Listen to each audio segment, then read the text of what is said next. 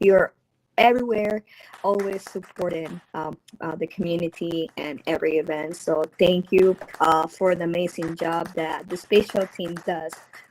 They're here supporting their community, listening for the feedback, supporting those creators, making this platform better. Like you said, last year we didn't have legs, so this year we do, and look how we have improved. And it's just the beginning, and it's gonna get better. So thank you so much, everyone, for that. I do want to move quickly again to inside of our museum by our International Women's Day banner. So we can take a quick photo all together that we here gather. And then in about 10 minutes, our panel sessions are going to get started. So thank you so much for that. I do understand that we might have reached the max capacity of the room. For some reason, some of the ladies are having issues logging in. So please bear with us if some of the ladies won't have access during their panel sections. We'll try to get them in here. But thank you so much for being here. I'll bring everyone to me shortly. Jens, do we want to open up instancing, or do we want to keep it just the one room? I'm sorry? Yeah, we can. If you can help me with that, please. So we can have more people come in and maybe with that. Perfect.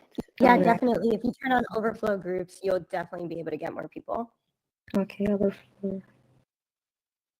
I went ahead and opened up overflow, and if you'd like, I'm happy to hop over there. Okay, thank you so much. I appreciate it, Cece. But before you leave, if we can all get next to me here, if you see, I'm gonna wave and jump.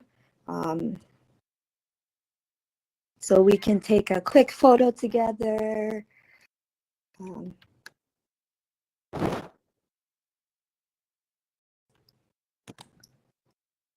I'm gonna share real quick some tips on how you can navigate spatial. If you use the B, you can rotate your avatar and see your face.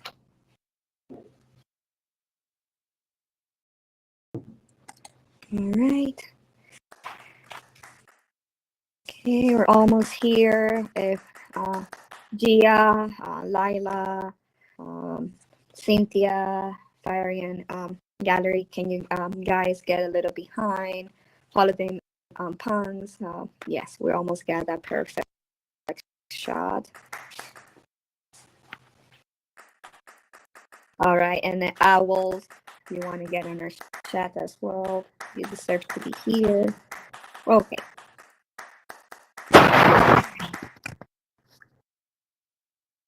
Okay. I'm taking a few. Also, feel free to take some photos. Remember to share them with us on our Twitter account, with Museum, Instagram, Woman in Tech Museum. Our hashtag is Group23, and also Woman in Tech. Thank you so much, guys, for being here. Like I said, we're going to get started shortly. We're going to start heading to the stage. I'm going to bring everyone. I'm going to give a quick introduction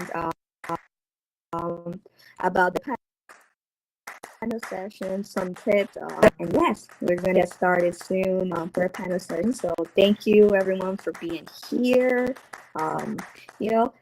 Today's the day to celebrate women, and for me, it's a very important day because the Woman in Tech and Woman International Day just more me a beautiful journey with a lot of this beautiful lady. I feel that I'm part of a sisterhood and a community that is always so supportive.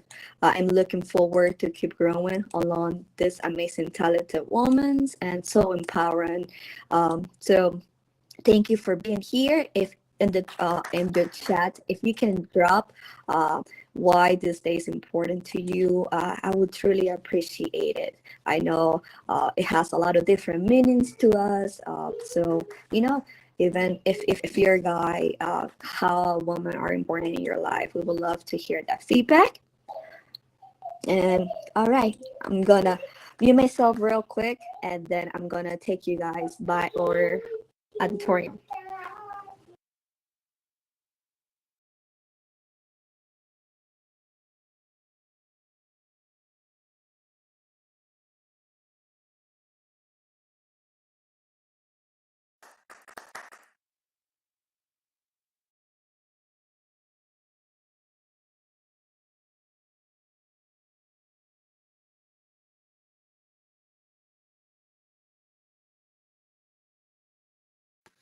Hello, good morning, everyone.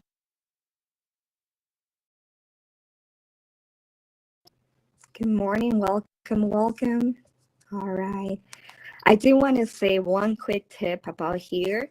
If you guys see those blue, I mean, wow, I got really off. Do you guys see those yellow arrow that says this way? If you follow that arrow, you're gonna see some white tiles that work as steps. That is the easiest way for you to exit the room. Um, and yeah, for if you go through the middle on the black steps, you will have to click on every step to go through. And I want to say that this auditorium is set up this way because we want to give that real life experience, right? If you were in an auditorium, you wouldn't go like right in the middle and interrupt people or like, hey, like move. You would go to the side of the auditorium to find that exit. So that's why it is set up that way. Just kind of want to make you guys sure make sure that you guys can leave the area without no problem. And we have 5 minutes into our panel speaker for our first section join us. But before we start, I wanted to give some tips. Please be respectful of our panel speakers. This event is going to last all the way into 6 p.m. Eastern time. Our first panel speakers, they're on Europe time zone, they're on Asia time zone and Africa time zone. So we appreciate their time, and we know it's pretty late for them. And then from there, Europe side, we're gonna come towards uh, Eastern time, Central, Mountain, all the way to Hawaii time zone. This is how diverse this showcase is. So please be respectful of the speakers. Mute yourself, like, clap when it's necessary. Don't interrupt the speaker. Um, Also, please share your experience with, like I said, follow our Instagram and Woman in Tech Museum. And on Twitter, you can follow us with Museum. You can share your hashtag with 2023, with 23. I'm sorry. And also, uh, I want to say that each speaker is going to be called by their panel section, and they're going to be seated here. They will each have 5 minutes to give their insight on their selected panel section. After all panel speakers had spoken on their section, we will open the floor for community questions. So if make sure to take some notes if you want to ask a question, if you connected with a project, or if you want to learn more about, or if you want to share your feedback, insights. Yes, please leave it towards the end of the panel section. And along here, we'll be displaying our panel sessions that are going to be speaking. So the will have their name, and the one that says at is their Twitter account. So you can find each speaker through their Twitter account. All right. So please, everyone, you can go on stage. I'm sorry that this stage might not have for you to be seated, but I'm going to start calling our first speakers to stage so they can get all arranged, and we'll get started in 3 minutes. So thank you so much, everyone, for joining us today. Let's keep celebrating women, their achievements, and let's continue to uplift and empower women today, and not also today, but every day. Let's empower each other. Thank you so much for being here. I would like to call our first speaker, Cynthia, from Far Orient Art Gallery. She's already here. If you can please try to take your first seat as we have everyone on stage. Our second speaker is going to be Nifty Sprite. I'm not sure if she's here because she was having hard trouble while testing with her device, but she shared with us a lovely video. So I'm going to be streaming her presentation for us if she cannot make it inside the auditorium. Also, we have Fabriani, Killer Cat, Bingo Club. If you can join our first panel session, which is going to be about NFTs, the ladies will share their insights about NFTs with us. Our upcoming panel speaker is Mel Hart. She's going to be talking about wallet safety and Web3 within this panel session. Please, Mel Hart, welcome. Join our stage. And yeah, these are all of our panel speakers for section or panel session number 1. Please be seated. Like I said, Nifty might not be here, so I'm gonna go ahead and take her place. If CC, if you can help me move the slide as each speaker is finished talking, and thank you so much. All right. Are you good, Farian? Are you good, Cynthia? Is everyone good? I am good to go. I'm good Okay. to go. All right, perfect. All right. Like I said, everyone, thank you so much for being here. Today, I have the honor to present our first panel speaker, Cynthia Mayer. She's from our Fire Area Art Gallery, which is a fantasy gallery. And today, she's going to be talking about use of NFT for art and how NFTs can help digital fantasy artists nowadays outside of the entertainment industry. Thank you so much, Cynthia. You might get started, and your time and the floor is yours. Thank you so much. Hi, I'm Cynthia from France. Any other French people here? Can clap if you're here. Anyway, nice to meet you all. I'm really honored to be J'appelle one of Sia. Salut, salut. Nice artist, Isabelle. You should check on her. I'm really honored to be one of the first speakers during this special event organized by Vanessa, and they're doing a fantastical job, so thank you so much. So as she says, I'm the founder and the curator of the Farian Gallery. It's the first fantasy-focused art gallery. We accept all art mediums, and of course we use NFTs to help artists make a living wage, hopefully. And we also featured here in the gallery. And we have a collection next week, so you should definitely check it out if you're an interested collector. Today, I'd like to inspire you. Actually, more broadly, I want to target all the artists here, not just fantasy artists, because it's very niche. I would like to inspire you with new ideas of initiatives to support artists. And I'd like to start my talk by presenting the story of a woman who inspired the work I currently do. This woman's name was buried under her brother-in-law's name. Yet without her, he would have been forgotten from humanity. Have you guessed her name already? No? Okay. This woman is just behind me. You see the dark and black picture next to Farian? This is Van Gogh, Johanna Van Gogh. It's not Vincent. We all know Vincent van Gogh, right? We see his work every day, from souvenir shop to Paris to immersive exhibitions worldwide. But when Van Gogh was alive, he never got this fame for a very simple reason. He never went to an art gallery.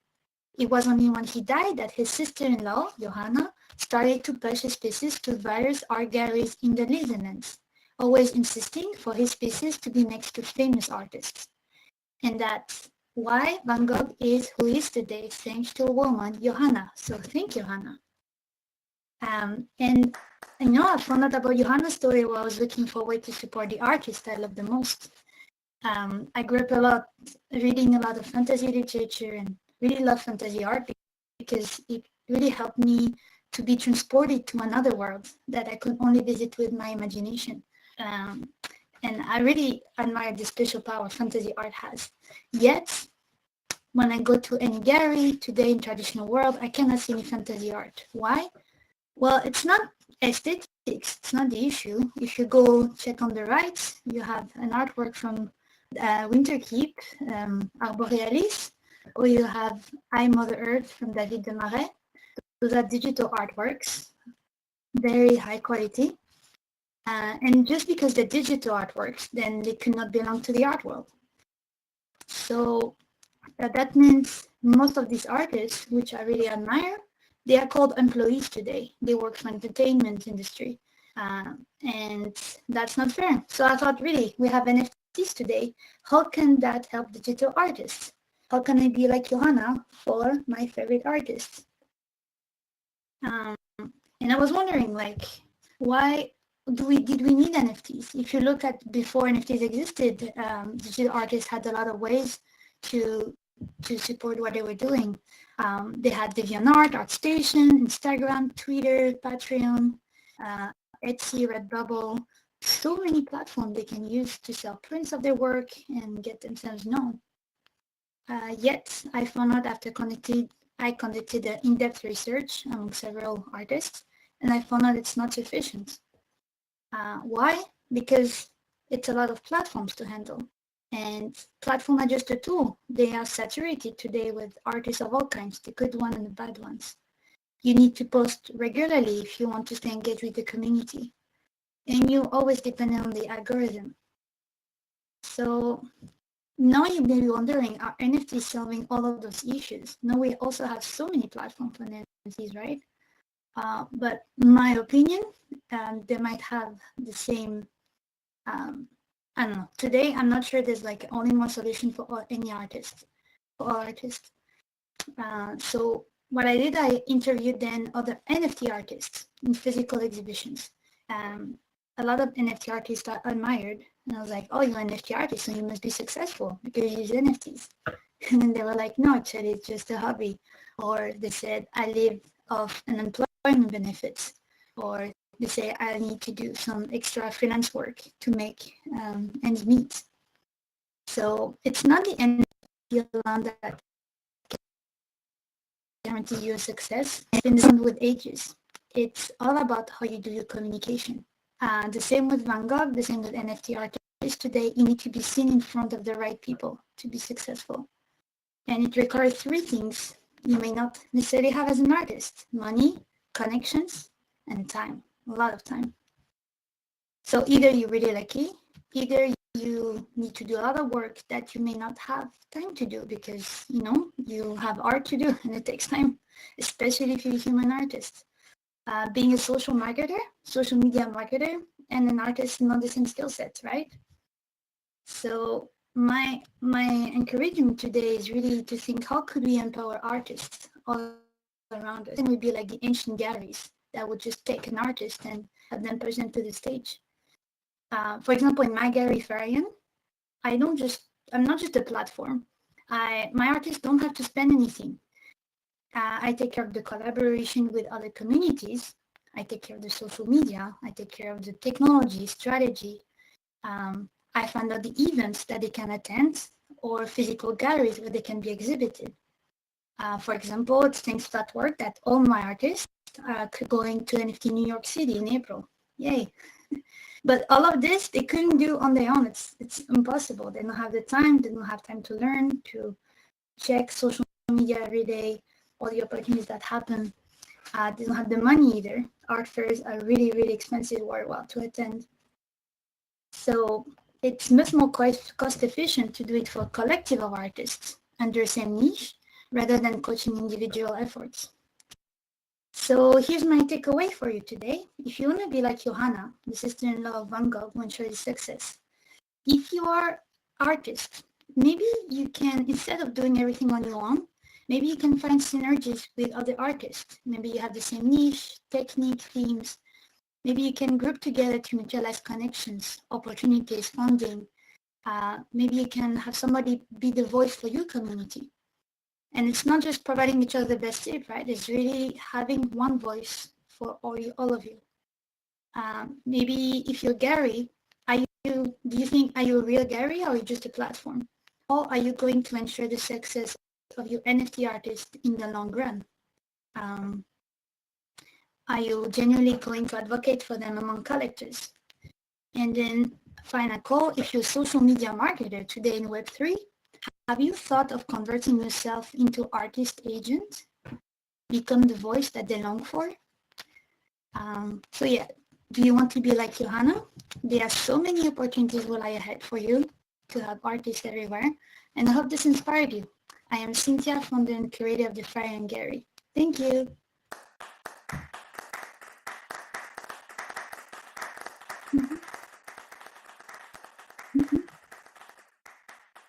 Thank you so much, Cynthia. Amazing. It's so nice to learn more about you. Um, Thank you so much once again. We'll open the floor for feedback and questions right after we have all of our panel speakers done with their speech. I'm going to go ahead. I know your images look so lovely, but I'm going to go ahead and set up the stage for our next speaker.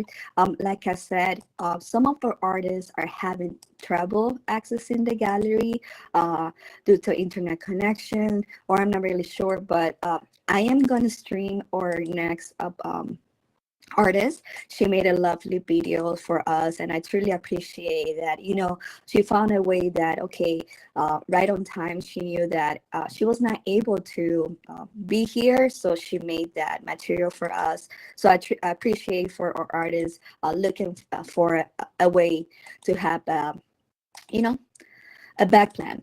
I just want to say that I'm going to pull that screen just in case if it pops on, you can close the screen. I'm going to make it big enough to share it here. Give me a second. I'm going to mute my mic as I share and set up the video.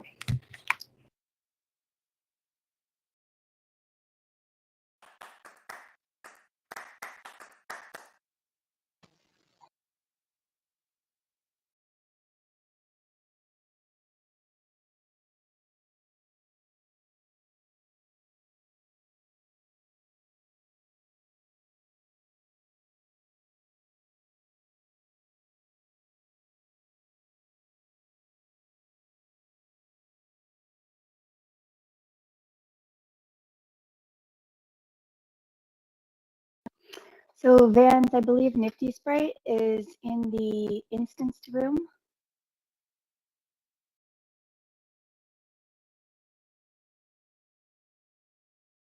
How can we bring her here? She said that she was not going to be able to speak regardless.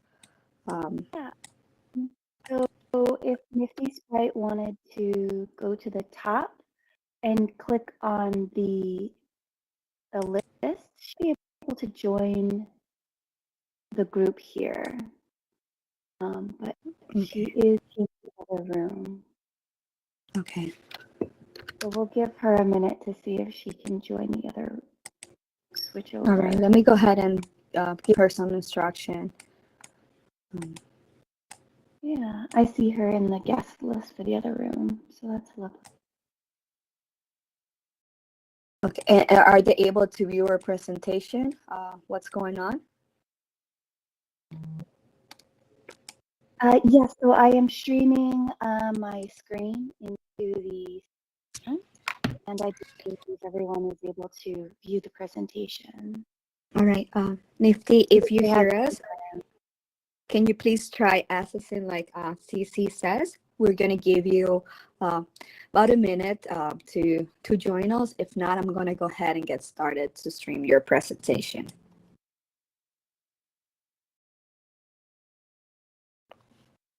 Thank you so much, everyone. Thank you so much for your patience as well. It says that our first group is full, but I'm not showing that. I'm only showing 21 in this space, so hopefully you can hop in. That would be lovely. But if not, we can play her presentation. Oh, please go ahead with the recording. Her audio is a little choppy, so let us. Perfect. All right, everyone, let's get started and let's enjoy her video. Hello everyone, I'm so glad to be spending International Women's Day with you. My name is Kirti Shoner and my topic is Surviving the Dip. I've been in the NFT space since early 2021. Initially, I was an observer, and later that year I joined as a creator. And while I've not had a lot of monetary success here, creating NFTs has not paid my bills, I love this occupation and have made a lot of friends in the community. So I won't talk too much about surviving financially, but I do feel qualified to share about surviving mentally and creatively. I've heard from athletes that having a mental game can be as critical as physical skills. I believe that because it's the same in the arts. There are times when challenges seem insurmountable or when you have to push past what feels like an unending gauntlet of setbacks. It's at those times, especially, that you have to believe in yourself. I'm not going to get all mushy and kumbaya on us. I'm not going to shout wag me or say we're all early, but I am saying believe in yourself, as in, if this is what you want to do, go for it. Last month, I was in a funk. I felt like I was spinning my wheels. I had a lot of ideas but was having a hard time focusing and executing. The thing that kept spinning around in my mind and consuming my thoughts was, why am I doing this? I hadn't been selling pieces. I wondered whether my art even appealed to others, and whether I should be doing something else. And this wasn't the first time I'd had these thoughts since leaving the corporate world 4 years ago. That doubt creeps in. Lucky for me, I showed a friend something I had been playing around with. They said, "Ooh, that's cool." And that was just the boost I needed. It wasn't a sale or a public acknowledgement of my work, but it reminded me that, yes, maybe there are others out there who appreciate my work, and I enjoyed creating it, and I had the lucky luxury of being able to create, so why not? Okay, so returning to a place of confidence and believing in yourself doesn't just happen from one moment to the next like that. It takes longer, but it happens. And in this case, the reason it even had a chance to happen is because of my creative experiment and because I shared it, which leads me to my next point. Invest in yourself. Take this time to explore, to learn new skills, and to keep discovering what appeals to you. My interest is creative coding, which marries my programming background with my interest in creating art. Lately, I've been playing around with different algorithms to see what I could create using them. It's been fun. Will I spend the next 2 years creating with any particular one? Probably not. But I've created a few pieces so far, and more importantly, I have a few more tools in my creative coding toolbox. Whatever your media or tools, use this time to build. My last suggestion for surviving the dip is to enter contests and apply for grants. You never know, maybe your work is just what they're looking for. And apply not just for the end goal, but also because it requires you to think about and articulate your work and its value. For me, this is just one more way of believing in and investing in myself. All of these things require time and effort, so of course, invest when you can. We all need to do what we need to do to keep food on the table and pay the rent, and that's not optional. But if creating is something you want to do for the long term, try to invest in yourself every week, if not every day. And now for one last comment on the dip. Are we still in it? Judging by the number of DM for marketing follows and messages I'm getting again on Twitter, it feels like we must be exiting. But I also think that we will never be where we were a year and a half ago. That was a bubble, fueled primarily by crypto-rich bros who had watched their mined crypto grow from pennies to thousands. It probably felt like monopoly money to them. For most of the rest of us, our crypto is from exchanging hard-earned fiat, or perhaps through sales. In any case, it's very real, so we're probably not up for trading hundreds of thousands for a PFP. That said, NFTs aren't going anywhere. We'll see more variety like for tickets and memberships. And our world of art NFTs may be settling into a less volatile, but still in demand, stable economy. Thank you.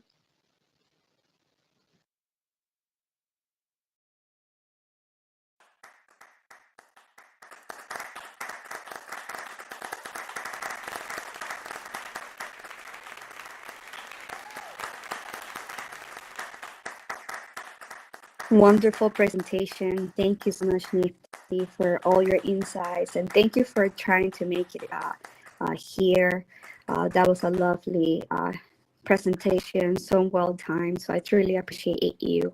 Um, before I introduce our panel speakers, Cece, I know that you're streaming to another room. Can you please guide the people that want to join in this room how they can join us? Some of the uh, or attendees are stuck in the other room, but they're stuck right in the entrance. So, yeah, they can hear us, but they cannot see us. So, for those that are listening and you might be in a different room than the original. First, you can try to load again. If not, CC will quickly explain the instructions how to join us.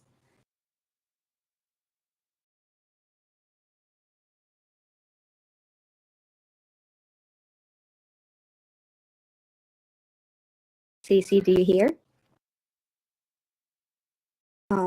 Creative Owls. Okay, so I believe Cece was saying that if you click on the top where you see all the users, you have an option to come here by clicking. Or you can try to join us again as well, like refresh it in your browser, and you can end up here.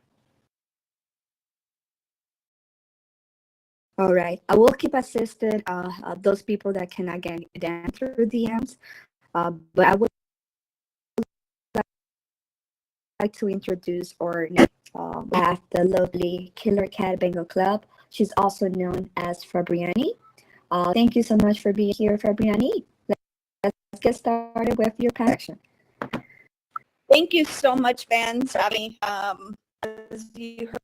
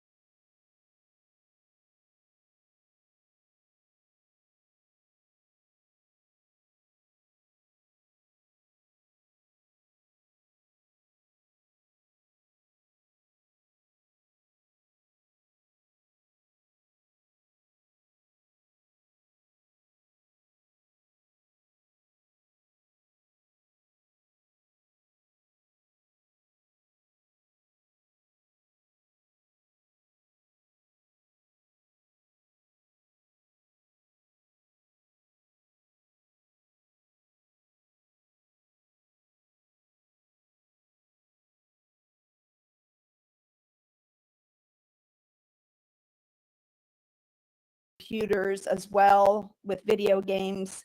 And that is how I grew up. And so now I'm back in Florida as a mom, a wife. I have two amazing kids, a daughter that's 10, a son that's 6.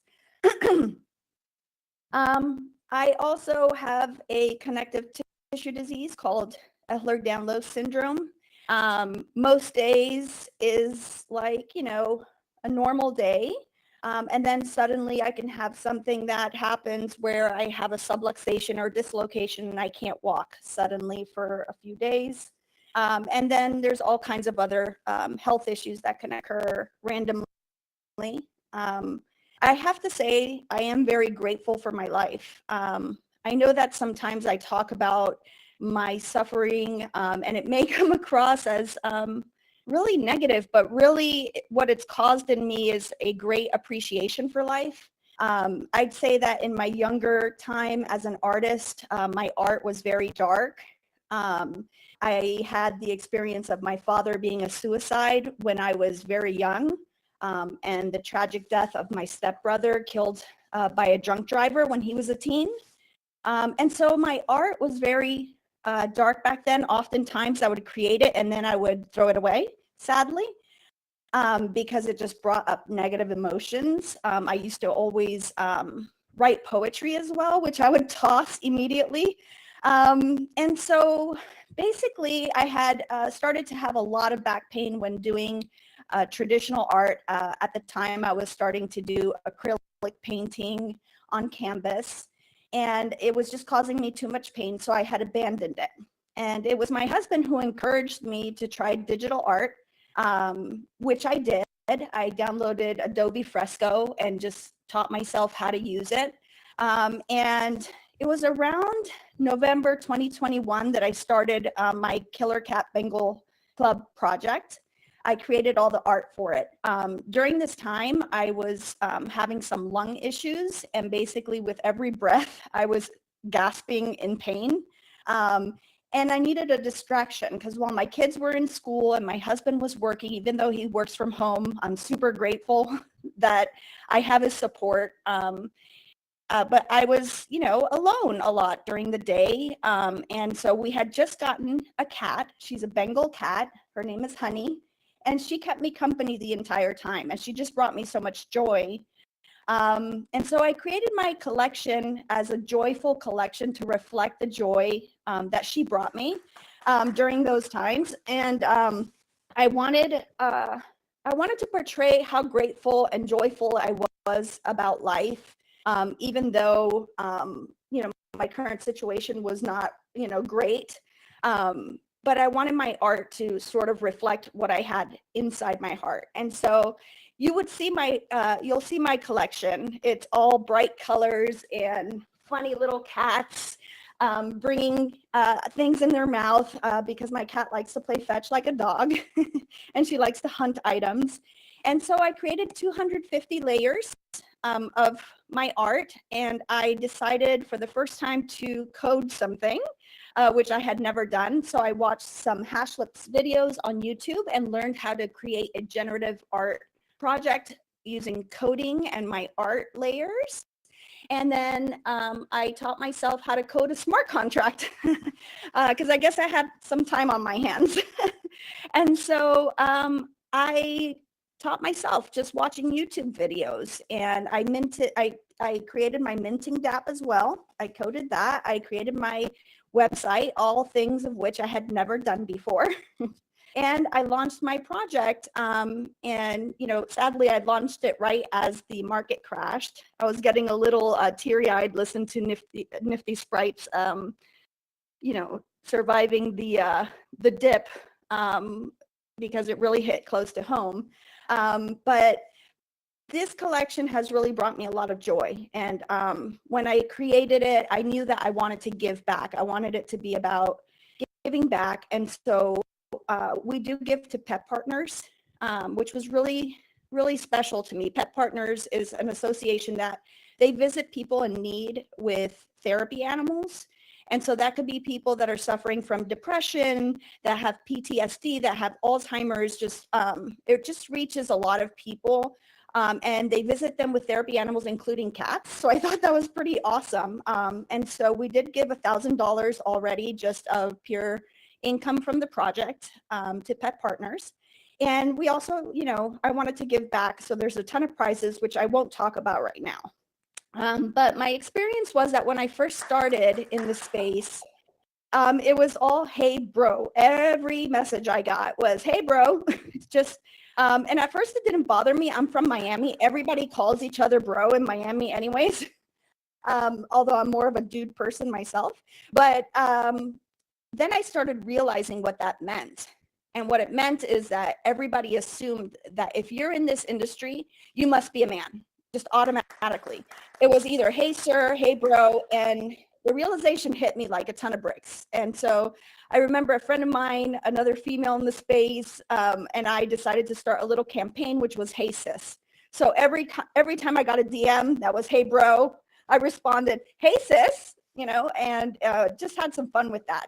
Not in an aggressive way, but just kind of like letting you know, hey, we're here too. And so that's why I'm here today. I'm always just so honored to be included in any of these events. I was here last year with Vans for this amazing event that Owls and Vans put together. It's always amazing to see all the art from everybody. I'll say that I have ventured on to include a lot of different things in the Web3 space. I create metaverse spaces. I created a Miami space for my gallery that includes like a Miami skyline. And then recently I started dabbling in animation and created an animated and lighted dance floor and disco lights. for the VIP room in my metaverse space. And I'm super excited about that. I had never done animation before or anything like that. It was super fun to create. And so we're going to be having a metaverse party there for the art reveal, which will be April 20th. Super excited about that. It's been long coming. There was a big pause in between because of the dip. And so I know that I'm so excited to reveal the art and have little joyful cats all over the place. But also, I am part of Polygon Alliance. So that's basically my contribution to trying to onboard people into the space. I am the educational content curator for Polygon Alliance. I'm in the process of collecting educational videos for Web3, which we can place on our website and our Discord, so people coming into Web3 can have access to educational videos on how to do things. Like, Owls has a bunch of educational videos on the metaverse and what to do, how to do things. And then we'll have DeFi videos. Madiverse has a bunch of videos on how to open a wallet, things that sometimes are a little bit difficult when you're first coming in. We just want to make it easier for people. I'm also newly been brought on by Bibs, Bring It Blockchain Solutions, with Bry That Crypto Guy and Hi Cece and Jojo. And it's really an honor that they even included me as a developer, and also learning from, Bry, who's an amazing computer scientist and developer. So kind of brought me under their wing as a developer, and I'm super excited about that. I've also started creating AI art. I have a collection, Cyber Divas. There is a piece here displayed, as well as my Killer Cat Bengal Club piece. And that collection is created with AI, finished by hand, and it represents women all around the world. And so I used AI technology to create each piece representing women from India, from South America, from Africa, just basically trying to include every woman in the world. And so that's what that collection is. I have not listed it yet, but I will soon. I've also created AI music using Ava app, in case you're wondering how to do that. It's pretty fun to do and pretty amazing. And so I just want to encourage you all to try everything possible in Web3. The world is your oyster. My whole life, people have tried to put me in a box. If you're an artist and have an artist brain, then you're not analytical or have a logical brain, or vice versa. I remember as a property manager, they're like, oh yeah, so you have a logical, analytical brain. And so they couldn't fathom that I was also an artist. Same thing with like coding and art. Those two things are generally perceived as two different brain types. And that is just not true, people. Just refuse to be put in any box. I just refuse. And if you have a box, I'm jumping in that box, and I'm going to jump around in that box. And I just want to encourage you all to just do the same. Refuse to be put in a box. And there are so many opportunities in Web3, some of which you don't even know that you like yet, unless you try it. So thank you for this space. Thank you for the amazing, strong women in this space that continue to inspire me every day. We help each other grow. And if you are new to this space, reach out to any of us. We will all gladly take you under our wings and help you out. Thank you so much for listening to my whole spiel. I'm always honored to be here, and thank you. Thank you so much, Twitter Cat. I appreciate it. Thank you so much for the amazing speech. I do want to mention that we are running a little behind schedule. We are on our community questions. Well, we have our last speaker, Mel Hart. Please be patient with us as we try to get back on track.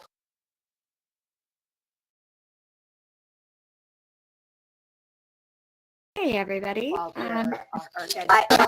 lot of people are in the other room watching us, so I was able to bring them to one environment. Just in case if I get wrong, please, Killer Cat, help me host at NCC. I will try not to get rocked from this room. But I would like to introduce our next panel speaker, Mel Hart. He's going to talk about today about wallet safety. So thank you so much for your time, Mel. The floor is. Fantastic. No, thank you so much for having me, and everybody, thank you so much for coming today. I'm going to talk about wallet safety in Web3. Anybody that wants to look at my art, I do have a piece here, and then you can always visit my website, which is www.melharts.art. Moving on to wallet safety. Wallet safety is a really big issue, and I personally feel like a lot of the times that wallets get robbed is simply, and I hate to say it like this, but it's simply user error. It's somebody making a mistake because they don't know enough about the processes that wallets follow in order to stay safe. So your wallets are set up differently depending on whether you're in the browser or whether you're using the wallet app on your smartphone, but both of them have the ability to switch between accounts. So this is an important factor to consider when you're visiting a website that you're not sure if it's a scam or if it's legitimate. You never want to connect your main wallet to a website that you're not 100% sure about. So the way to combat this and to keep your wallet, your NFTs, and your funds safe is to visit the little circle picture in your wallet that says account. If you click on that little circle picture, it will open up a drop-down box where you can choose or create a new account. So my process is always to create a new account and label it something that's easy to see, for example, scam account or possible scam. That way you know which wallet you're accessing. And then when you connect that one to a site you're not sure about, you make sure that you don't connect it to any of your other main sites. And that's one of the biggest things with your wallet safety. Another big thing with making sure that your wallet stays safe is to never ever approve any transactions that come through unless you're not actually physically in your wallet or on a website connected to your wallet doing something in your wallet. If you're just looking around on a website you haven't connected your wallet to, and all of a sudden your wallet pops up with a notification asking you to accept it, you don't want to accept it because it's probably a scam.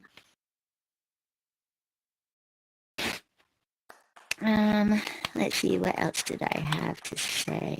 I'm so sorry. Does anybody have any questions? I know that we said we would do questions at the end.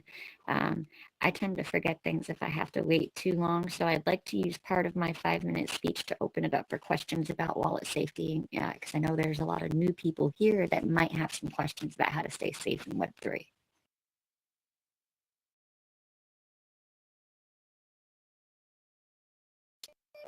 Thank you so much, Mel. I truly appreciate for that. I want to say that, I want to have a question, like, what is the best way to stay safe without, like, using a ledger? I know that you mentioned make sure not to click, like, no safe links, but I understand that people, some cannot afford to buy a ledger first. What other options besides, like, avoiding clicking on links can you recommend? That's a really good question. It always, for me, goes back to doing your own research. For example, when I'm thinking of adding a new token into my wallet, I will always visit like CoinMarketCap and go by the contract address of the token and sit there and go through it and make sure that it matches the token that I'm expecting to be looking at. The great thing about the blockchain is that everything is there. It's in black and white. It's irrefutable. You can't move it. So you can always trace what you're looking at back to its original source. And as long as you make sure that the information lines up to where it should, then you'll be safe. It's kind of like making sure in Web 2 that you're visiting a website. If you want to make sure that it's secure, you make sure that it says HTTP or HTTPS. The S on the end of that means, secure. It stands for security, that that website is legitimate and it's not a scam website. Um, Lately, scam websites are popping up, especially with the Web3 websites. I'm sure that we're going to have to be a lot more diligent in making sure that the site we're visiting is the site that we're wanting to visit. It's all about paying attention to the tiny details. Mel, I have a question for you. How can we protect ourselves from social engineered attacks? This is a really great topic brought up by Coin Laundry, who I hope he's okay, had experienced a socially engineered wallet attack. What are some tips and tricks that you might be able to have share with us about avoiding those socially engineered, breaches of security? That's also a really good question. We're all familiar with airdrops. So anytime that you get an airdrop that you're not familiar with, that you're not expecting, my recommendation is to treat it like it's not there. Just ignore it.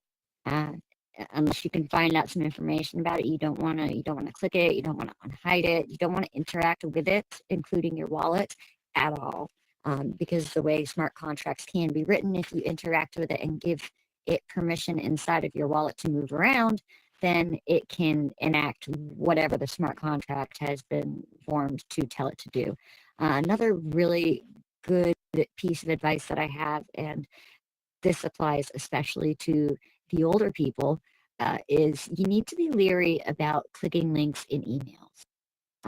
I tend to treat my email box as heavily scammed these days. I don't click links for any of my accounts.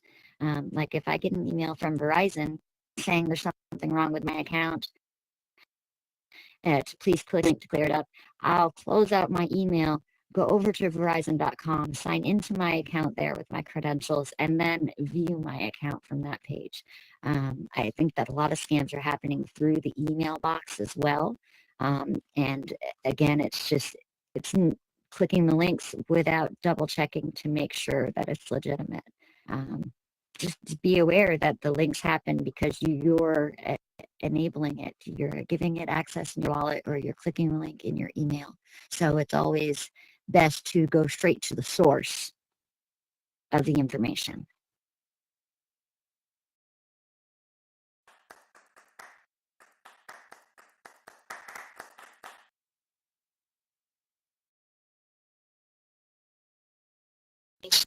Thank you so much, Mel.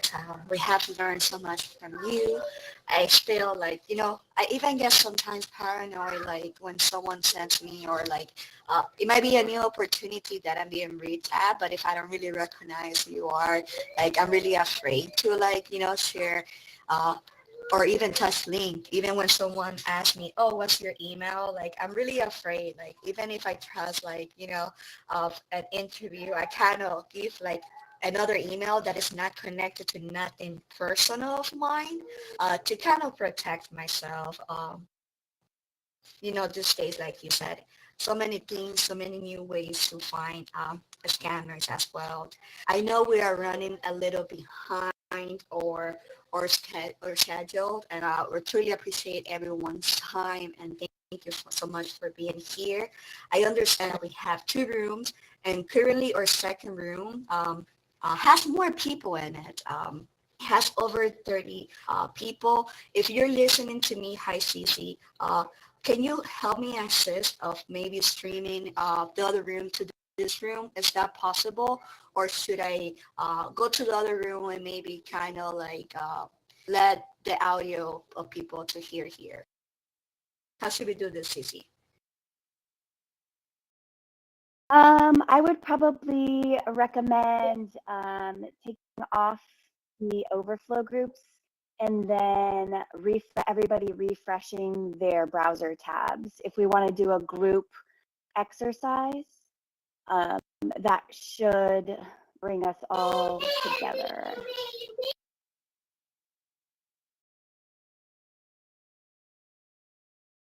All right. I'm going to go so ahead and refresh. Go ahead and try this. We're gonna go ahead and our coming panel station is for our sponsors. So if everyone can try to refresh again your browser to see if we can land on the same room, or if you can go ahead and try to view the by typing on your icon on top, you're able to view groups and try to click if it lets you join the other group. If not, please try to refresh your browser. Or coming panel speaker is the Polygon Alliance and Jayron from Wandering Sailors. If that doesn't work on your end, I will try to stream the audio from our second room to this room. Let's just go ahead and try real quick to see where we all land.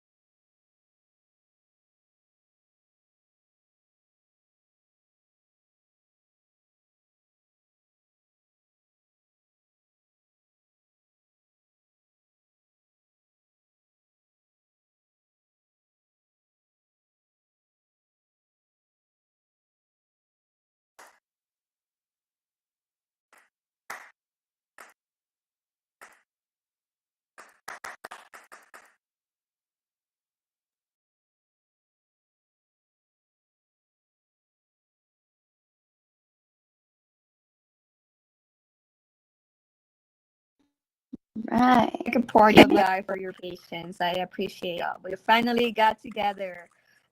This is like the possibility of the metaverse. It gives you so many versions at the same time. So thank you so much for your time. I'm gonna go ahead and come towards this the stage. For those like I said earlier, you can let me bring everyone downstairs. First of all, that might be easier. I'm going to start calling for our next panel speakers. If you would like to leave the stage, the easiest way is to Yay. follow those It looks like yellow we've arrows. consolidated. This is amazing. Man. I love it. I love it. The only right now I'm not able to record because I joined through my iPod. But please, if our next speaker is a Polygon Alliance, Dave, if you're here today, join us on our stage. And Jayron for our Wandering Sailors. These are our sponsors. We have 18 sponsors, and I want to say that we appreciate their contributions, their support throughout the event, and they make this possible. I'm not sure if Dave is here, but I can speak on behalf of the Polygon Alliance, or if anyone, CC, BDK would like to speak on the topic, since we're also part of the Polygon Alliance, please let me know. If not, I'll be happy to begin. All right. Okay, so I'm gonna go ahead and start it with the Polygon Alliance, and like how CC was sharing earlier. We're both part of this amazing alliance that supports the community. They've been like hosting spaces for over a year, and they have charity as well as events that to support the community. One of their biggest events was about cancer, where we had also ICC organizing that event, and they were able to collect funds and yes, basically help back the community within this event. I want to say that I am proud of a sponsor. I mean, I am proud of. I am a proud mental health leader for the Polygon Alliance. I am looking forward with the Women in Tech Museum to support the Alliance by creating showcases that bring awareness about the mental health. You can join us, the Alliance, by following us on Twitter, Polygon Alliance, and read about our missions. Join our community. Currently, they have few spaces throughout the week. Over a year ago, they will have spaces Monday to Friday. Right now, they're hosting spaces Monday, Wednesday, and on Monday, Wednesday, and Fridays. And we have some of the lovely hosts of that space where you can hear an event like Dork, Lower Sports, and Cynthia. Um, uh, you can join them. This space is for the community where artists can come and share about their projects and updates. And I want to say that this is the space I go to every week because it's been so supportive and motivated throughout my journey. So please, or thank you so much. I would like to end up by sharing the mission of the Polygon Alliance, well, their vision. Um, our vision is for Polygon projects to work together to make each other stronger, help each other grow, and make Polygon your number one destination for NFTs and DeFi projects. Like I said, Women in Tech Museum is very proud to support the Alliance and work together just to, give a voice to the community that we have. So thank you so much, everyone, for being here. I would like to move to our next panel speaker. His name is Jaron. Also, you know him as the Wandering Sailors. Thank you so much for being here. We appreciate your support, and the floor is all yours. Hello, can you hear me all right? We hear you perfect. Yes. Okay, I was trying to figure out how to sit in the chair, but I can't seem to figure that out. So I guess I'll just stand. Okay, so if you put like the screen horizontal to you, like not that you're like looking on top of the chair, but you're looking like right in front of you, you can click on it and it will sit you down. Okay, got it. Nice. It's always good to know the tricks. Right, well, hello everyone. And first of all, I just want to say, of course, happy International Women's Day. And Vanessa Vance, thank you so much for arranging this event with everyone else, the team at My Creative Owls, and Cece and everyone else. I see some friends in the audience as well. So I'll start about talking about the Wandering Sailors. I've written some notes because I tend to go off on a tangent. So I'll try and restrict and be concise. So, okay, the Wandering Sailors Initiative is for artists, creatives, NFT, and Web3 enthusiasts that are dedicated to amplify plastic pollution in our oceans, as well as promoting sustainable sailing practices. There are thousands of tons of plastic pollution entering our oceans every minute of every day, with much of the pollution entering the oceans from 1,000 most polluting rivers worldwide. Furthermore, the plastic pollution is having a devastating effect on marine life and affecting our food chain, from the smallest creatures all the way up to human food chain. We believe it is our responsibility to preserve the natural beauty of our oceans and protect marine life from the harmful effects of plastic waste and over-dependence on fossil fuels in the recreational boating industry as well. So these issues are quite pressing: climate change, ocean pollution. They have a really intrinsic effect on all our lives. And the idea of the Wandering Sailors is that we could join other communities and groups that are working IRL with communities in coastal areas as well as remote islands to help bring these solutions to them. Well, from solar power to wind generation, and helping local communities generate revenue from recycling of waste materials.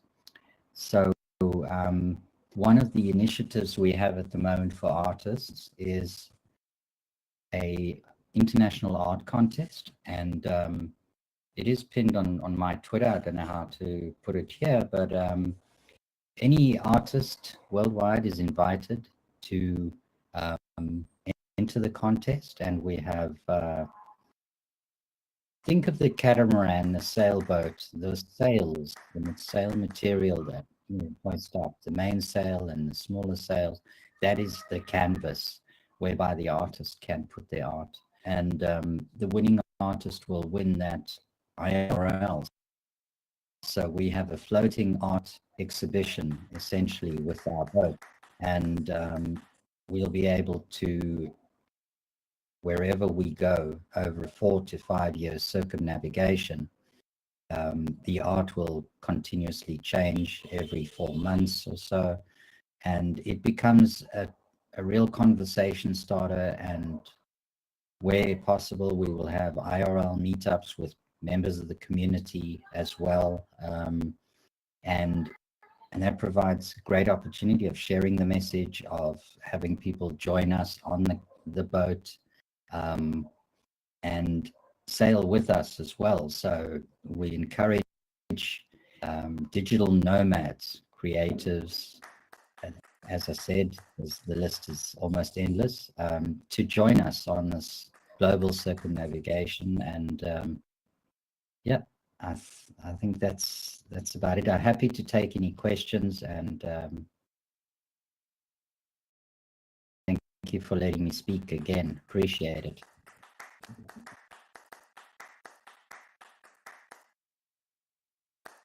Yeah, can you speak about the women on your team and how they've contributed to your project? Sorry, I didn't hear that. Could you speak about the women on your team and how they're contributing to the Wandering Sailor project? Oh, okay. Well, we're currently actually looking for women to join the project, artists and people that are interested in sailing, marine biologists. The doors are open, really. We're very we're very early, right, in the project. So anyone is welcome to DM me, and we can see what opportunities arise from that. And we're working with several female artists that have already submitted their art for the contest itself. But I think as far as joining the team, we're really open to collaboration, and yeah, we're at the start of it. So whoever joins, there's a lot of opportunity.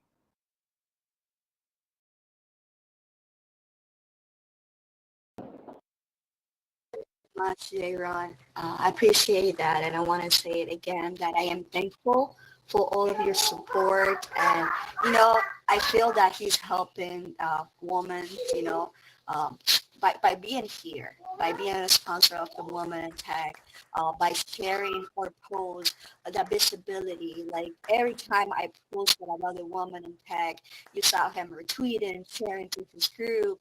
Even on Instagram, he will share it to his community. So I want to say that he's been a wonderful supporter, and also by that conference that he made, like, he's like, here, Vanessa, this contact, like, invite all of your artists.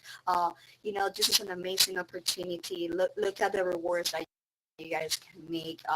And by being having kind of the same vision as the Woman in Tech Museum, being innovative, and his project and vision is very innovative. So thank you, J. Ron, for all your support, for taking your time, for inviting me to so many wonderful spaces where I have the opportunity to have Woman in Tech, to get to know a new community. So I feel that you are already supporting so many women.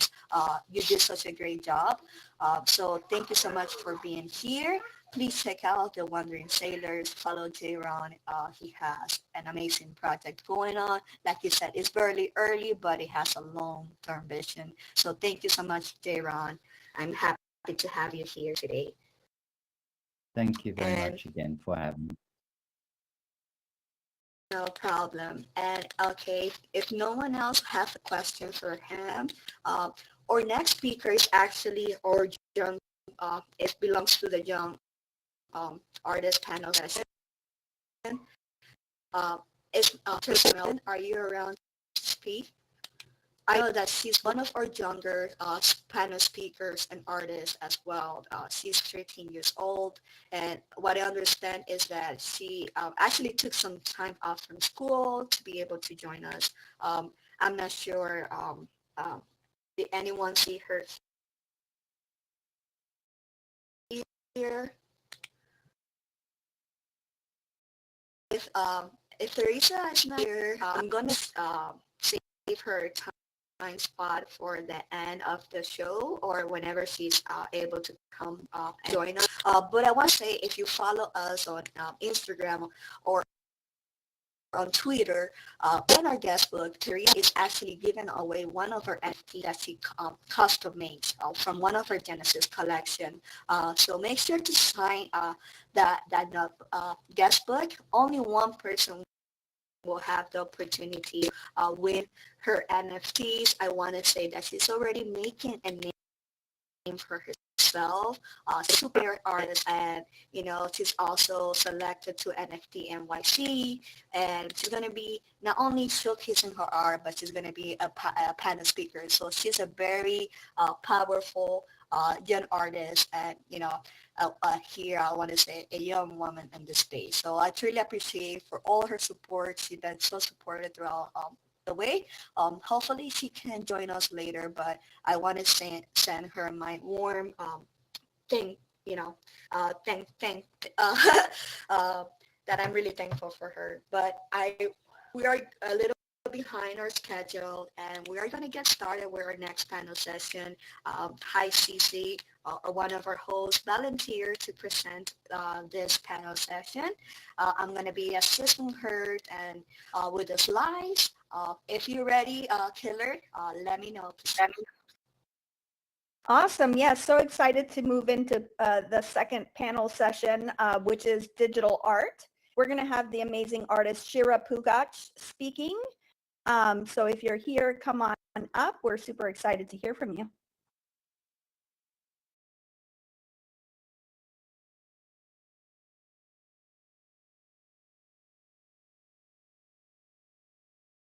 If we can please hold everyone, all the speakers, to join us on stage, so we can have them already there lined up, please.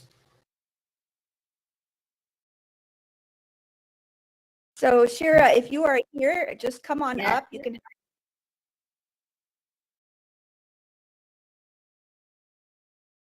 Yeah, I'm here. I'm just coming. Can you hear me? Yes, you sound great. Ah, great. Okay. Just try to turn myself around. Okay. I saw my art is here, is on the floor. It will be better if they can see what I'm talking about. it possible? Yes, I am working right now on putting your Okay. logo there. You can see it on stage. If you can stand in front Yeah. of the of Yeah. our profile. Amazing. Amazing. Amazing. Okay. Um, so,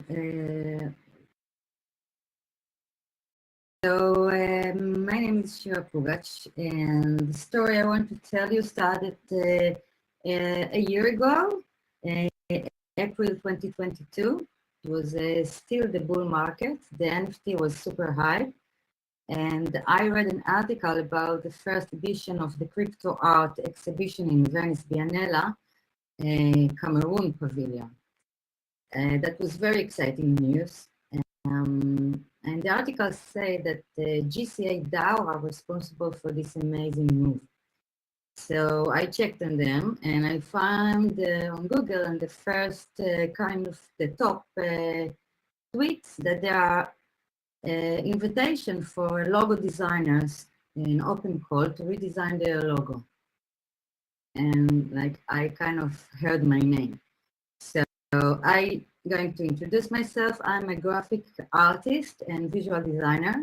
I define myself this way because I bring art into my design process and my graphic skills into my art creation. Since 2021, I'm into NFT, in the space, and Web3. I study art in college, and I'm a professional graphic designer with passion for logo design and brand identity. So everything was connected, and I kind of heard the universe mention my name.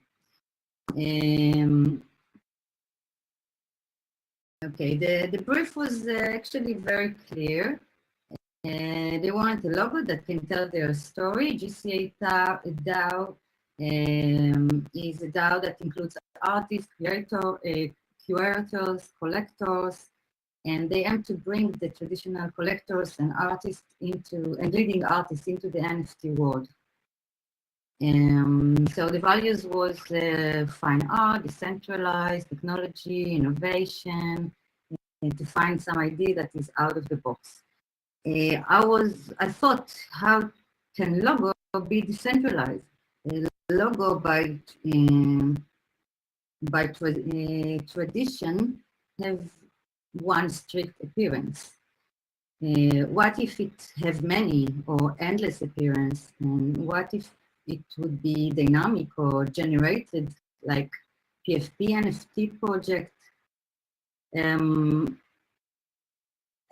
I started to look for inspiration, and actually, since the dawn of history, mathematics and art, exciting relationship had existed, like Leonardo da Vinci or Fibonacci, and today it cannot be served more than ever in Web3 world.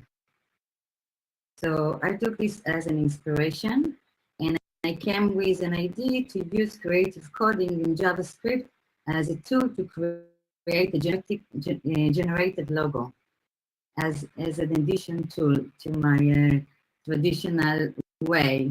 I started with sketching, like I like to do with pencils, and then check my ideas with as vectors in illustration, but then I add this extra tool, JavaScript, and I created a grid of 3 by 3, and I define each letter. I created each letter as a very simple geometric line. I defined the positions, thickness, transparency, and size. And the challenge was, and every time the logo get a different appearance, like you can see in this one. The challenge was to create a kind of the code to be recognized enough and to get always a good composition that would be interesting, because there is no absolute control. It's a machine work after all. So this is an example how a correct branding process comes from expression of the true essence of the brand, and how can Web3 brands can express their new ideas through their visual identity. If they are like how they can find a different way to communicate with the new values through design. And can art be design? Can technology be art? Can where are the borders and etc. And if you want to know, yes, I won and they choose my logo. I got their token and I become one of the DAO's members. Now there is an idea to mint this code and to allow each member of and collectors to get their unique logo as a certification. And I hope it will be soon because the bear market is a little bit slowing everything down, but I hopefully we will recover from that. And that's the story. Thanks you for listening. Wow, let's have a round of applause for that amazing for coming up. Vans, did you want to say something?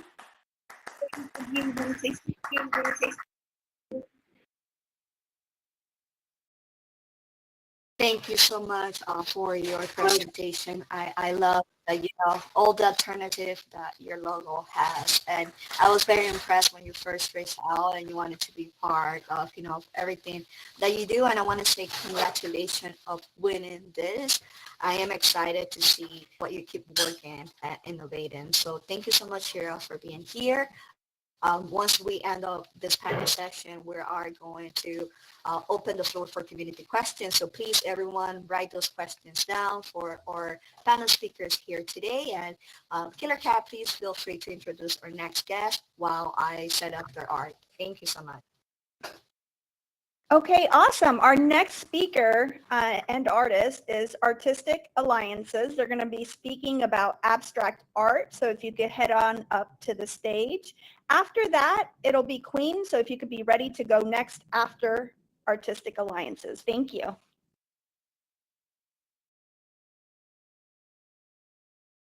Hey, good afternoon. Can you guys hear me? I hear you wonderfully. All right, perfect. Good afternoon.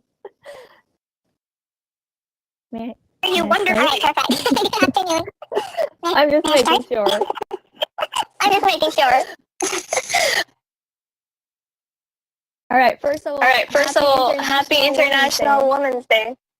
And thank you, And thank you, Vanessa and Creative Owls for hosting an event to showcase the talents of women on this terrorist state. I'm Artistic Alliances. I'm a creator in the Web3 space. I'm an engineer, digital artist, photographer, and part of Mongoose Club, which is aimed towards partnerships and content creation. I'm based out of the US and I form alliances through art. I started my artistic journey with abstract art last year, and it's been a phenomenal experience connecting with people through my art and forming those long-lasting alliances virtually and globally. My topic today is abstract art. Now tell me, do you see what I see? Do you visualize what I visualize? Do you imagine what I imagine? Do you perceive what I perceive? On that note, tell me what you see in the art in the chat. I'd love to know your thoughts. So to me, life is like an abstraction, an imagination that unfolds into reality. So you may ask, what is abstract art?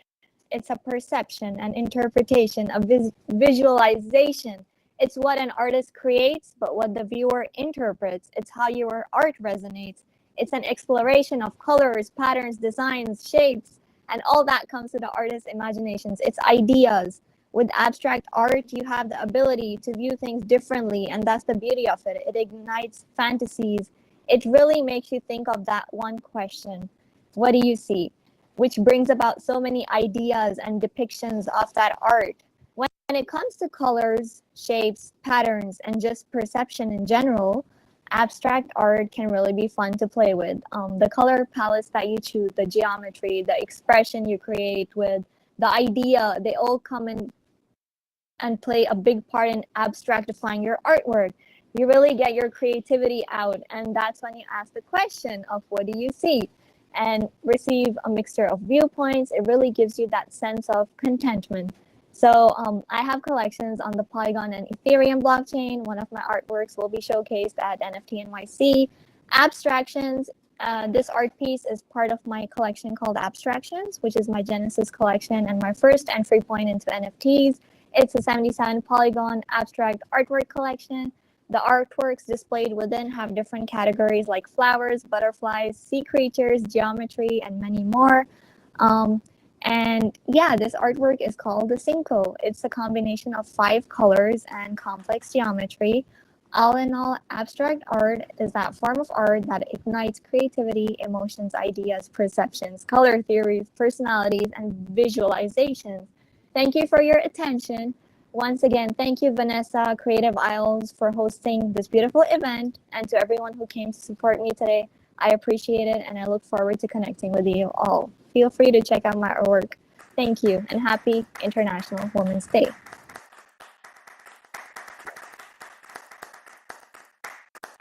Thank you so much, Artistic Alliances.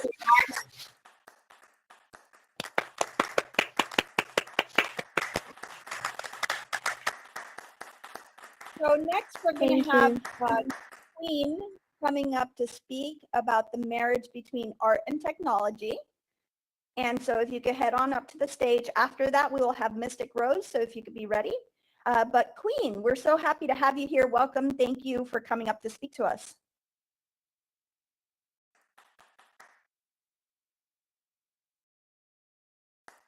Are you here? Just go ahead and take a look at the roster and see if she is currently able to be in the space. And if not, then we can move. Give me a quick second. I know that earlier she was having time accessing, so let me check the group chat. No one here. Okay.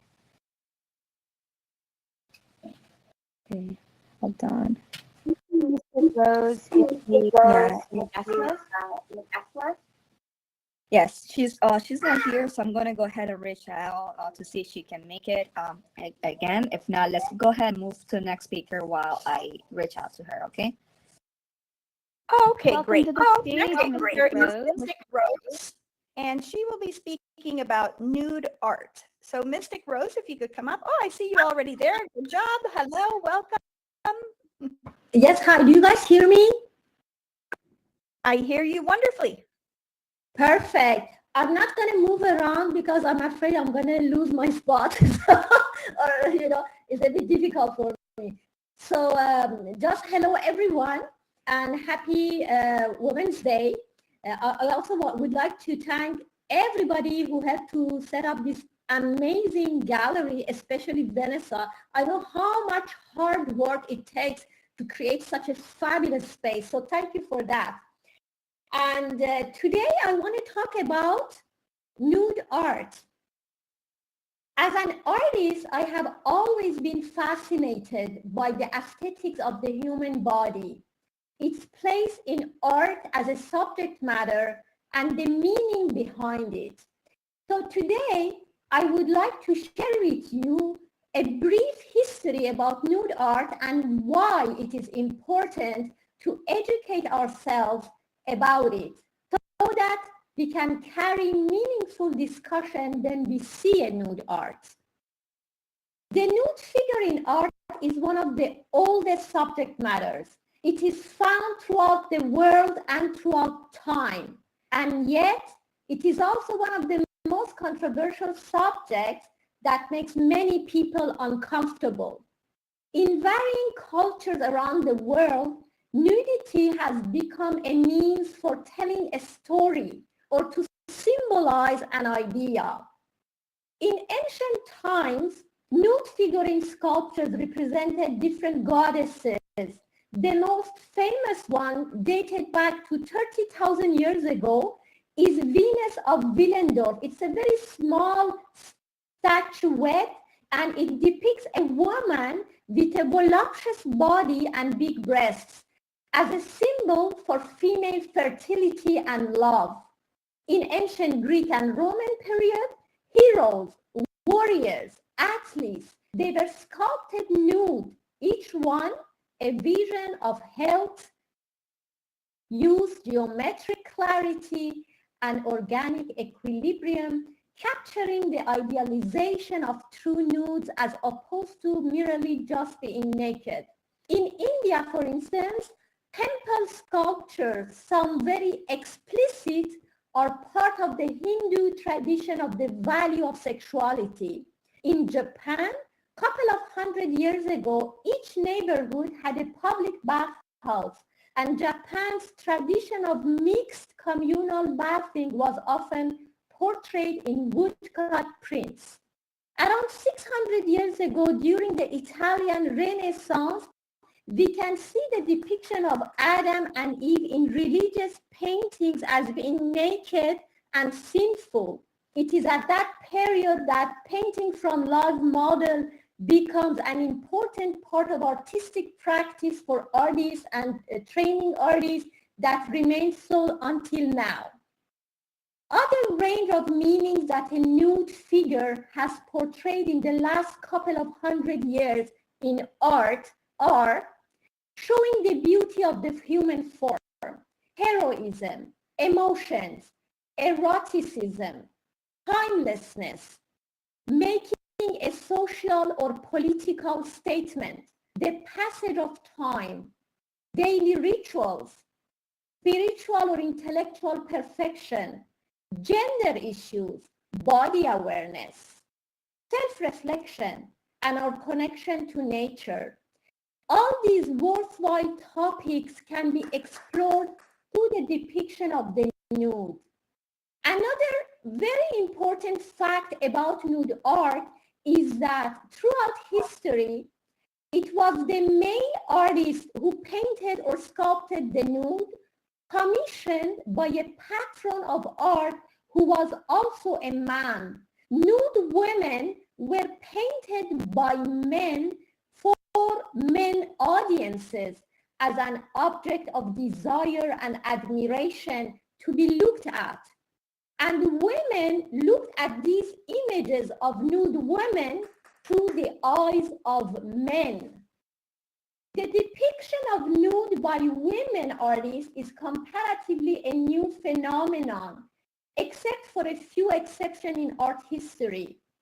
Many contemporary female artists explore the nude from a female point of view, with a great deal of emotion and understanding of the female experience.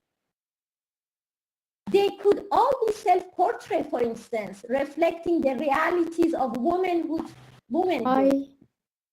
The nude painted or photographed by women artists are more self-reflective, questioning what it means to be a woman in this day and age with all its challenges. Now, in our time, with the NFT renaissance in digital art, the tradition of nude art is going to be stronger than ever. Nude artists now have the greatest opportunity and freedom to create their art on blockchain and share it with the world without being criticized, judged, censored, or rejected. Two female artist photographers, Nude Yoga Girl and Ayla El Musa, these two artists, they have created the nude neighborhood in Metaverse at Museum District on Cyber, thanks to Punk 6529. If you would like to know more about the nude neighborhood, their upcoming group exhibitions, and nude art created by its members, please follow them on Twitter. I would like to finish my speech by saying that art enlarges the field of freedom And nude art is the ultimate form that freedom can be expressed. Thank you all for listening.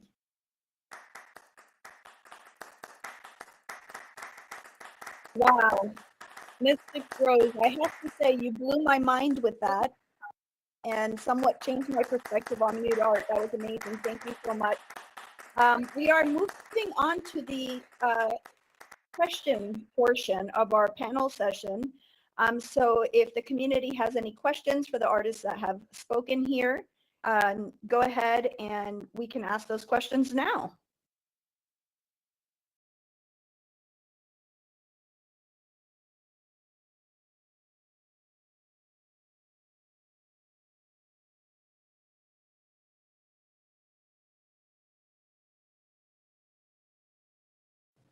I would like to say thank you so much, Mystic Rose, for being here, for taking your time and putting such a beautiful presentation for us. Like Killer Cat said, you just gave us a new perspective on new art.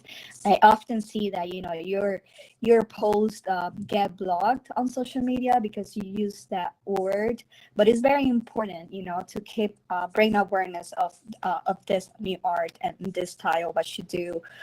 So thank you so much for being here today and bringing that awareness for some of the artists that are still have their artwork being censored, and even for some it can be offensive. So I appreciate for making such a beautiful art and just promoting that style, giving us that background that we all need to hear about. So I truly appreciate that. Like I said, if anyone has questions for Mystic, Artistic Alliance, Shira that spoke recently today, please feel free to say it. I want to say that the abstract painting the Artistic Alliance share, for me it was like a mandala, and it looked like a symbol of interconnection, and it also had a meaning of life. So that's my perspective, Artistic Alliance. Thank you so much for for asking that question. And our next panel, if no one has a question, our next panel section is actually for our sponsors. I'm not sure if Owls is here at the moment. I know he kind of left his avatar here. He's been busy working today. But if not, it is okay. I do want to give a quick shout out to Owls for everything that he does. I really appreciate because he made this showcase possible by supporting us, giving us a website where we can update, helping us, with a lot of tips from marketing, branding, for donating us this amazing environment that was donated to him. So I'm really thankful for always giving me that guy, what's the next step? How can I improve the environments? I want to say that I know some of you are having heart issues accessing, but yesterday, he even gave me the last tips that just made it possible for us to be here all together. So I want to give him a huge shout out because he unlocked my creativity. He's been supportive from the beginning. He onboarded me to a spatial. He basically, taught me that this was possible. Anything that you can imagine, you can create in spatial. So he gave me that vision and motivation. And I am so lucky just to learn and work by his side. So, hey, Owls, I know you're going to be watching again soon. Well, we just want to say thank you so much for all your amazing work that you do for every one of us, for the community, for offering that valuable time, and for educating us. You are a valuable member of this community, and we appreciate you so much. Thank you for always supporting Wellman and Tech and including us always. So, yes, please feel free to follow him if you haven't. His avatar should be around. If not, there's banners around our sponsor session that you can follow owls. I know before we move to our next panel section, which is our lovely CJ Meta Events with CC and our lovely Jojo, I want to give a huge shout out and thanks to Prism. He's also one of our sponsors, and you can see that lovely camera flowing around the space. He's streaming our event right now and just making it possible for us to go back and watch this historical day. So thank you, Prism, for your support and as well for everything that you do for the community, always helping and highlighting artists. And so we can go ahead and continue on our agenda. I would love Vanessa, to can Vanessa, I see somebody has mentioned something about naked nude in the comments. Can I answer? Say the question and answer.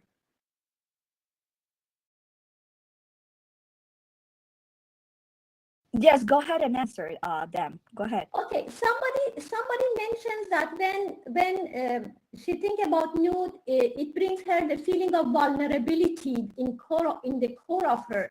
I have to tell you, we have to distinguish between the nude in art and being naked.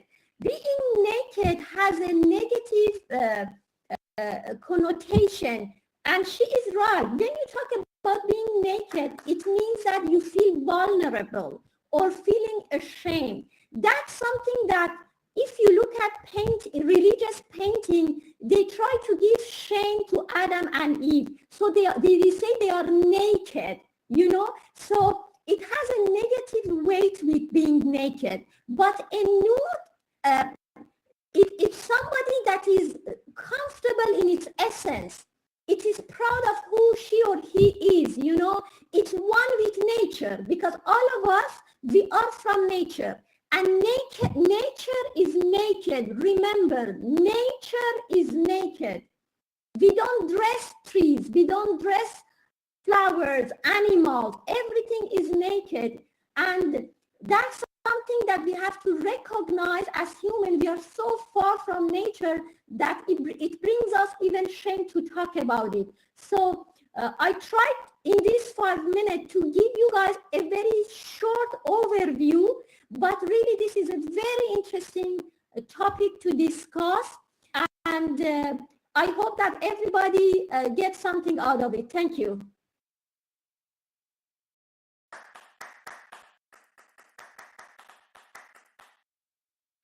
Thank you so much for that music. That was so lovely. So lovely. Thank you so much. You do give us another amazing point. So I appreciate you so much. So I'm gonna go ahead and I move on to our sponsor panel session. This is our second panel session. Please, Misty Girl, she has a lovely art here. You can find it upstairs. And also, if you click on her name, you can follow her on Twitter.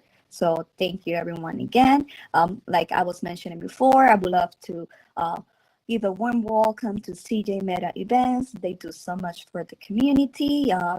CC, your host, and Yo-Yo, they're part of this amazing team. So welcome.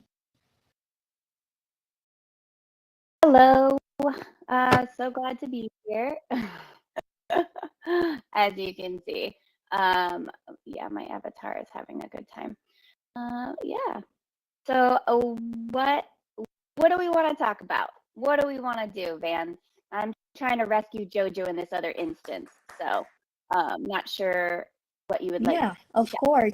If you can just start about like talking about CJ Meta, what they offer, their missions.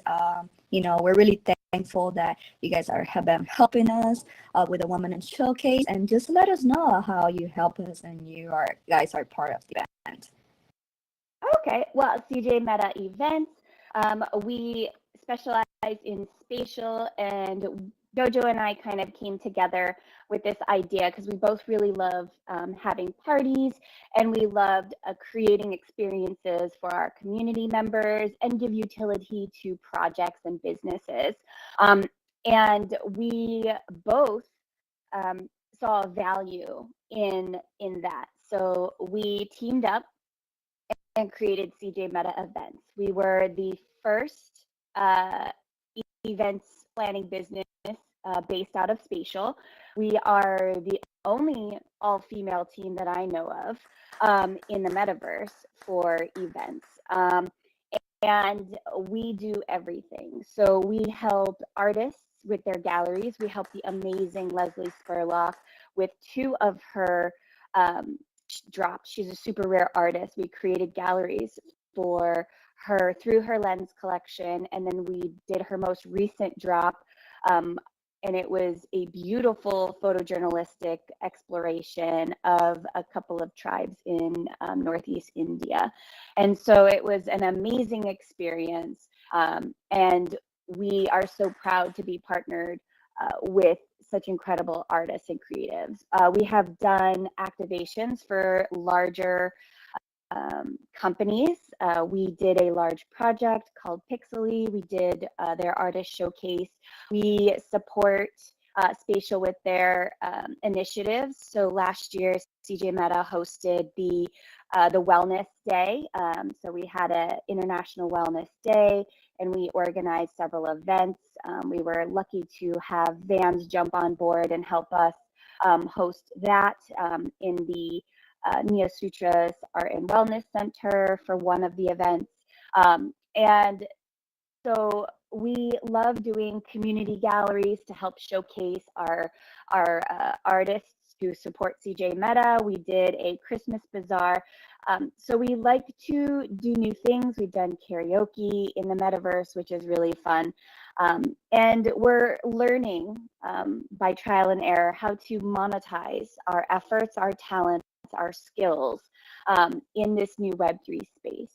And so we have created a blog that we're going to start sharing tips and tricks out to the community, because knowledge is power, and sharing knowledge, you know, is the way that we're all going to grow together. A rising tide raises all boats, and CJ Meta is about sharing knowledge, not hoarding it. And that is sort of what we do. We have credible partners like Vans, like Brian Life, who creates amazing VRMs. I just did an activation with him in Metamundo. And we're expanding out to other metaverses. So we now have partners in Decentraland. We've done cross-platform events with community leaders in the Decentraland space, called the Baby Dolls, and Tang Poco, who is the metaverse's first supermodel. We are reaching into HyperFi. We are reaching into the Sandbox, the other side, and a lot of other spaces where we can now do cross-platform events. We are learning the tech, and we are hopefully going to expand to be able to provide job opportunities to other individuals in the space who are interested in learning how to run a camera in all of these worlds, how to edit these videos. So not only are we providing event services for Web 2, Web 3 companies, but we are also beginning to provide educational and job opportunities for our community members as well. And yeah, strong female leaders in this space, I think, are necessary, because we do have a sense of togetherness, a sense of helping each other. We have a sense of social responsibility. So I really love being in this space, and I love growing and building, and I love learning from each and every one of the people that I interact with on a daily basis. So that is a little bit about us, about CJ Meta, and what we do, and our goals for the future.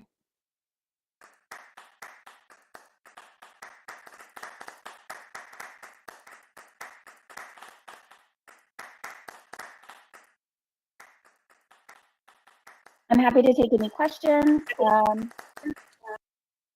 Amazing, Cece. I appreciate like everything you do. Like I said, can you please mention? I know that a lot of people might be wondering where are our next. When is our next event? Can you give them a little sneak peek of what we're collaborating in May? Oh my goodness. So Vance and I had a really beautiful talk one day, and both of our brains were just overstimulated and very excited. And so, oh yes, that's my tiny human. So at the Women in Tech Museum, we want to continue to highlight the beauty and all of the work that went into creating this environment. So we will be hosting a Women of Polygon panel speaking session in May. So we are reaching out to strong female leaders, innovators in the space to invite them to speak on a panel. We have very high level topics that we want to discuss because I feel like it's time. We are at that place in our collective conscious and our collective experience where we can now kind of move on from surface level conversations and start diving deeper into the tech side of things, into what the future is going to look like. So we are going to be stretching the mind and pushing boundaries with the Women of Polygon event in May. We also are going to be highlighting our youth who are really taking the lead and making huge impact on us, our children. We're going to be working with the incredible Rainbow Mo Show to put on a showcase for our youth who are really innovating and driving the space forward. And we have a couple other ideas that we're still fleshing out, but those are sort of the two really exciting upcoming events that will be hosted here at the Women in Tech Museum in partnership with CJ Meta Events.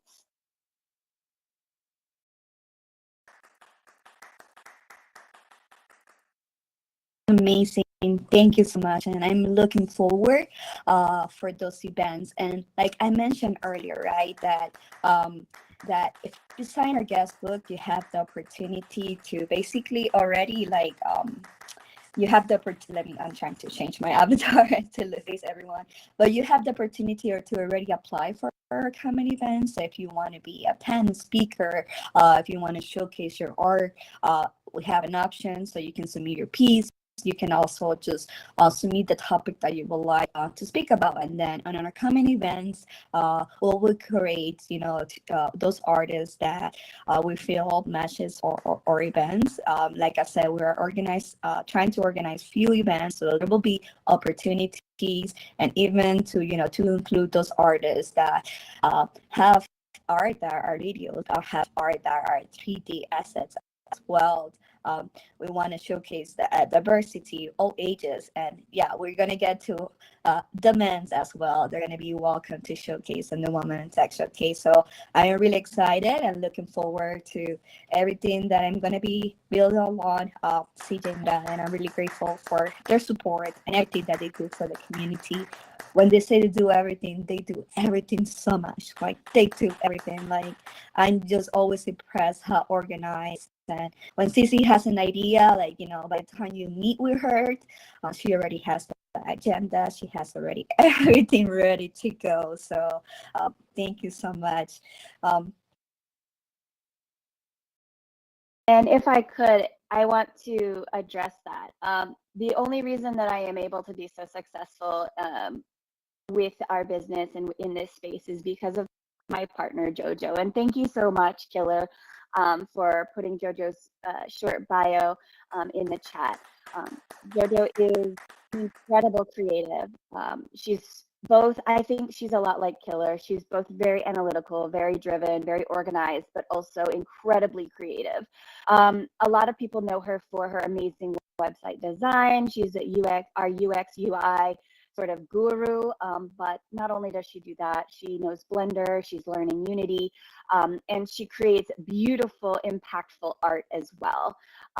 She won't shout about herself, but so many people around her love her, appreciate her, and we're happy to shout about her as well. So if you're interested, she does have 2 projects. She has Head Balls and Drippy Bowls that she's owners of and partners in.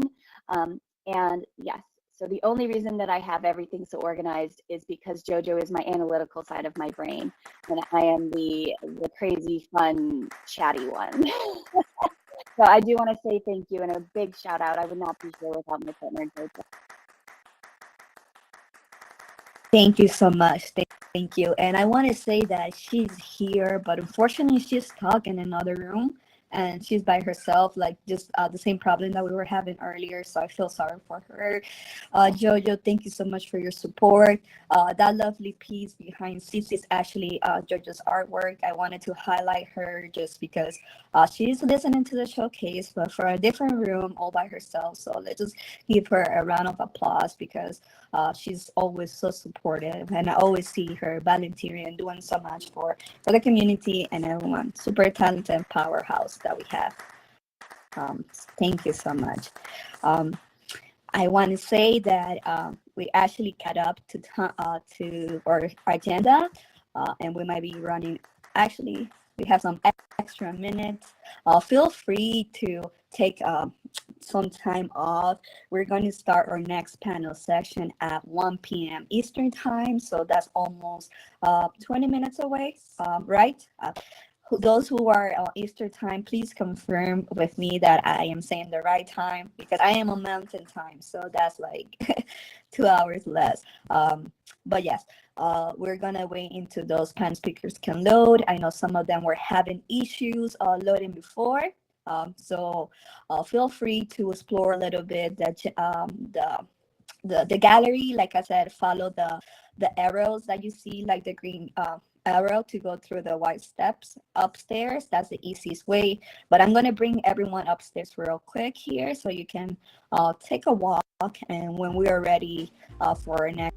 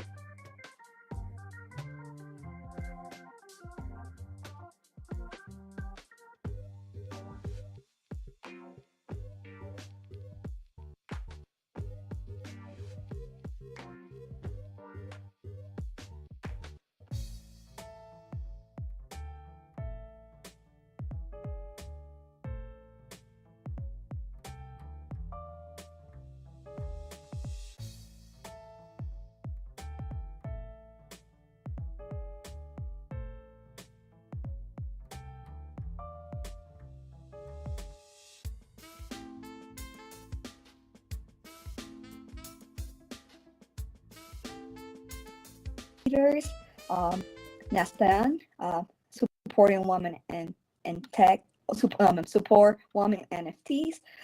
If you ladies are here, please join us on stage. We would love to hear from you.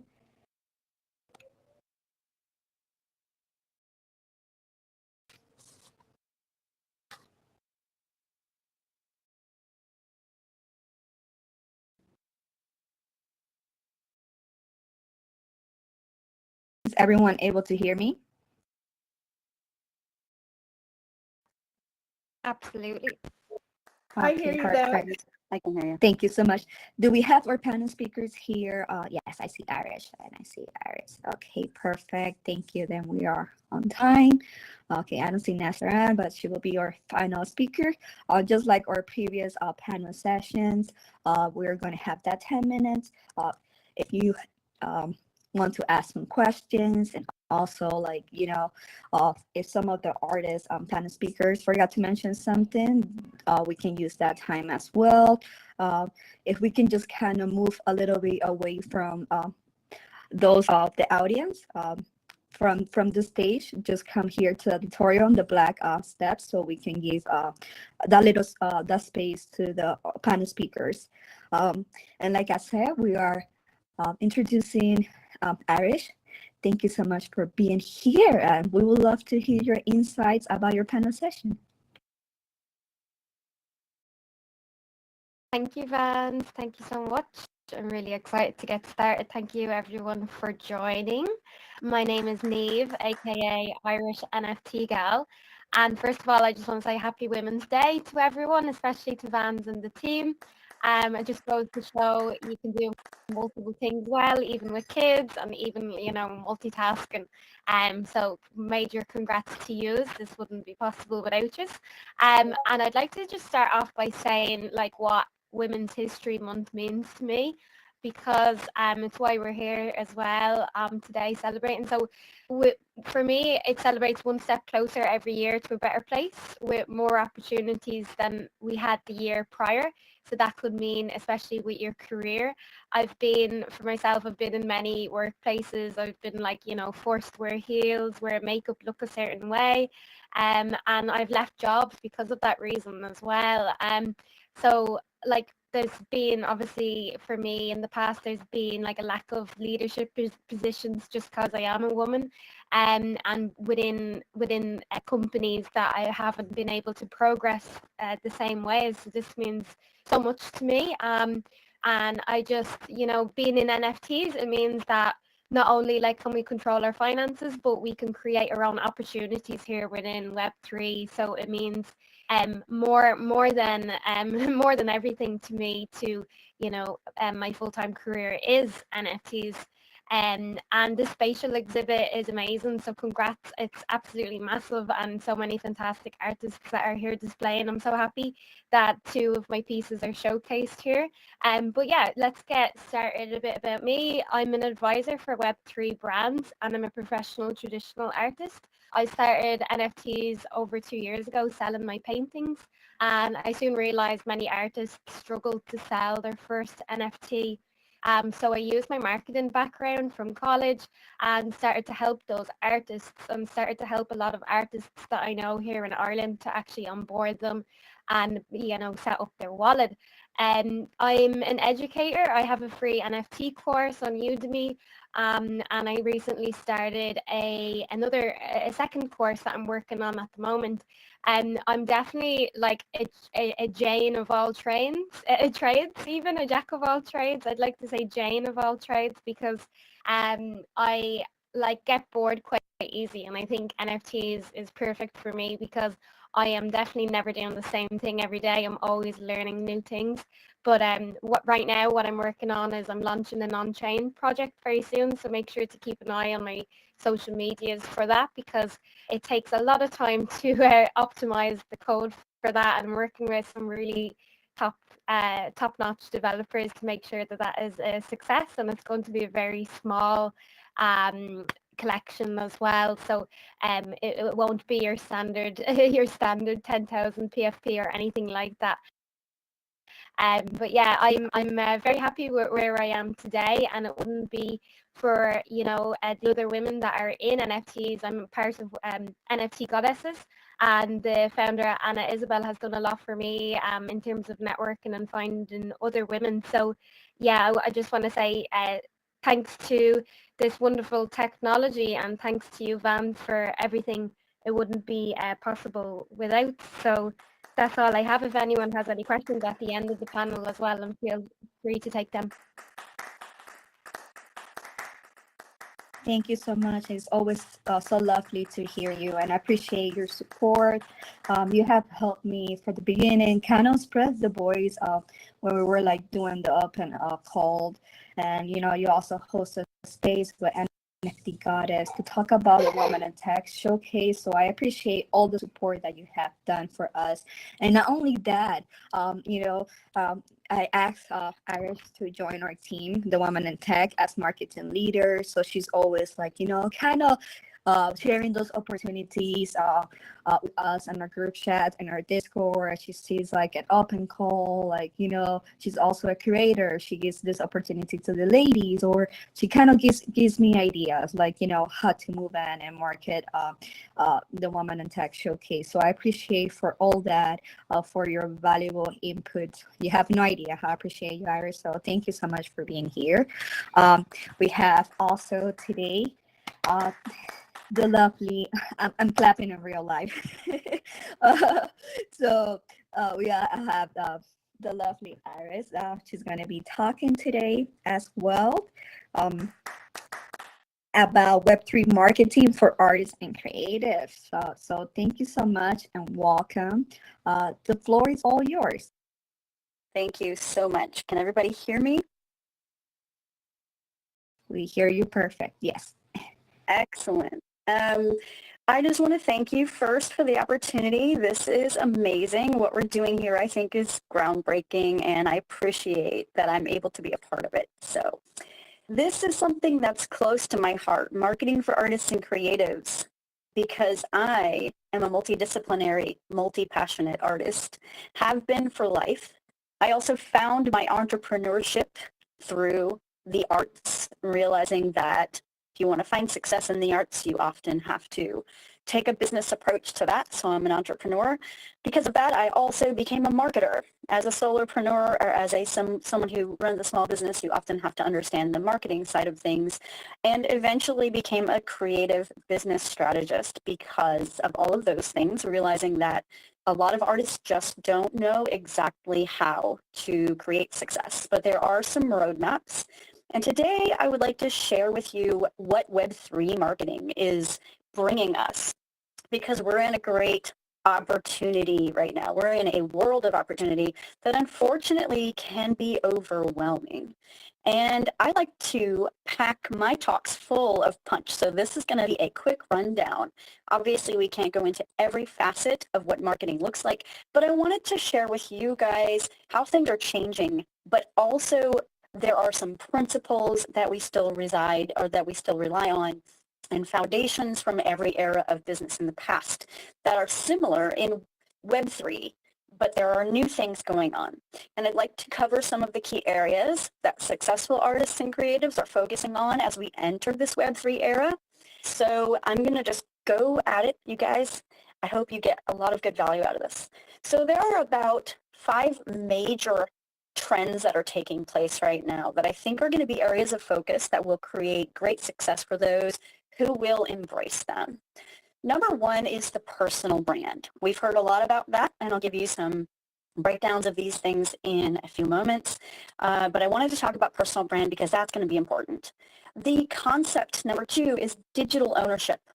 The concept of digital ownership is becoming really important now that we have things that actually support the opportunity to have digital ownership. And that's been something that really emerged over the last couple of years. The third concept is community. And everybody understands community in a general sense, but we also now have a lot of different ways that we can commune with others. And I'll talk about that in a moment. The fourth concept is collaboration. And the fifth is what I'm calling hybrid offers, which may be something that you may or may not have explored in the past. Sorry. Let me go just a quick moment into each one of these. These are areas that you'll want to be focusing on, whether you're a solo artist who is trying to manage your own career, or you're building the structure for larger organizations and businesses that you foresee. So the personal brand. This is important in Web3 right now because as we're decentralizing, as we're having more opportunities to be out there on every single platform, as you know, Web2 was all about social. It was all about the opportunity to get yourself out there and get your words out there and have people actually respond to you. Now it's important that you unify and strengthen your personal brand across all channels, that you get really good clarity on who you want to be and you stand for something. And the last thing is to be consistent with your personal brand so people know what to expect of you. And that is a lot of work. And we're going to have a lot of opportunities and a lot of new platforms we have to focus on. So we do need to get really clear with our personal brand. The second is this digital ownership concept. There are so many people that talk to me about wanting to support artists, and that the idea of like tokenization and NFTs has become paramount in some of the ways that people can now support artists. They're super excited to do so. And you might actually be excited to know that a lot of people still feel very strongly that they want to support one-of-ones and they want to support your original unique art. So that is great because now we can give them an opportunity to do that exact thing. And then we can also give them physical ownership to go along with that, which is why utility and things like adding value to what we do with our tokens is important. The third idea around community is that there are going to be multifaceted mutual interest sharing. So we are going to have these groups of people that gather around these very special interests. And you'll see this more and more as we go into Web3. You will find maybe really unique and weird things to connect with people on. Creating community around that, joining something or creating it in your own way is going to be important. And then engaging with those people regularly and building value for them in communities is going to be important. Number 4 was collaboration. This is where we get the opportunity to work with others that align with us. So we can create events and opportunities. Between our talents, we create unique combinations of things that wouldn't be the same if we weren't collaborating with someone else. And it helps you to expand your reach and your creativity by being surrounded by unique people doing interesting and creative things. And this last part is called hybrid offers. And this is something that started emerging over the COVID times. Yeah. When everything went online. So we started to realize that people were willing to accept the fact that we might have an online experience that may not be the same thing as in real life. But then we started to miss the in real life part. So these hybrid offers often have an element of an online and an in real life experience. We want to create these experiences for people because they create higher value and higher outcomes for our fans and our followers. We can also help create things that will bridge the gap between the online and in real life, because there's a lot of people who still don't really understand the technology that we're facing. And even today, as we're going through the experience of spatial, there's a lot of limitations to what we can do. And sometimes we get kicked off or we lose something and it just doesn't work. So there's a transitionary period that we're in right now. We have to teach and bring people along with us. So just remember to have fun and be a thought leader. Bring people along. And I'm going to recap real quick the 5 things that I think we're going to be focusing on right now. Your personal brand, the idea of digital ownership, building communities and joining those that are of interest to you, collaborating with others, whatever that may look like, because there's a lot of opportunity out there, and creating hybrid offers that you're going to bring people into your world and create an online and in real life hybrid experience, whether that is a course or an event or something to that effect. So this is what we're seeing happen in the Web3 space and marketing right now. Thank you guys for listening. I'll be available for questions.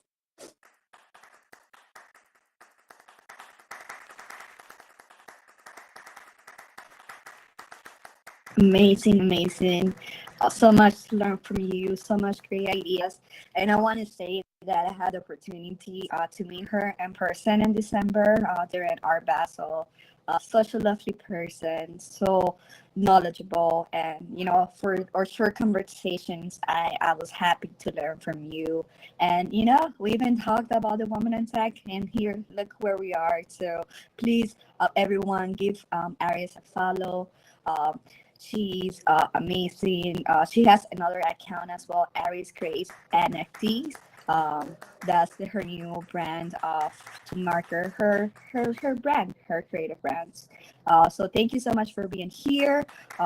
We have our next speaker, Nastaran. If you're here, please join us on the stage. I'm gonna do a quickly bring everyone to the stage because I know we have people coming in and they might be lost still.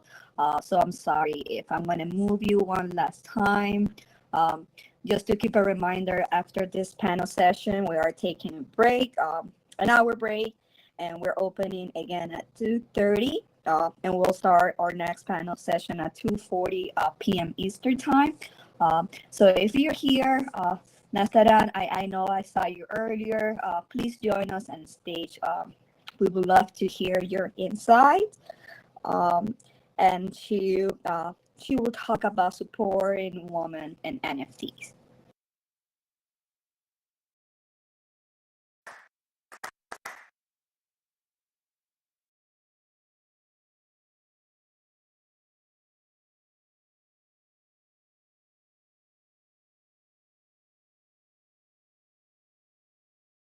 Right, let's give her a moment. I'm looking, I don't see her. Let me see if I can reach to her real quick on social media. Maybe she's having a trouble logging in.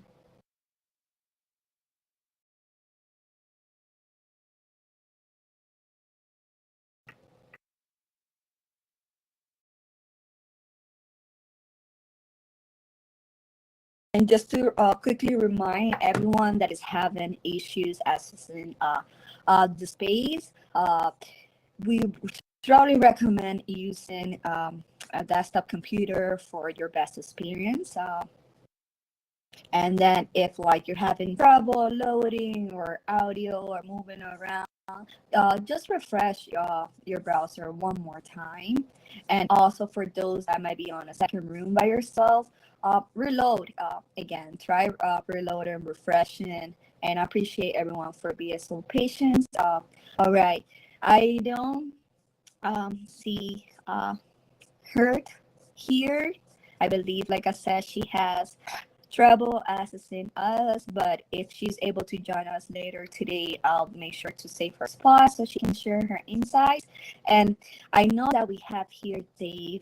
Dave, if you're free and want to speak briefly about the Polygon Alliance, feel welcome to join us on stage. Um, and if not, we'll take a short break shortly. I'm here, and a couple of questions if you'd like. I did not expect this though, so. Yeah, no problem. Thank you, Dave. If you can just talk to us about Polygon Alliance. I kind of gave a brief description earlier, but you're the proper person to share your the mission and the vision.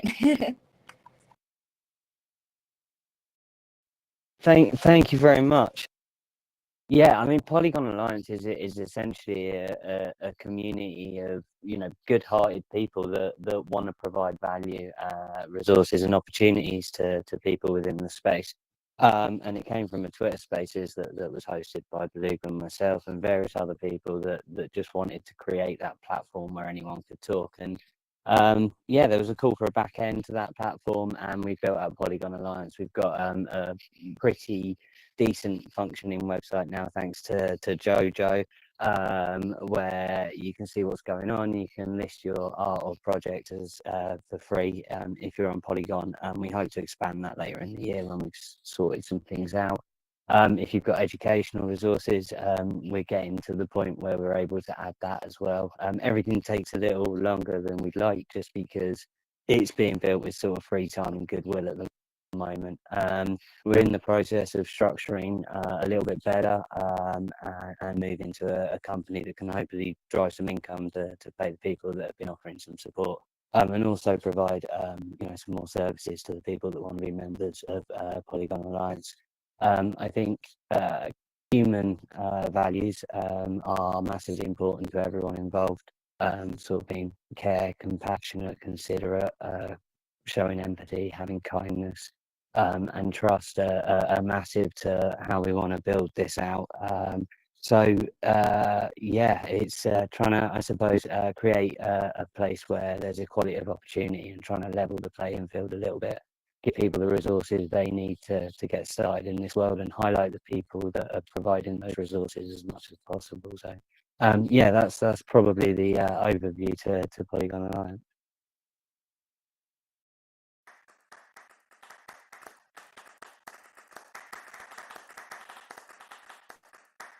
Thank you, Dave, for everything you do. You're amazing.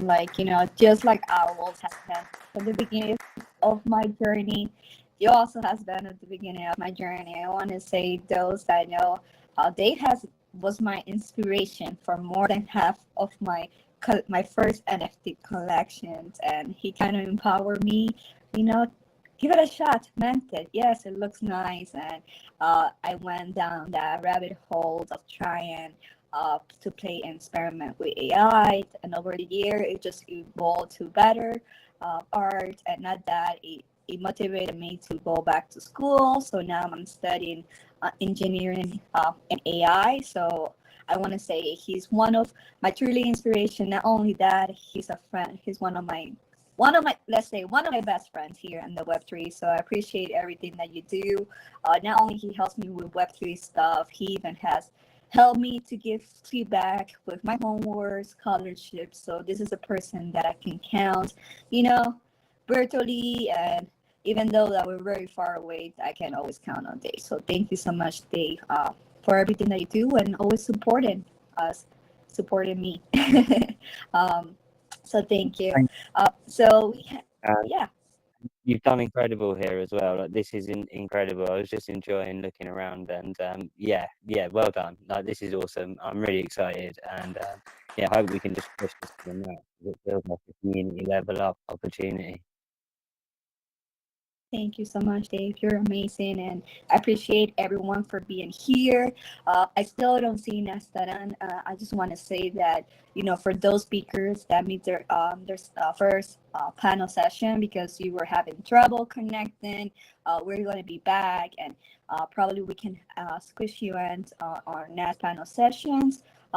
We are opening the floor, so if you have any questions for panel speakers, Arish, please feel welcome to ask some questions, share some wonderful insights about marketing. And if not, we're going to take a short break, an hour break, and come back at 2:30. Our next panel session, our number 4, is going to start at 2:40, and we're going to be talking about community building. We have Laguna, we have When Supergirl, Alana Wilskos, we have Tammy, and yeah. So I hope to see you guys soon again. You can stay here. Feel free, to take a break. If you cannot come back, I just want to say thank you so much for supporting, attending the Women in Tech Showcase. Your support means a lot. Don't forget to don't leave without signing our guest book. You have opportunities to win NFTs and also be part of our next showcase. And then if you like the gallery, please give us a heart. When we host our upcoming events, you can get an alert that we went live and we can meet again. So I'm opening the floor if anyone has questions, or even for anyone, if you don't have question for panel speaker, feel free to share your feedback, how you're doing today, or Spanish speakers, if you forgot to mention something, this is the perfect time to mention it.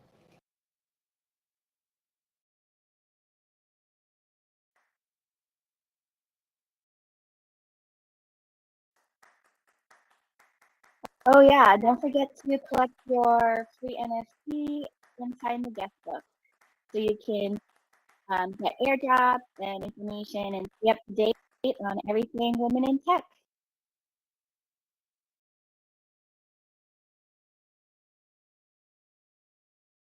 Amazing. So thank you so much, everyone. Killer Cat Bingo Club is also going to give away one of her NFTs. We have Teresa Melvin, one of our young artists. She's 13. She's giving one of her NFTs. And NFT. We have that pink, beautiful dragon outside. We also have few donated NFTs from Mel's Heart. She's one of our future artists, and she spoke on the first panel session. So you have those amazing opportunity to win today. And also, we would like to know, where you come from, and if this is your first time, and how was your experience. So feel free to sign that and share your with experience. You can find our hashtag on Twitter as with23. You can follow our account with museum, and also all that information is around the space. And I believe like Killer Cat is asking, how do we get for Dragon again? Click on the banner. All the banners that says free mans and even the dragon, it has a link and it will take you to a manifold uh, contract. I do want to say that it might have some fees to mend that one. So uh, don't worry if you cannot afford those fees right now. You have opportunity if you sign the guest book to get NFT airdrop. Um, and I want to say thank you again, everyone, for celebrating International Women's Day. I want to say again, Happy International Women's Day. Let's empower, uplift all women today, and let's keep supporting. Let's celebrate, women and everyone on a daily basis, and let us remind our loved one how much we appreciate them for everything that we do. I want to close by saying thank you so much for your support, attending. It means a lot to me, to all the sponsors, to all the hosts. Thank you for your support and helping this run smooth. And for everyone for being so patient, even though that we were having trouble accessing early, you guys still try to join us. So thank you so much for that. All right. Let's go ahead and take an hour break. Like I said, let's meet here again at 2:30 Eastern time, so we can go ahead and kick off our next panel sessions. If anyone has some questions before we go, please let me know. All right, everyone. Thank you so much for being here. I will leave my avatar around just to make sure that I am here. But like I said, we're gonna come back at 12:30.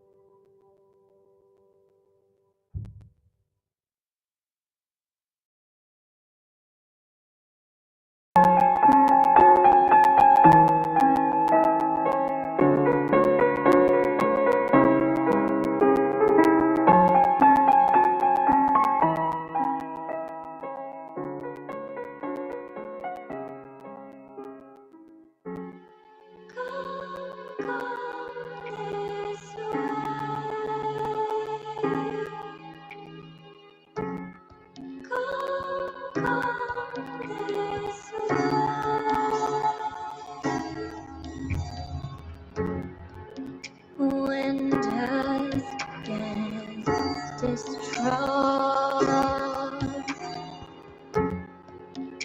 all things are lost. The tree begs for mercy from the frost. Rebirth comes at a glorious cost. I know you're loath to stay, but come, this is the way.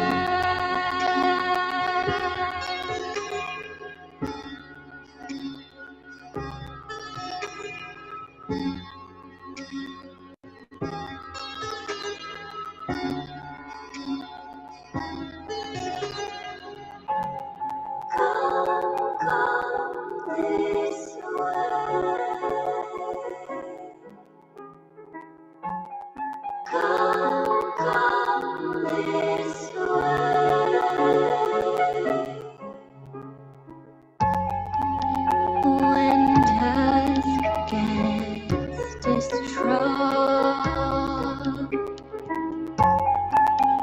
all seems lost. The tree begs for mercy from the frost. Rebirth comes at a glorious cost. I know you're loath to stay,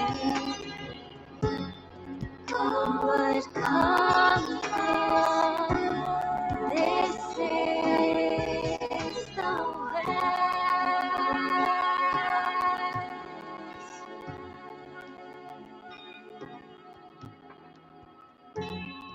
Come this way. Come this way.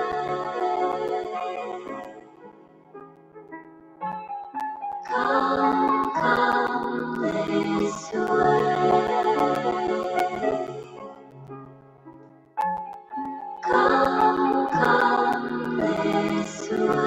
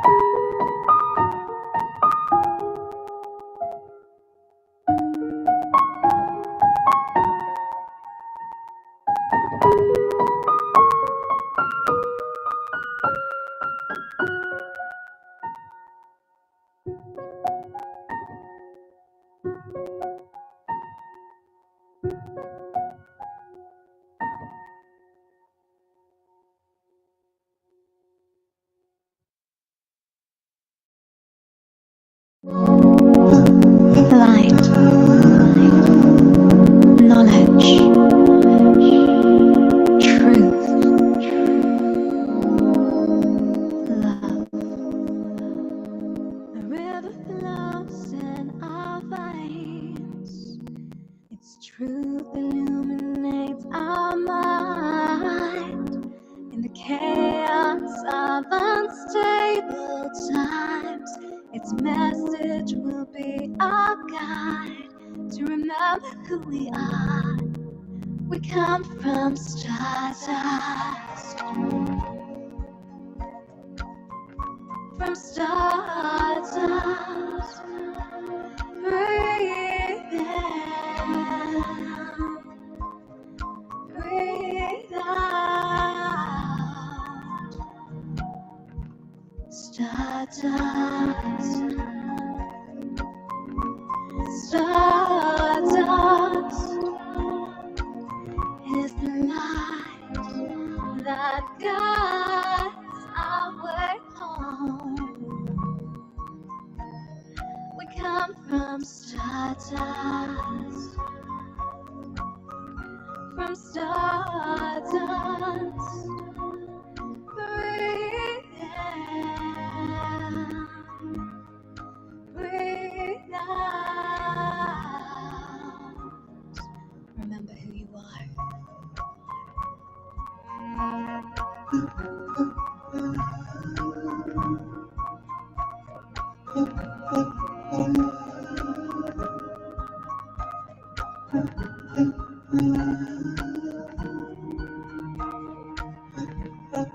Light,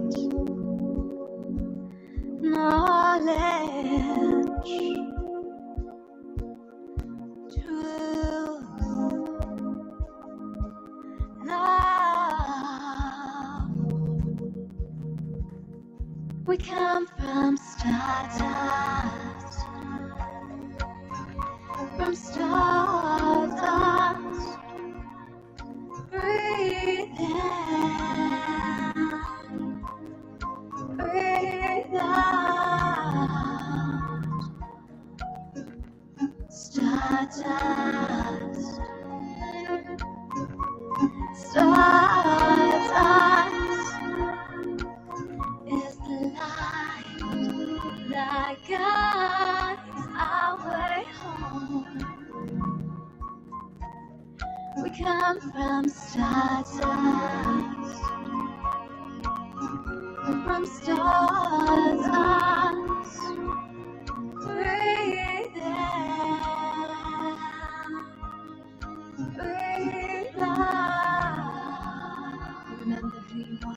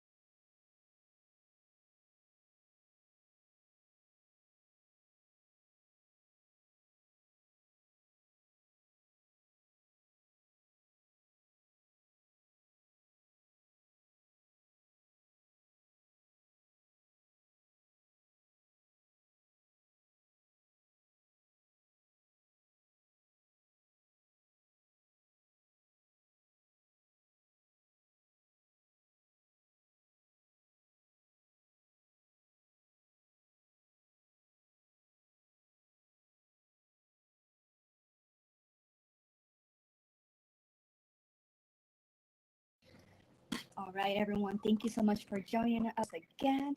We're about to start in 2 minutes. I am gonna bring everyone soon to the stage.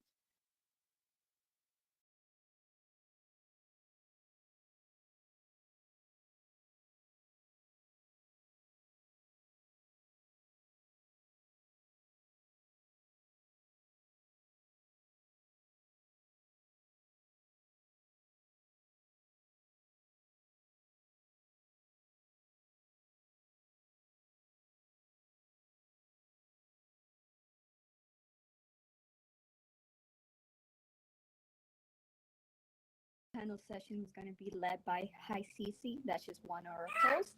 I'm going to quickly give a brief description of the showcase and some instructions. Give me a second. I'm just waiting for other artists and attendees to join us.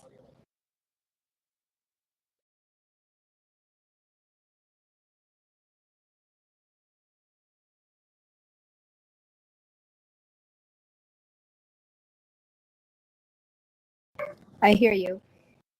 Now? Good? Okay, perfect. Thank you so much, Prizem. Hello, everyone. Thank you so much for joining us again in our second session of the Woman in Tech 2023 Showcase. We are about to get started shortly, and I am going to bring everyone in the room to the auditorium. Give me a second. I have many alarms throughout the day to keep on track.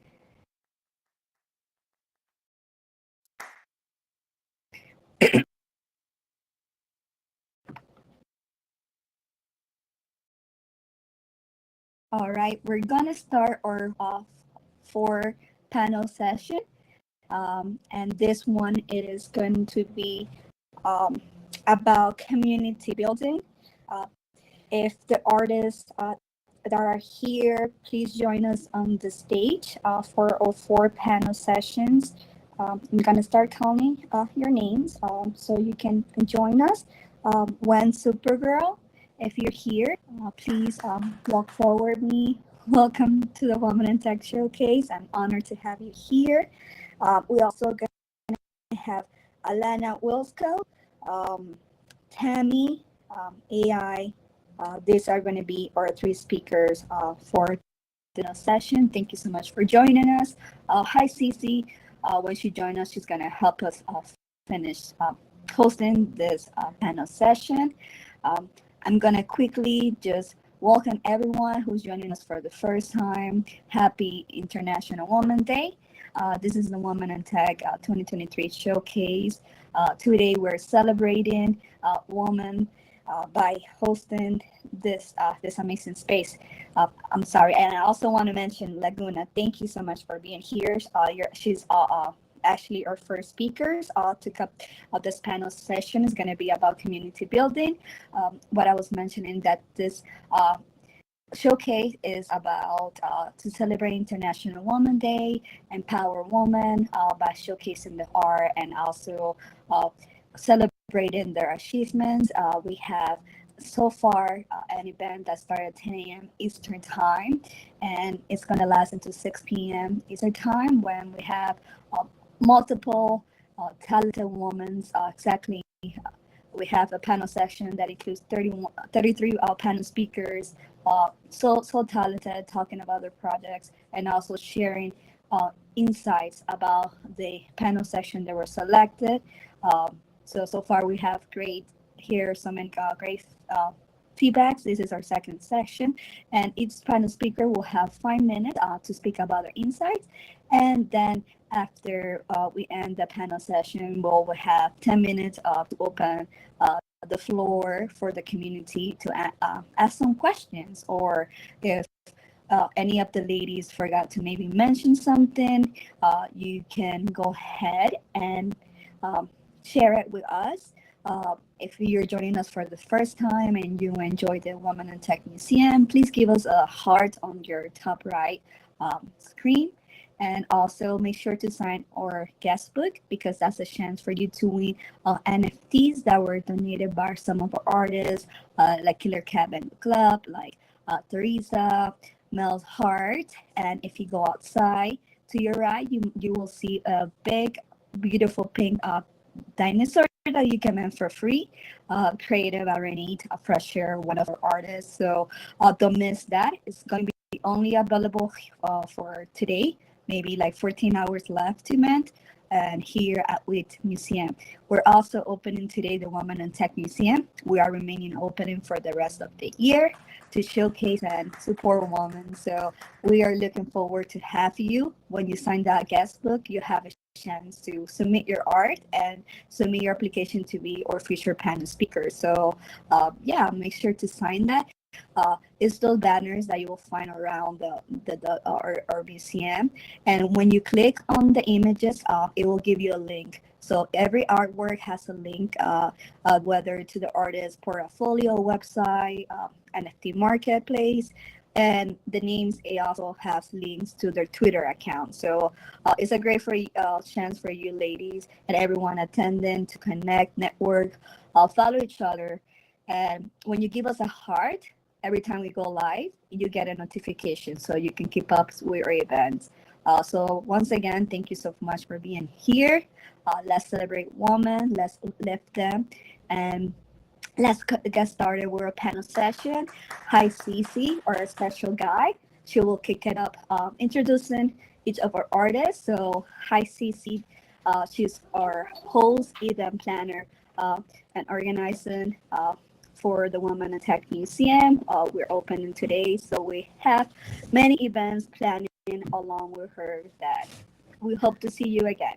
So, hi, Cece. Welcome. Hello, hello. Welcome, everybody. This is our panel session on community building. So we're so excited to welcome our first guest, Laguna. I see you in our guest list. So if you'd like to take the stage, have a seat, we can get started with you. We have the topic of community building. So welcome, Laguna. So happy to be here. This is so exciting. I'm definitely a spatial rookie. Oh, I figured out how to use the chair. Excellent. Yeah, so I am Elizabeth, and I am a community builder and a product manager. I spent 7 years in product management in ed tech and fintech, and then joined Web3 in a more community-oriented role over at the Nifty portal. And so today I wanted to talk a little bit about how product and community can work together and how those two roles intersect. So I think like as we evolve what community means and how we operate in Web3, there's really a chance for us to think about how we can learn from other areas of the organization that folks might be more familiar with. Community isn't necessarily a new function. It's existed in Web 2, but we've really gone full force into community building in Web 3, and I think that's lovely. And I think there's just opportunities for us to learn from others. And so I want to talk about product management, which is the role that sets the vision for product, decides what gets built, and they own the what and the why. And I think that the need to work across teams and to understand user needs matches perfectly with community, and it just goes hand in hand. If you think about community as a product, you're really a product manager. So I'm going to say that there's a couple of things that I want to highlight. The first is setting vision and knowing your North Star. Product folks often really dig into like why and what matters. And I think that as a community person, that's so important. There's always going to be ideas, events, activations. People are going to come with 1,000,001 ideas, and having a really clear vision can be really helpful in making sure that you know what you want to focus on. The second area is feedback, the bread and butter of product teams. And as a community member, you can really use that feedback and track it more formally so that your team knows what your community is interested in, what features they might need in your product, and how to make a better experience for everyone. The third area that's really helpful from a product and a community lens is product market fit. So this idea of like, how do we know something's working? How do we know that this idea is going to be good before we go and build the whole thing? And I think that product people do this all the time, but as a community member, you can do the same. Instead of launching a huge program, you can run a sign-up sheet or a poll or get new ideas from your community and tease an idea before building out a whole program. The other topic that's really interesting in product management is this idea of an MVP, minimal viable product. So this idea that you just need the minimum features to ship your first version of something, and community can operate exactly the same way. Keeping channels and events simple, making sure that you're focusing on what really matters, and getting the basics right before you add 1,000,001 activities or 1,000,001 events. Can be a really helpful way of anchoring a community, especially if you're a new community manager. That's a space that's really helpful. Communication, of course, is like another huge component. Most good ideas are, ruined by bad communication. So being really clear about what you're working on with your team. We've seen a lot of churn in the community management space in Web3 lately. And a lot of that is because the team may not understand the role of community and the importance. So being really clear about what you're working on and elevating your members' concerns is so important, and making sure that it's really clear about the work that you do is really important, and that you have that ability to showcase what you do. And I think the last thing I'll say is just having real clarity in your why. Why does your community exist? Who is it for? What's your ideal audience? What matters most? Those are all, really important when you're setting vision. And I think that that's something we can learn from product teams, because those are questions they ask on a daily basis. And I think that's a really useful space to think about from a community perspective as well. And that's it for me. I just wanted to cover out those couple of talks, and happy to answer any questions folks have about community.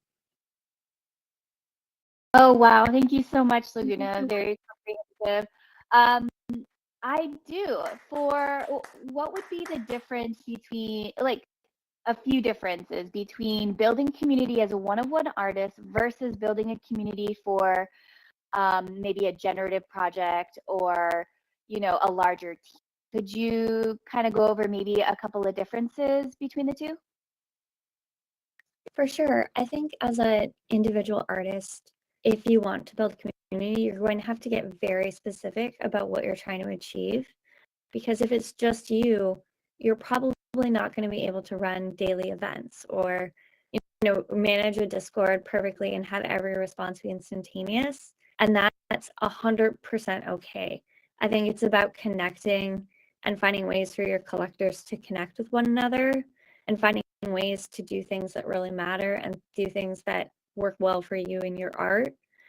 And a generative project is much more like a business. And so there may be lots of people in the community space. You might have a whole team. There's just room there for different activities. But I think as an individual artist, you can do stuff that doesn't scale, right? If you have only a handful of collectors, you could DM them all and say hi. You can send them, upcoming work, or you can connect two of your holders together because you know that they both love dogs. There's definitely just a lot of opportunity there to build community in a really intimate and one-on-one way.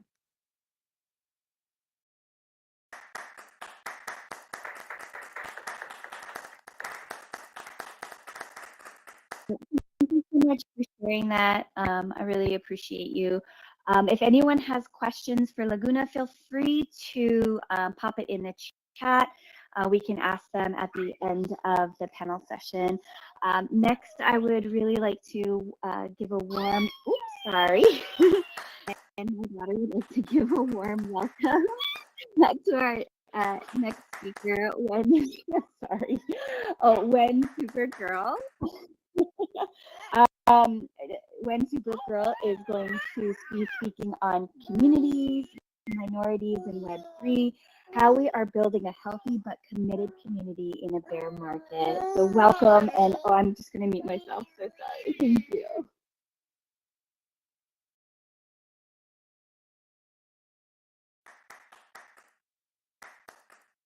We can't hear you just yet. Check your mic output. If you hover over your mic, you should get a little menu that you can hear. Oh, there you are. Oh my God. Hello, everyone. Thank you so much for having me here. Can you hear me now?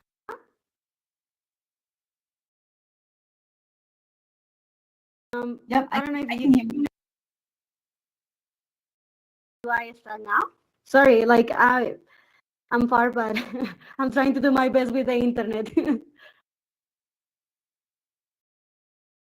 But can you hear me? Yeah, I can hear you. I'm next to you though, so people may not hear you if they're like in other parts of the museum. So as long as they get close to us in this area, they should hear you. Okay, so do I start? Yes, please, go ahead. We hear you. The whole museum can hear you. Yes, Oh yes. my God. That is a lot of pressure, but thank you. Well, I am Gwen. I'm Gwen Supergirl. I'm community manager for Virtua. And I do want to talk a little bit about how to have a healthy community in a bear market when all the emotions are like going crazy. Like sometimes we let our emotions take over our logic. And I do think that it's important for one side to have a strategies to help community to feel relief that we are here still building, even though that we have a hard time. But also at the same time to have in mind our minorities in our communities, because as women, we are a big part of the ecosystem. However, we are just a minority. And but beside of that, we also have LGBTQ community or indigenous people or people with disabilities that they are also part of the ecosystem. So how we can handle both things, right? Like for one side, how to help our community to have like this calmness into the space when emotions are like all over the place, and for the other side, how to include minorities. I know that both are like two different topics, but I do think when you think about everyone as a big family, it's easier to bring activities. So I do want to bring three important how do you say that in English? Of course, I'm sorry, again, English is not my first language, so I'm trying my best. And but the first one is bring activities that help them to focus on things that are not NFT related, meaning just have fun with them. Bring activities that they can just spend time with the community to understand that the technology in the Web3 space is still developing. So we are going to have delays. We are going to have the bear market. We are not going to have bad news. But as long as you spend time with your community with them in a daily basis, they're going to be fine. And in those activities, also have in mind that not all of your community have, for example, a good computer, something so basic like a good computer. I have people in my community that they have to join the like Discord through their phone because they don't have a computer. So I think it's important to sorry, Jack, he distracted me a little bit. To have in mind all those things that you can bring like a community together, but from that it has access to everyone. The other thing that I would like to talk is have the time to talk with them and know your community. I realize that some in my community, they don't live, for example, in the Americas, and they live in the Philippines.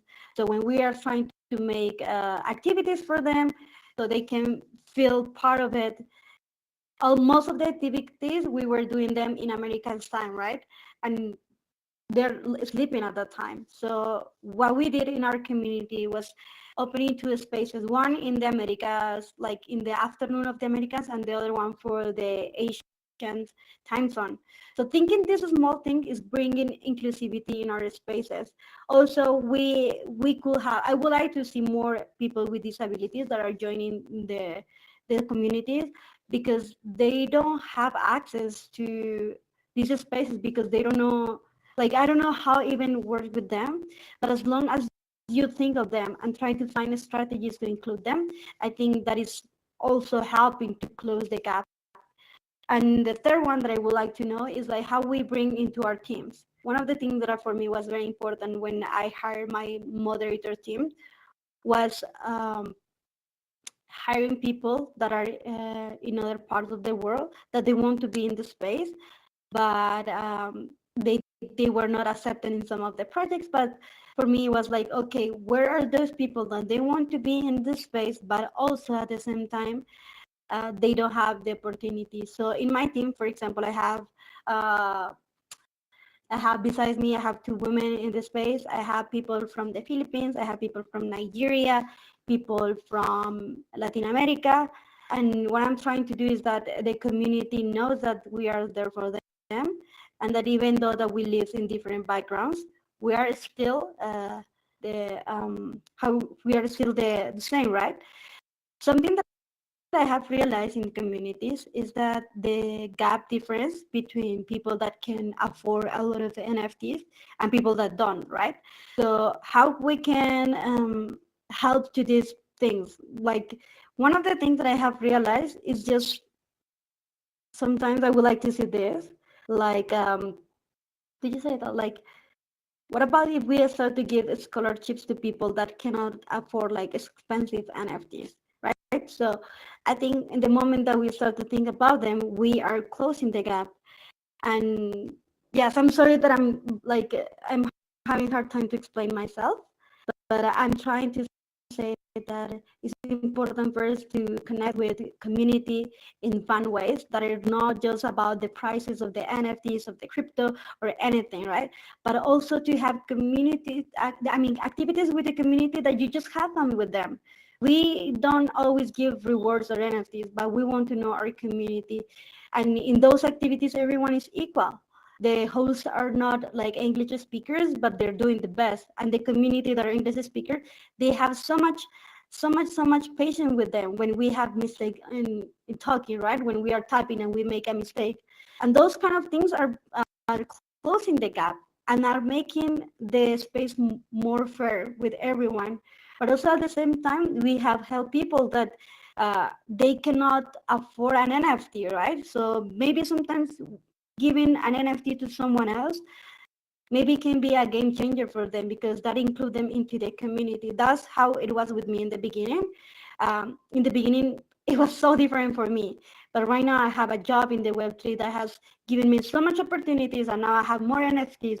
But everything starts with someone helping me to be in the space, right? So I think to have them in mind and to understand that in the bear market is where you can build the best and to make these changes for that are helping to everyone. I think that's why we have to thrive.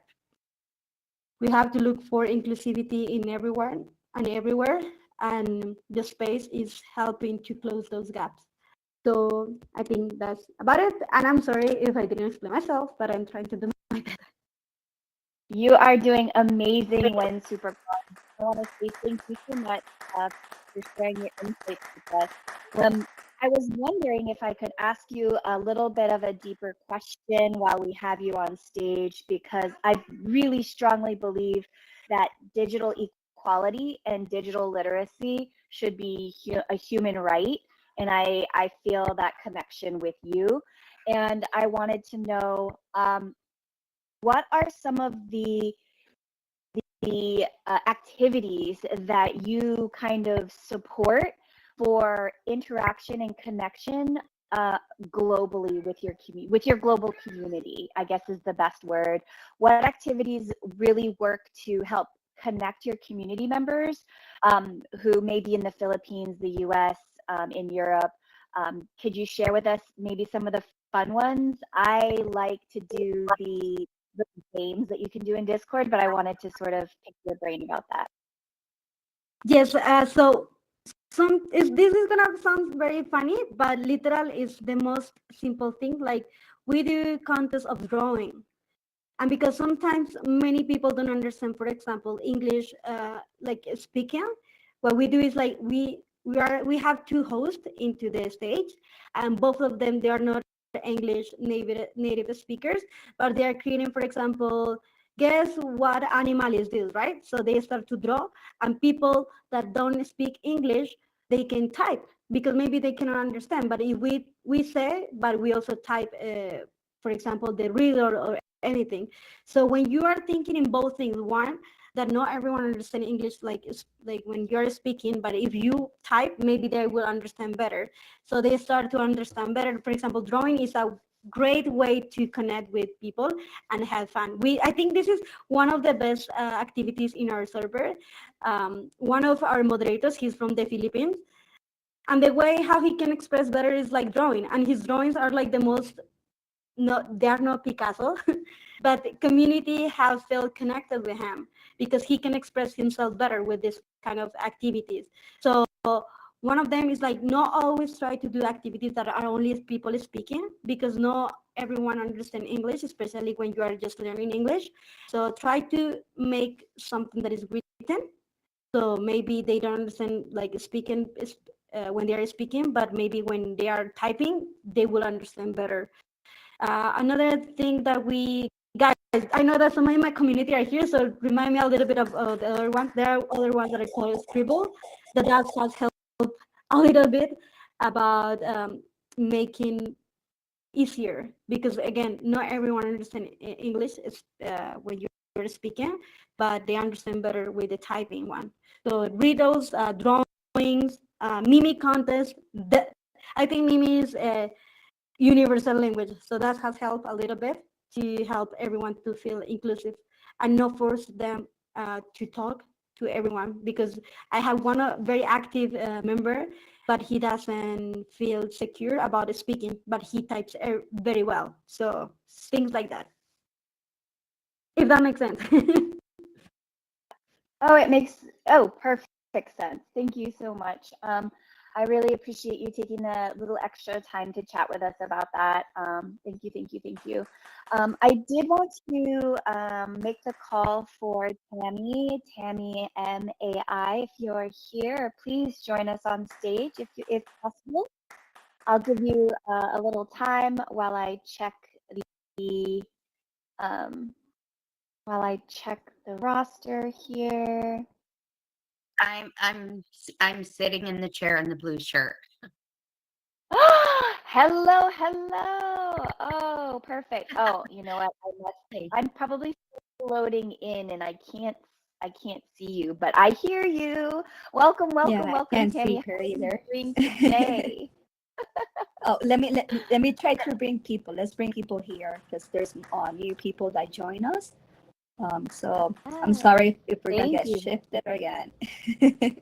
There we Yes, are. so Thank we you are for so joining lucky us. to have Tammy with us today. Tammy will be speaking on the topic of opportunities in Web3 for women to change their lives. So I'm so excited to welcome you to the stage, Tammy. Take it away. Can you see me now sitting in the chair? I can't, but I'm hoping the rest of our audience can. I think I need to reload myself.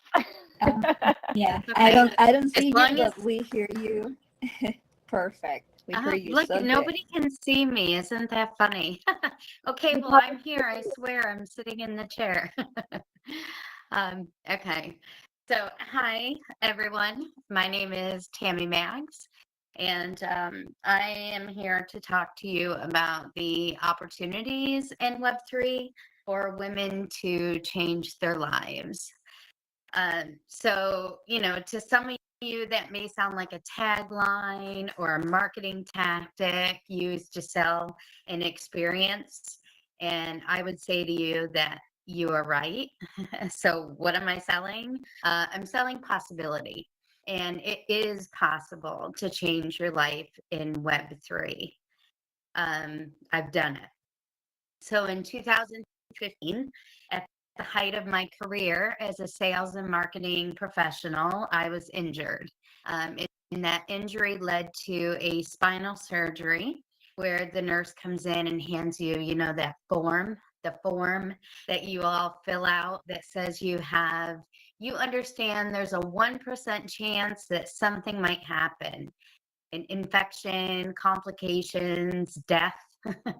Well, the good news is I didn't die. But the bad news is there was a complication.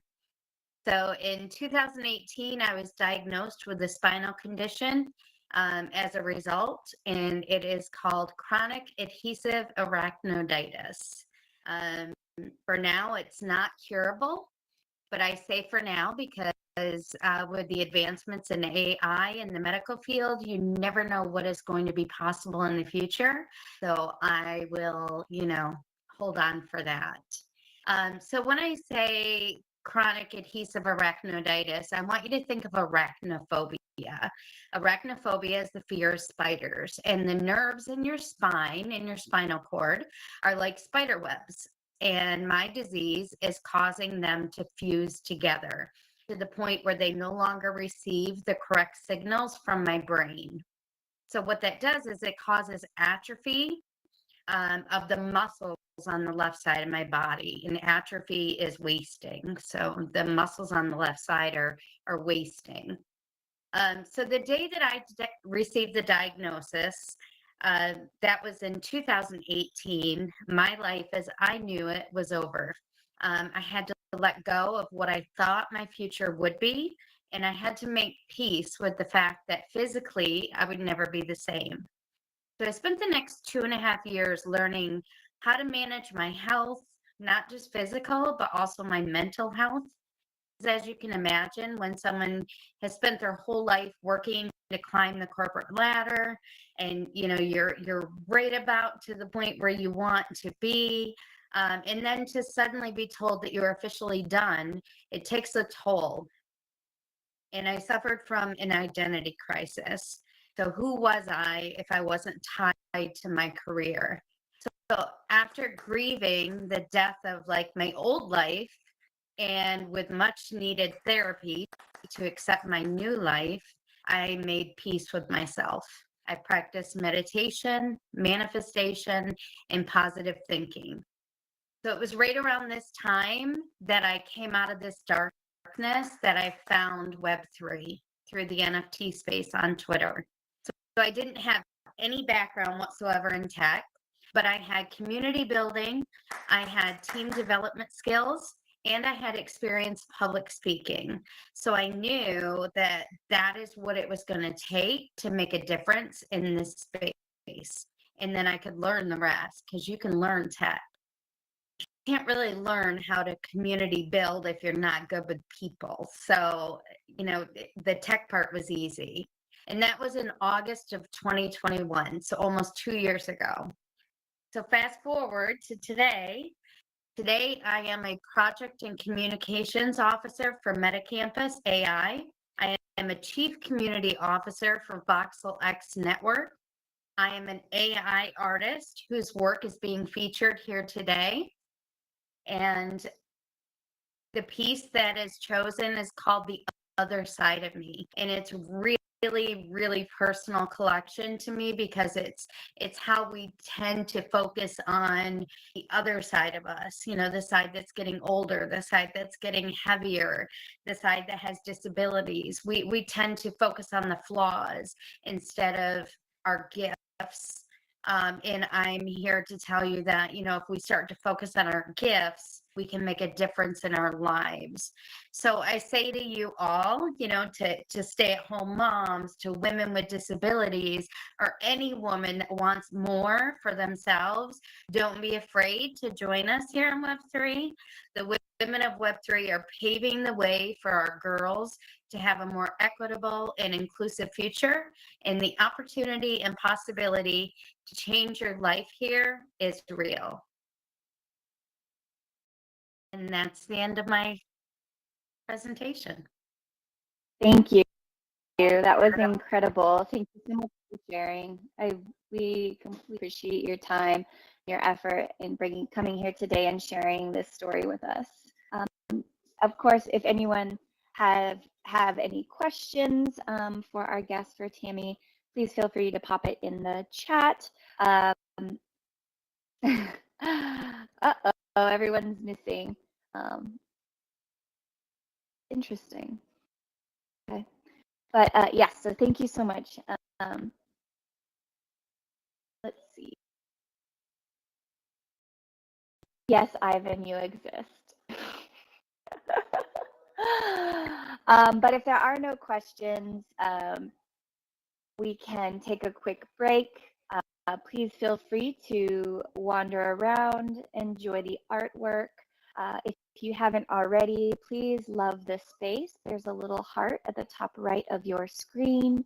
We would love your support in boosting the love of the Women in Tech Showcase. Also, please feel free to follow all of our speakers on their socials. We are so grateful that they are spending time here with us in the metaverse today. I'm happy to pass the mic back over to Vans if she wants to make any announcements.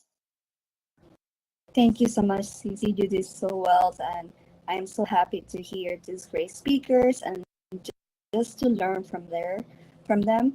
I'm looking to connect with them more. I like what I'm hearing, and I want to say I understand also like the language barrier when. So don't feel like that. Like you're this is a safe space that we're international basically, so we understand. I am myself Spanish as well. I am from Venezuela, so Spanish is my first language. So uh, I understand that, and like Tammy, sending a lot of love to you. I am happy that we connected in this space and just to know your journey and like everything you have accomplished regardless of what you go through. So thank you so much, everyone. Maybe let's go ahead and refresh the room. There might be a glitch on spatial. I think we broke the system again. I want to say that I recently got informed that this is like the first biggest event that spatial had like in a while. So maybe that happened. So let's refresh. Join us again. We're going to start.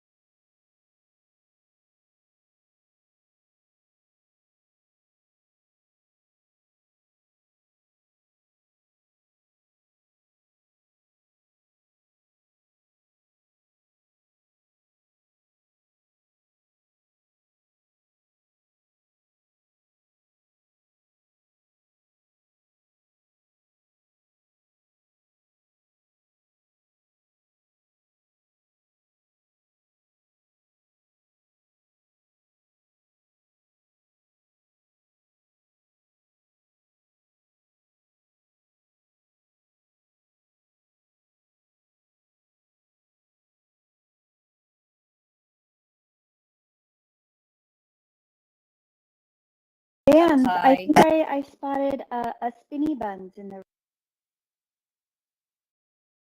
Alana Wilcox, I believe. She had a topic. Yeah, community I'm building here. strategy. Oh, You perfect. are So welcome, let's. welcome. We're having some visual Oh, I can problems, see people. I can and see I thought people I now. spotted you. Yeah, Oh, I yeah, was you have I a was spinny bun. waiting on stage for my turn. Oh, wonderful. Yeah, I couldn't see Tammy. I must not be able to see you. I'm so sorry about that. But That's I fine, all would right? love it if you could take a few minutes to chat with us about community building strategies. If you'd like, I'd love to hand you the mic. Sure. Did well, because you told people to take a break, do you want me to wait a little bit, or I can go now, whatever you prefer? Cece, you know what we can do? The first speaker for our next panel session, she cannot make it. So Alana can be the first speaker at 3:20, and then Reina can start at 3:25. So I think that works perfect. So she can get the right audience, and attention because we want to hear from you.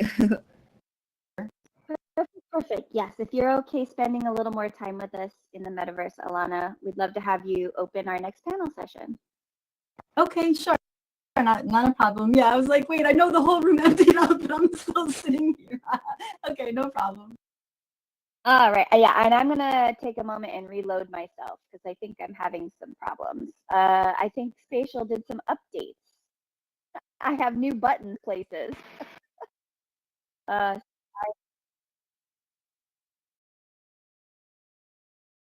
that's always fun.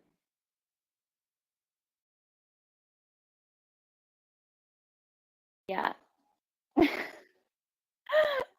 It is a little rocky sometimes. All right, I'm gonna reload myself. I'll be back in a bit.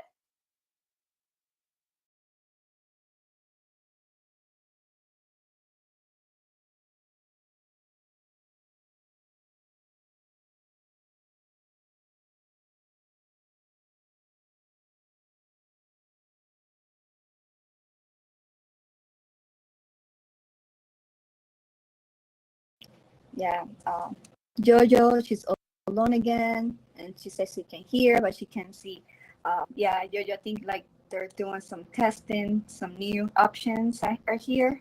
I have them as well, so be patient. I think they want to test us. They want to test the environment with us in here.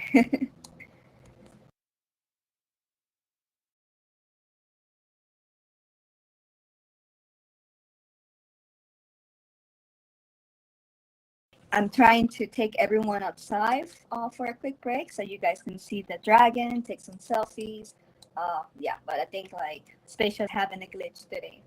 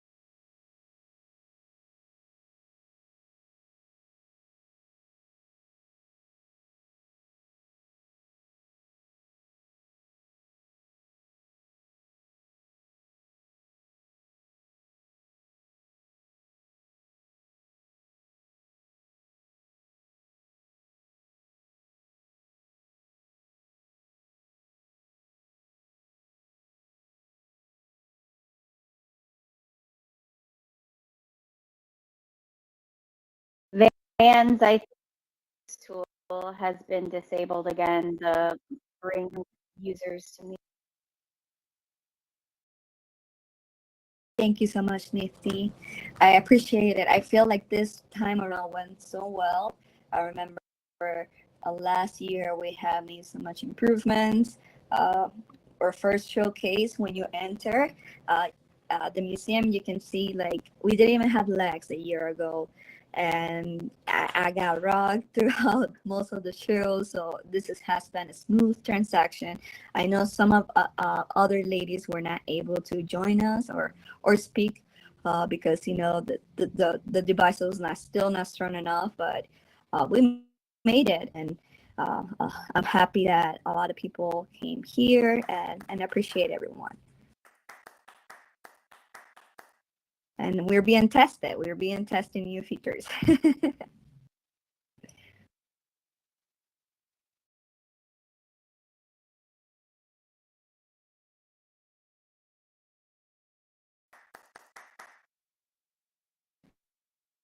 Yeah.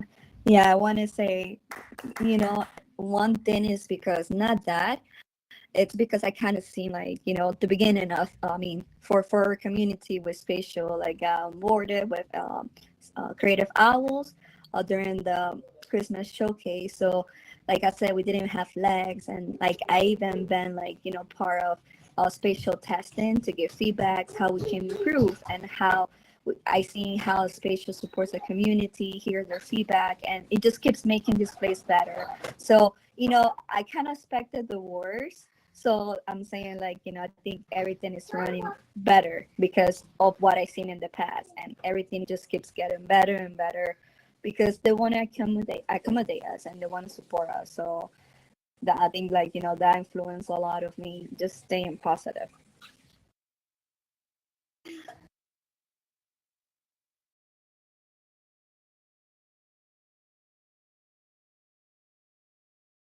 Alana, I love your suit. I can now see you. Okay, cool. Yeah, I'm just doing some dance moves while while waiting for people to come back. Yeah, work that avatar, girlfriend. Work it out. Well,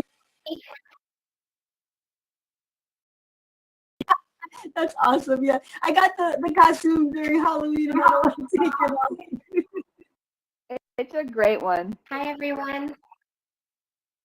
Oh, hello. Hi, it's Jen. How's everybody doing? Hey Jen, welcome. Looking forward to hear you soon.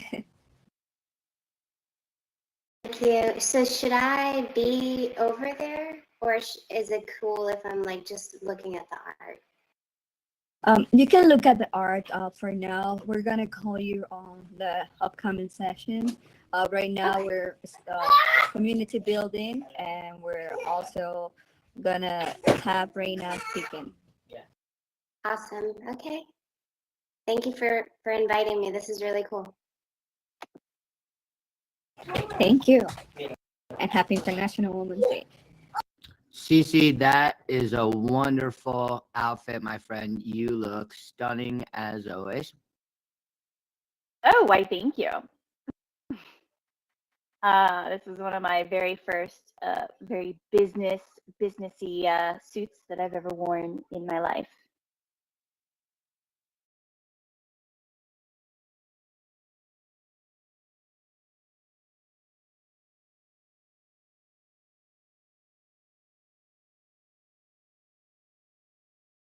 How's everyone's experiences now? Like, can you everyone see each other? Are we all in the same room or? Yep, everybody came back. I could see people now. Perfect. All right, and we have also a new guest joining us. Welcome to Women in Tech Showcase. We're gonna get started shortly again on our panel session. We have Alana coming up, and we have Reina. I'm Vanessa, your host, and I also have my other host, Cece. Hi, Cece. Helping me lead this event. If you are moved or connect with another speaker, there's a really fun little thing you can do. You can hover over their name tag, and if you click on it, you can follow them. So you can get notifications when they're having events. You can look at their socials on their profile. So if you connect with someone and you'd like to connect with them on other platforms, just hover over their name, click, and you can view their profile and you can follow them.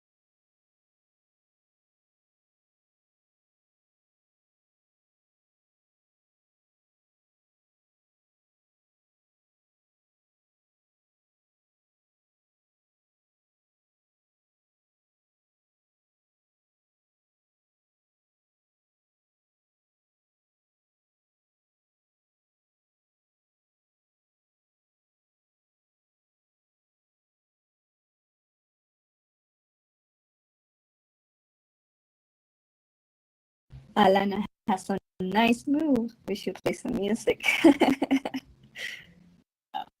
Yeah, well, this obviously is like more of a theater, but there were other metaverses that were created in spatial that had like an ice skating rink, like an ice floor.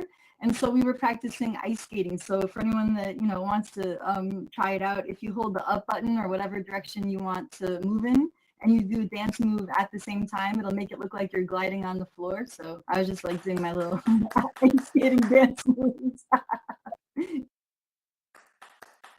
Love that. Thank you so much for the tip.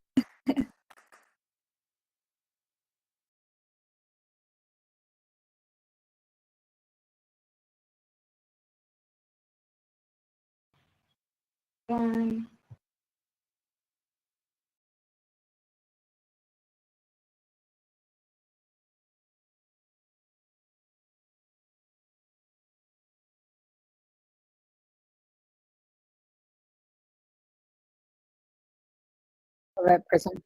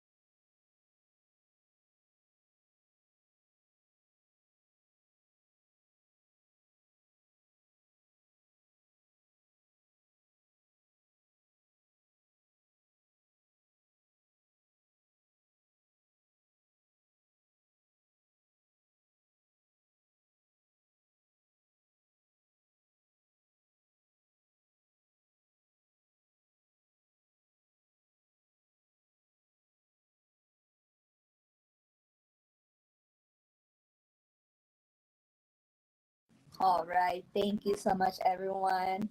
You guys looked amazing with the smooth. Truly like the move. Thank you so much, Prizem. It's amazing. You need to talk about later about Echo. Um, all right, Cece, are you ready for our next speakers? Oh, yes, I am so excited. So let's give a warm welcome to Alana Buns, who is going to share an amazing topic, community building strategies. Welcome to the stage, Alana. Thank you so much for joining us, and thank you for spending time with us today. I'll hand you the mic. Okay, hello, and thank you so much for having me. Let me sit back down because my wolf self does not have manners in sitting in furniture for humans. So thank you for having me.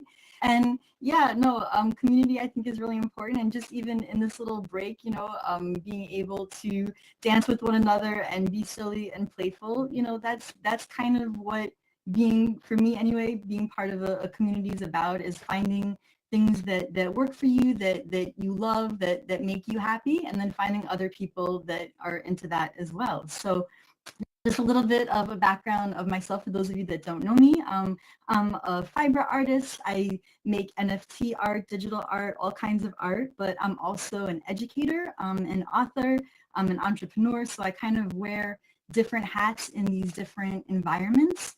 And so, I've been part of communities, and I've started communities, and I've uplifted communities, but I think when we use the word community, right, and we're trying to think of the strategies to grow them and create them, like others were saying earlier, there's the why. Okay, so like, why do you want to even have a community to start with that either you're going to join or that you're going to create? And so one of the things that I found is really, really important, because you might think, well, someone did this and this other group did that, and that was really successful, but that doesn't really work for me. And I want you to know that when you're thinking of growing a community, really to just be yourself, because like attracts like. So me being silly, wearing my wolf costume here, it's going to let me know who is for me and who is with me and who wants to be part of that energy, right? And so when you show up as yourself, you're able to be more authentic as opposed to trying to figure out, like how to be someone else that you're not. And therefore, the people that you're going to have in the community that you want to build are going to be attracted to that, right? So you're not going to have to pretend to, be something that you're not, and then that's going to be a lot of work to kind of upkeep and uphold. So that would be kind of one of my suggestions. But then also to think about, like, why do you belong to the groups that you belong to, right? So what was it that appealed to you or got you excited or, makes it something that, like, no matter what happens on your calendar, you cannot miss, attending this one group, event? Or, what is it about the group of people and the leaders too, right? Like the leaders in that community, what is it about them and their personality that attracts you to that? So are there events, like as an artist, I love to be part of communities where they're, kind of encouraging the artists to create. So if you're trying to grow a community of artists, having events is a great way to do it. If you want to bring in, founders and builders, right? What are ways that you can make it fun? So there's going to be the work aspect, but for me, it's not necessarily about the working component. It's more about the way that you can get people excited and the entertainment factor, right? Like what is it that you can create in your community that's going to draw people in? That's going to kind of be like your bait, And so it could be even like learning events, for example. So if you have people that are, beginners or that are just kind of curious about things, like for example, there's a group of AI artists, right, that started up, and it's under the Twitter account WizardCon that I was part of. And so we really wanted to help people learn how to use AI and create AI art. So not only were there events that the artists could create into, right, and submit their work into, but then there were also workshops and learning experiences. Like Laura is an amazing teacher here with us today. So, and she taught me, so much about AI art, right? So being able to be part of a group that teaches the beginners and then makes them feel competent enough that they could also sit alongside those that maybe are more experienced is a great way to kind of have multiple levels of people in your community as well. So you can have those that are like the experts that can share with the beginners, and then the relationships and the friendships start to form, and that is a really big draw in. And then the last thing that I was going to suggest to you, that if you're interested in growing a community, is what are the strategies that other groups, like I said, and communities maybe that you belong to, or ones that you think are successful, right? So I guess depending upon what success means for you or how you define it could be different, but what is it about those groups that you're part of or that you see as being successful? What are they doing? So how do they onboard people? How do they set the group norms, right? Like what is the expectation for belonging to that group or for participating in that group? And also, this is really important too, I think, how are the members of the community celebrated? So, the one thing about being part of the community, right, is just like any kind of relationship. So people are going to forget what you say, they're going to forget what you do, but they're never going to forget the way that you make them feel. And so if you can make people feel special, if you can make people feel, welcomed and celebrated, that's intoxicating, and they're going to want to be part of it. So any way that you can feature the members of your group is a great way, I think, as a strategy to grow them. So those are my suggestions. If you have any questions, just let me know. But I've built a Facebook group, and it's like got 700 people in the past year. Like I said, I've been part of both Web3 spaces and NFT artists and all different types of spaces as far as building communities go. So any questions you have, feel free to, reach out to me privately as well. So thank you.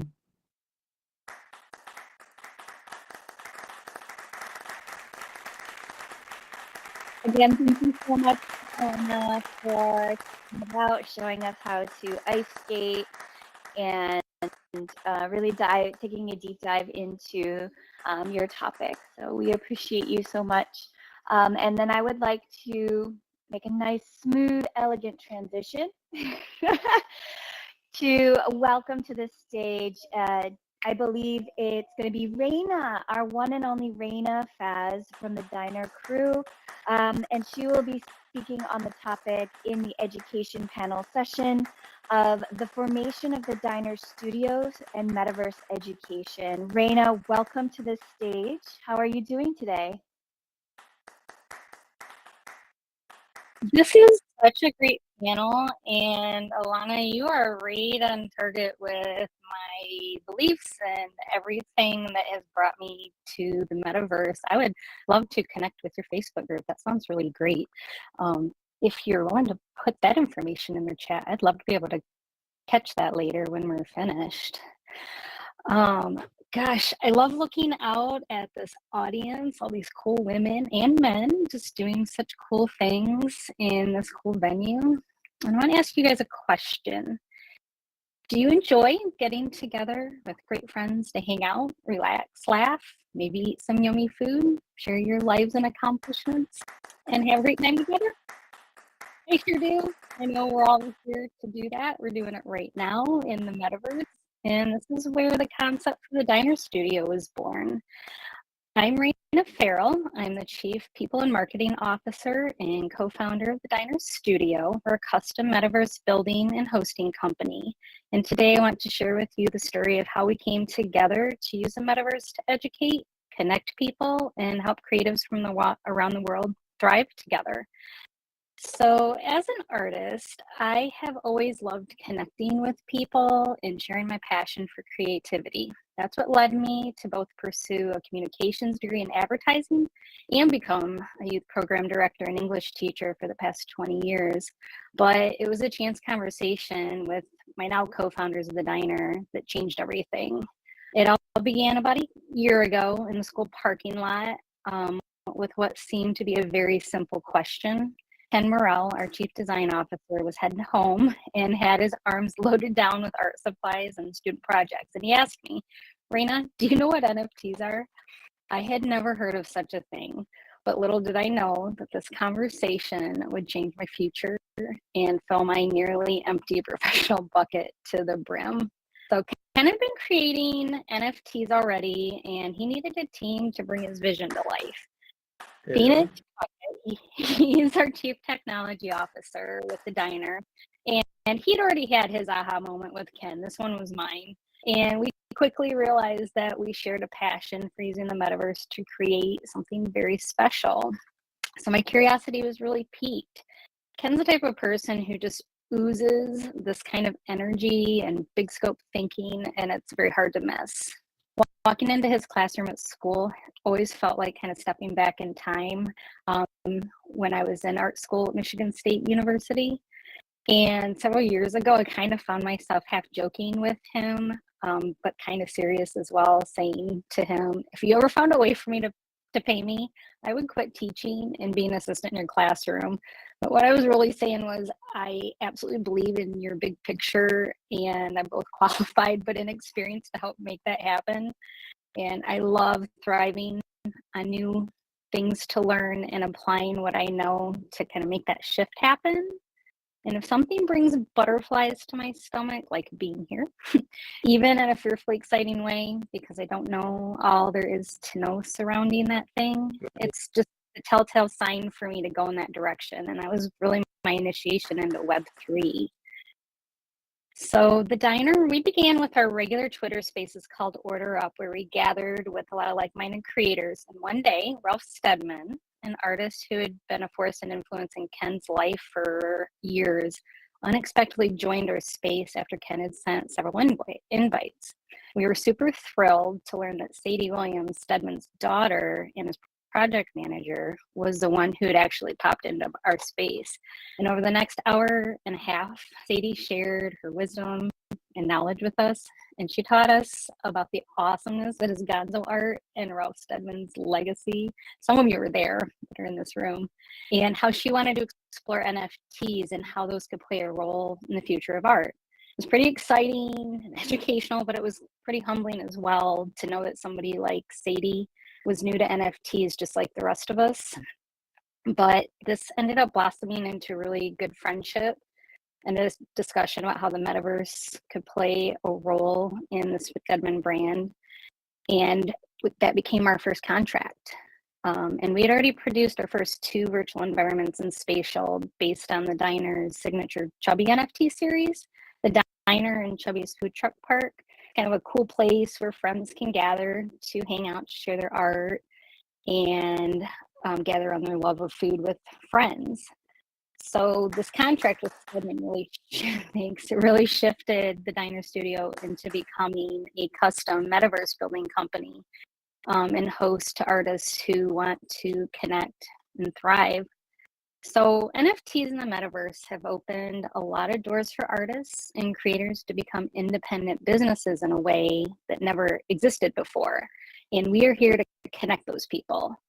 One example is our second Saturday showcase. It's an open call creators event that we host in Chubby's Food Truck Park, and we would love for you to join us. Our next one's this Saturday, and we'd love to have you as an audience member. It's our very special space where we gather as a community to educate and learn in the metaverse about music and art NFTs, building Web3 businesses, how people have grown as artists, just endless topics. It's a place to have a voice and connect. So I'd love it if you gave me a follow, join me, the Diner Studio in the metaverse, to share your cool voice. So we are metaverse builders with a focus on utilizing metaverse technology to help creatives around the world thrive. And our journey began as one of discovery, collaboration, and learning. And we believe that the metaverse has the power to connect people, unleash all your creativity like we see around this entire space, and transform the way we learn and educate. And we're committed to using the technology to help you succeed and thrive. And I'm just thrilled to meet so many of you here today, and hopefully in New York, because we're going to be showing at NFT NYC. And we build cool places for cool people doing cool things, and just really thankful to be a part of this wonderful community. So thank you. Thank you so much, Luna, for sharing that with us. I have one question for you. Sure. You mentioned that being in this space has really like unlocked, potential and possibilities, not just for your team, but for the people that you interact with. And I wanted to ask, how has being in this space unlocked your creativity?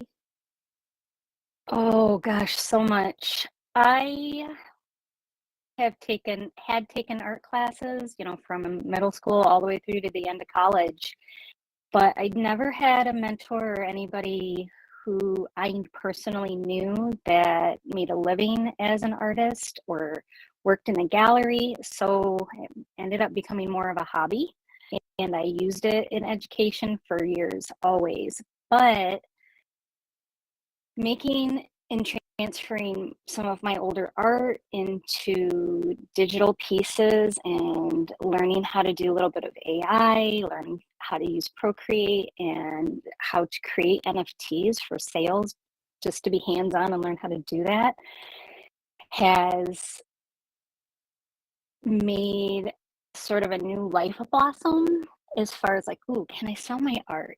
Can I maybe even jump back into my art full time?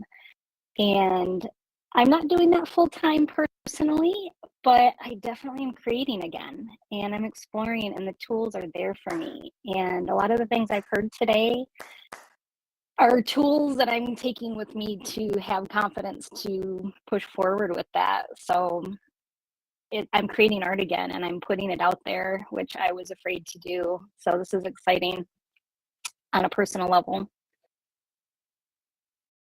Thank you so much, Raina. And if you're not following Raina on all social medias, please do follow the Diner.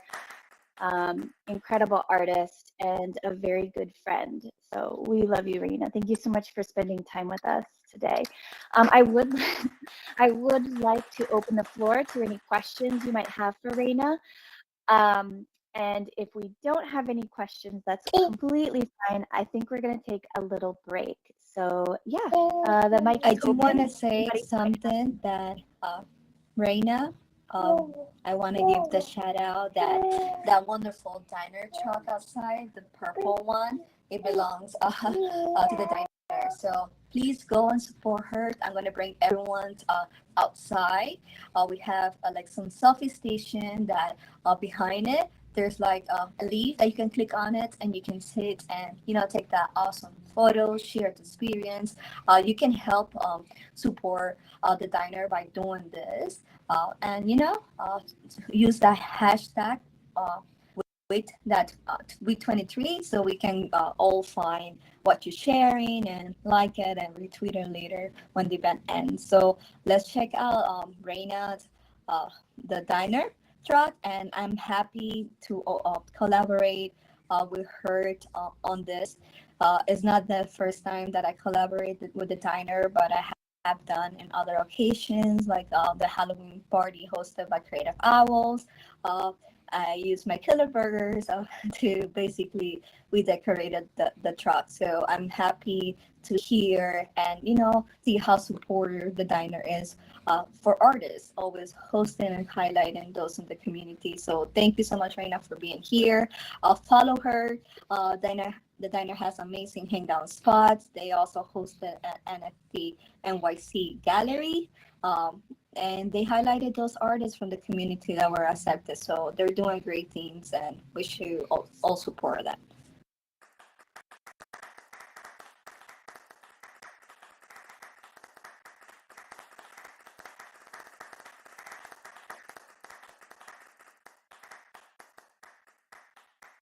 I ask a question? Oh, yes, please go ahead. Um, I was curious. I just got my my Meta Quest this year, and it's been a really interesting journey. And I'm celebrating Women's History Month and Women's Day. It's great to see women leading and showing everything that they've done. So I've been very interested in listening to see where you guys are going. I was wondering where where are you headed as far as consumer technology and VR and NFTs so we can continue to follow your lead? And that's my question. Well, thank you so much for that. That's such a great question, Tate. So today, we're celebrating the Woman in Tech Showcase for the second year, or the first year. We celebrated 53 female artists, and we had live interviews. This event, for our first event last year, we only had about 3 weeks to organize it. It was something that magically happened at last minute, but it was possible. And then this year, we did have extra time, 4 months, just to plan out everything else, do the open call, like, and even open today, the Woman in Tech Museum. We're planning to use this museum permanently, uh, the, and give access to all the artists that have been showcased, and also the panel speakers to host their events here. We want basically to give this space to the community and keep it ongoing, like regardless me that I am the founder or anyone in the team like decides not to continue, we do have that community and that can keep going and leave a legacy behind. I do have a long-term vision for the museum. It's to keep hosting showcases, seminars, along with the people that are part of the team, like Hi Cece, who also a host today here.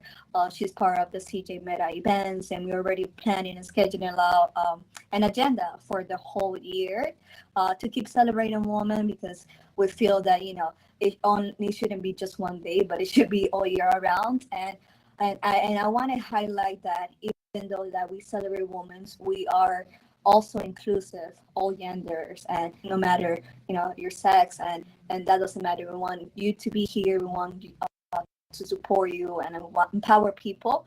But the main goal it is to mainly to support women, and empower them, have them a place that they feel safe and a place that they can learn and get onboarded to the NFT. And just we want to keep networking with each other, learning with each other. We have so many talented women here, so many backgrounds from artists to engineers. So if we are to work together and we stay together, we can keep creating amazing things. We're also part of the Creative Owls community, and he has hosted so many spaces in the past. So the long vision is to keep onboarding, keep hosting events, supporting women. And I want to take this to the physical, like, so I imagine having physical galleries, and there's potential brands that are looking to help us make that happen. We recently participated in the Super Rare space race, which was an opportunity for us to come independent gallery, but we didn't make it this round. I want to say that out of 38 applications, we were placed number 18, but I want to say this brought us so much visibility, and that's what we need. Next round, we're going to apply again, keep trying. Some of the winners, they applied more than one time until it happens. So we just got to show the community who we are, what we're here for, and, show results, basically. We need to show the results, not just words, but, actions. So thank you so much for that question. I am really passionate about supporting other, whether woman, artists, anyone, and yeah. Thank you so much for being here. Once again, I am Vanessa, one of your hosts, co-founder of the Woman in Tech Showcase, and thank you everyone for attending here. I know we did get a little off track, and probably we need to start our next panel session. So I appreciate everyone for being here, for your attention, for being so patient and engaging. um, thank you so much for that. We can do a 5-minute break before we start our next panel session, which starts at 3:50 Eastern, I think. Oh, perfect. So we have like 5 minutes. Yeah, about 5 minutes if we want to take a break, get some water, look at some art. Perfect. Deep breaths. All right. And then we can reconvene for our next panel session. Thank you. And then I want to mention that for the next panel session, I do want to host that panel session since CC, you are going to be talking about how AI is building Web3. So I would like to give you a warm introduction, and then if you're okay to help me host the next panel section.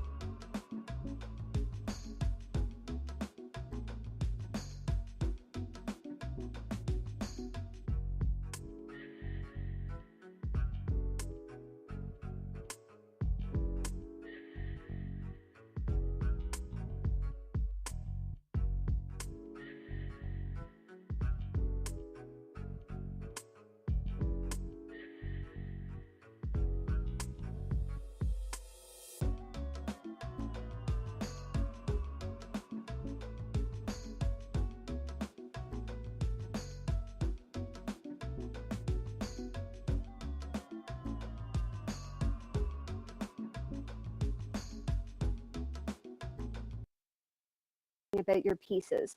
What was the process? How did you think of this? What were your feelings when you were making this? So what I have found over the last 9 months that I've been in the metaverse is that having that extra personal touch with the artist, walking around, giving that curated and guided tour, it does ultimately lead to more sales and, of course, more attraction to anything that you're working on and creating. So once you figure out what you're going to be doing in the metaverse each day, you're going to want to choose your identity, and keeping consistent is key. And you guys have probably heard the word doxed. It means that you use your real identity. So you're going to use your real name, real photos, and you're going to appear in videos such as on YouTube, or maybe you'll do a video to post on other social media. If you're undoxed, you're using a nickname. So for example, I'll talk about myself after. I'm a combination of both. So if you're undoxed, you're going to be using a nickname. You can use an avatar or a character for your photos, for example, an NFT that you have purchased. And also, if you're in videos, you can use a mask to cover up your face. And I know that as a woman in Web3 over the past couple of years, there have been some times when individuals felt uncomfortable showing their true face when they were in the metaverse. So the metaverse does give you that option, but I recommend keeping that consistency. So for me, I have a combination. I have a nickname, but I also am doxed. I have a business in the metaverse, and people do know my real name, and they have seen my photo before. So I'm a little bit of a combination of two of the things. And essentially, when you're looking at creating, especially if you want to look at that combination of being a little bit doxed, using an avatar, for example, from Ready Player Me, which is interoperable across different platforms, is a really great way to create what you are going to be in the metaverse. I also recommend creating an email address with your name or whatever you're going to use in the metaverse, and check social media platforms to see if the name has already been used. You may need to use a variation of that. So to wrap up, when you're creating a metaverse space and you're just getting started, start with the standard spaces that, for example, Spatial has available. You will work up to customized spaces, but just get started. I know that it feels really hard when you first go in there, but starting with that first step, creating your own space, will really help. As well, you want to create that social media presence with your metaverse identity.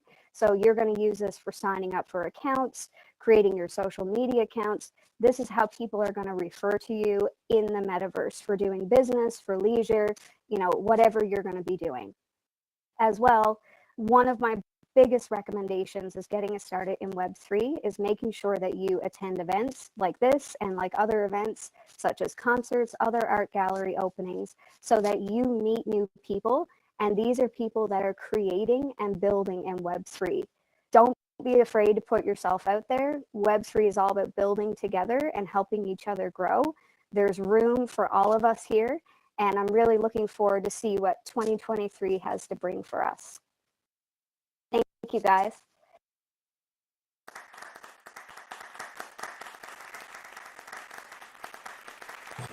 Amazing, Rebecca. I appreciate, your speech. And like what you mentioned, that that the metaverse, like people confuse that there's a lot of metaverse, so you can just ask us. So just your insight is perfect. Thank you so much for sharing that. I am gonna go and keep sharing feedback and questions once we finish the panel session. Up next, we do have Jen. And all right, let me go ahead and get your panel. Okay, Jenny. All right, Jennifer Aquino as well. I want to say that she also going to be speaking at the NFT NYC, so I'm excited to meet her there and hear her insights as well. So thank you so much for being here. Today she's going to be sharing with us about how collectors and creators are shaping Web3. The floor is yours. Thank you so much. So happy to be here, and I'm so looking forward to meeting you in New York. My name is Jennifer Pepin Aquino. My collector name is JP's JPEGs. and I entered the space about a year ago with the goal of learning and collecting cool art. I have a background in history and art history in particular, and in the year that I have been here, I've really learned so much and wanted to share with you some of the insights that I have observed along the way regarding how collectors and curators are really shaping Web3. In the traditional art world, there were a handful of elite and wealthy private collectors such as Gertrude Whitney, Solomon Guggenheim, and the Morse family, who directly impacted contemporary art and the success of the artists of that time. You know, we walk into the Whitney, the Guggenheim, and Dali museums because of their private collections. Today, thanks to technology, decentralization, and the collaborative nature of Web3, more art, artists, and collectors are able to directly interact with each other than they ever have been able to in human history. Collectors who recognize the value of a particular artist are able to rally around that artist and their vision. They're able to quite literally uplift that artist and directly finance their future without having any intermediary parties involved. So instead of a wealthy collector, several collectors can pool resources and give that to an artist they believe in. And as a result, that artist can evolve, build up their reputation, rally even more collectors, and create even more art. This has a huge impact on society because artists who are in underrepresented communities with the odds stacked heavily against them have a greater chance of getting visibility, support, and funds. Artists who likely may have never been considered for a grant, a gallery, or a job have a greater likelihood of getting visibility thanks to the framework of Web3 and its collectors. As Web3 continues to evolve, curators play an important role in revealing the deeper context and meaning of art created by NFT artists. Curators are no longer bound to physical walls and institutions. They don't even have to study curation or have a career at galleries in order to assemble thematic exhibitions, whether that be virtually, in VR, AR, or in the very marketplaces where NFTs are sold. Curators in Web3 directly influence the trends and are important tastemakers. They help to educate not only those who are onboarding and new to Web3, but also people who have been in the space for some time.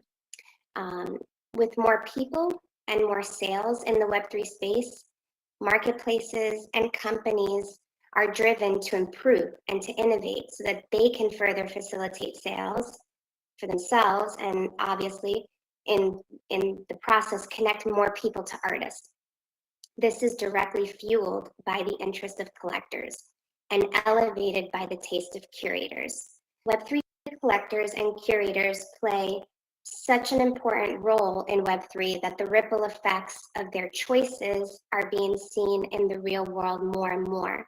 The acquisitions recently by LACMA and the exhibitions in the Louvre and the MoMA are perfect examples of how this digital era and renaissance are directly shaped by Web3 collectors and curators. What I believe the future holds: more lounges, airports, public spaces, galleries, museums, both in real life, virtual, and blended realities that showcase NFT art, physical art even, and art shows that directly link audiences to information about artists. I foresee an uptick in the actual amount of artists in the world, and hopefully a day where saying I am an artist holds the same weight and societal value as saying I am a doctor. This will have a ripple effect in society in the future. It already is, and this will translate to new jobs in the economy, a new economy, new forms of income, new wealth for not only artists, but collectors and institutions. Thank you for your time. It's an honor to be here.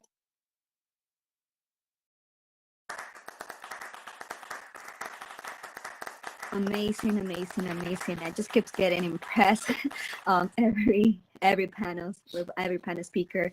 Thank you, Jen, for being here. And I want to mention again that I am looking forward to meet her again in NYC, but I had the opportunity to meet her actually in December at Basel through Jenny, that she's also one of our panel speakers that are going to be talking shortly. So thank you so much for being here once again. Up next, we do have our lovely Cece. Let me get you settled. And we're going to hear one more time her wonderful thoughts about how AI is building Web3. Welcome, Cece. Thank you so much for your support and being here today. I am so excited to be here. Thank you, Vans, for organizing this, for inspiring us all and getting us all together. Because I've met and I've been exposed to some really incredible women that I cannot wait to get to know better. So because of you, I am expanding my social circle and I am grateful. But then again, I have old friends who I absolutely adore, like Miss Gecko next to me, Ira in the audience. So I'm just grateful to be here. And the topic you gave me, I was giddy when I got my topic of conversation because I could go on forever, but I will keep it as short and sweet as possible because I can get chatty. So thank you so much for giving me this opportunity and I will dive right in. So how is AI building Web3? Fun fact, futurepedia.io.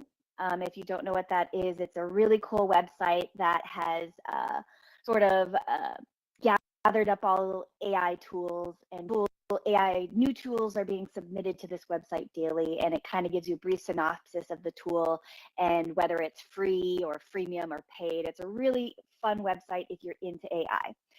Currently, as of this morning, it has 1,232 AI tools listed on their website with over 50 different categories. That's quite a lot, and more are added daily. So hi again, everyone. I'm Cece. Today I'll be discussing how AI is building Web3. And no, I'm not talking about a dystopia where robots have taken over the internet, although who knows, maybe that's the next panel session. We have to check with Vans. But seriously, AI is playing a crucial role in building Web3. It's not just about making our lives easier or faster, which it totally is, and I can dive into that later.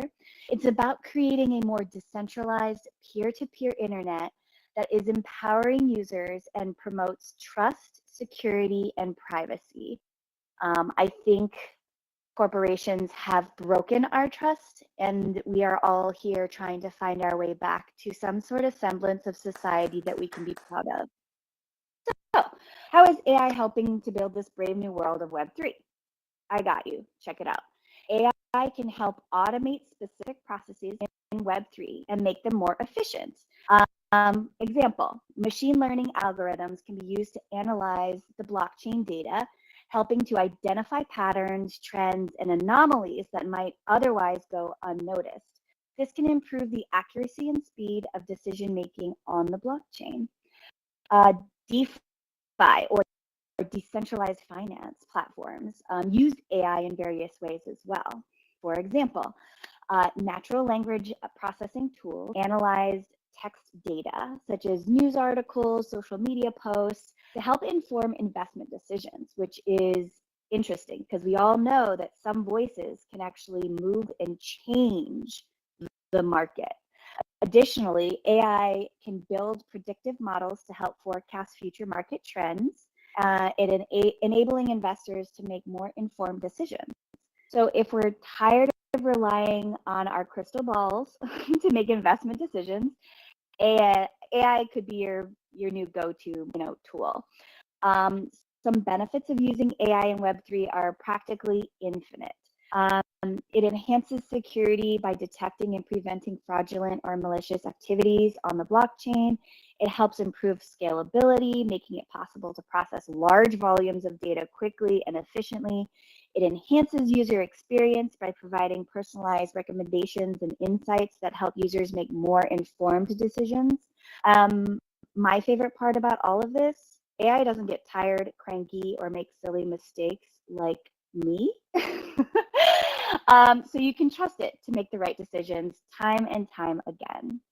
But the with the good comes the bad. And I guess bad's the wrong word. I would say challenges.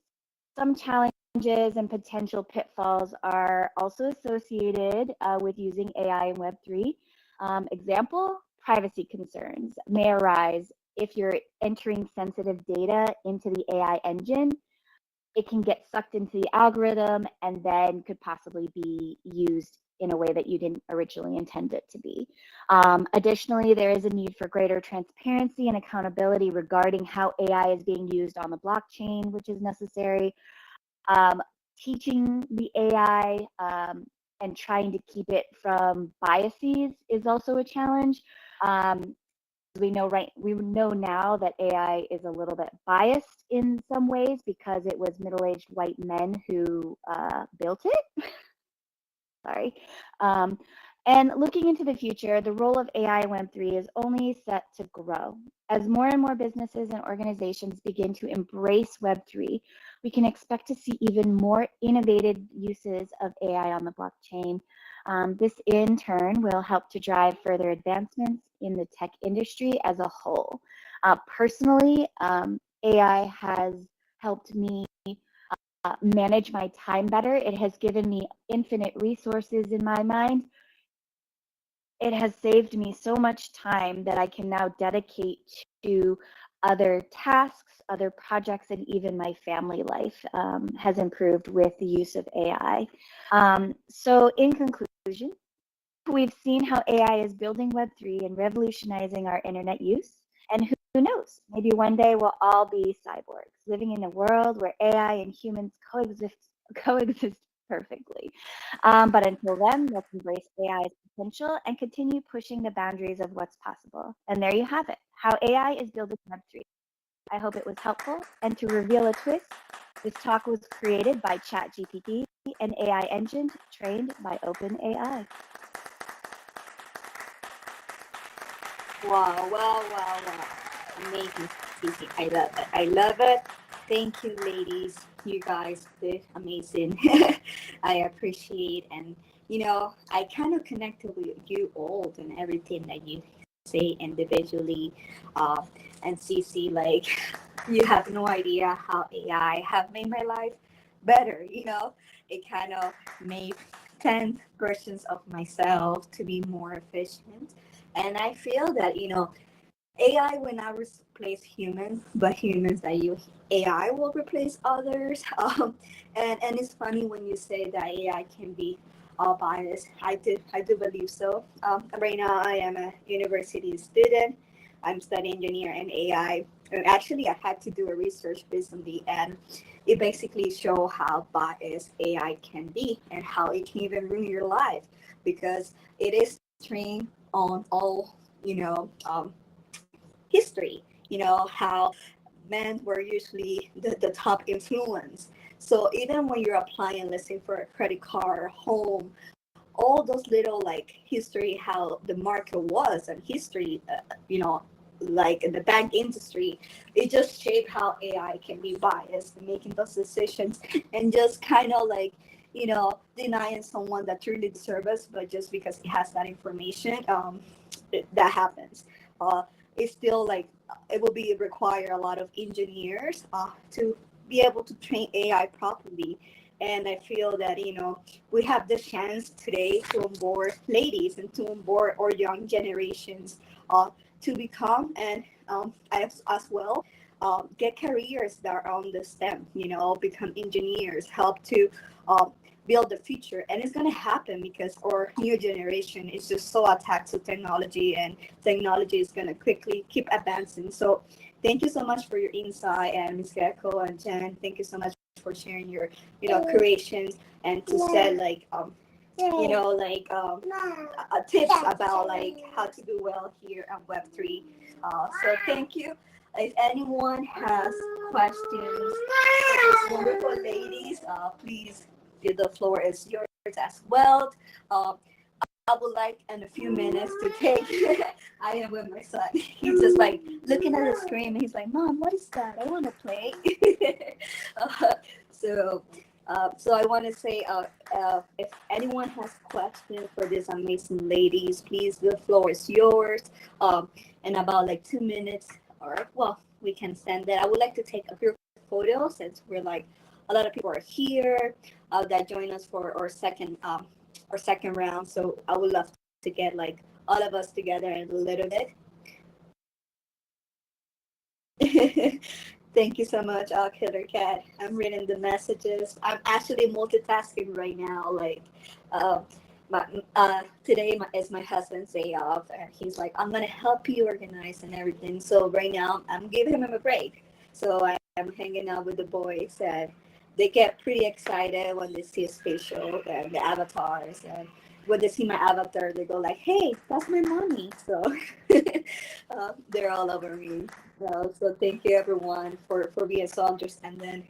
And this is what I love about Web3. You know, we can come in here, be ourselves, and you can kind of see your life in the background. You can hear it, like even though that you don't see it, but you hear it. Um, so thank you so much, everyone, for being here. So if anyone would like to ask questions, like I said, if any of you ladies wants to give us a safe last round, feel welcome. If not, we're gonna come together and take a group photo.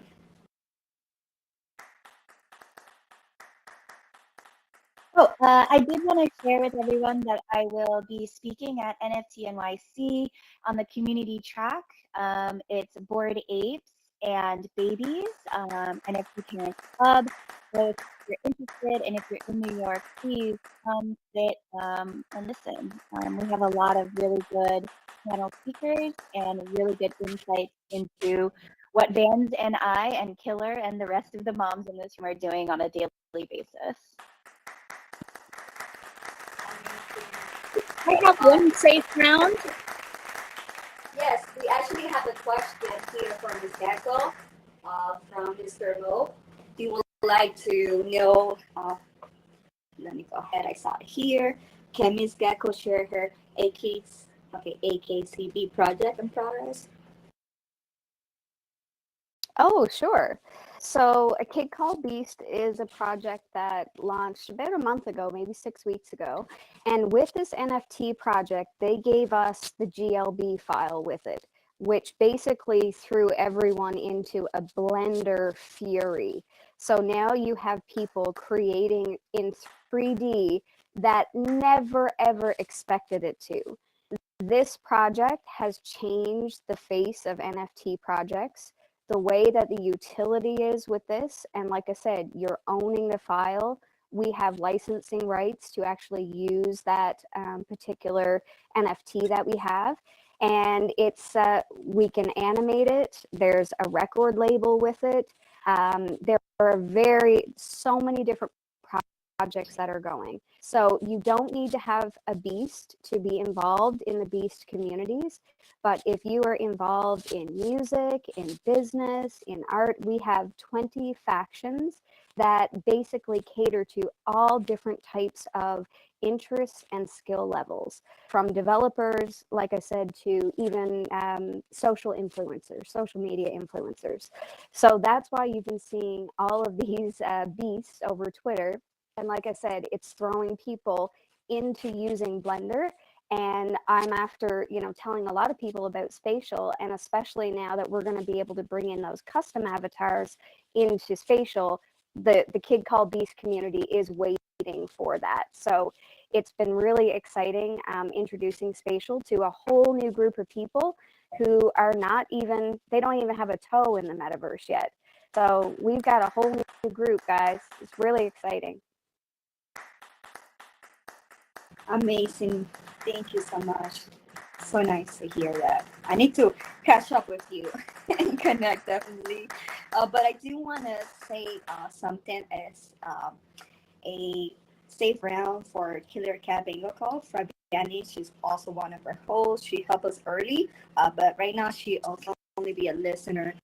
If you read the chat, the Killer Cat Bingo Club is going to be revealing the Killer Cat Bingo Club art for the first time, and that's exciting. I am one of the holders, so I'm excited for this year that she's sharing. She's gonna have a metaverse party, so make sure to follow her right now, because once you follow her on April 20, you're gonna get that alert and you can join her. And if you check her project, she has so many amazing prizes, so just go ahead and follow her, and also on Twitter. So yes, and she made an animated disco ball, so she's also learning those skills as well. So thank you so much, Killer Cat, for your support, and I appreciate everyone's time. I know today was going to be a long day, and I'm like, you know what? I prepare myself mentally for 4 months, so I got this. So thank you so much, ladies, and everyone for joining us on this panel session. If we don't have any other questions, I would love for you guys to join us here on stage, and so we can take a photo, because I don't think we have taken a photo all together with this amazing featured artist and everyone. So if you can join us here downstairs on stage, appreciate it.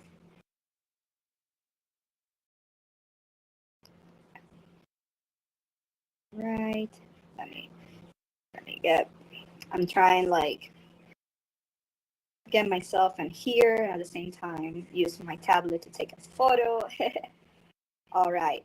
If someone can join me on my side as well, the rest of our guests can join my side,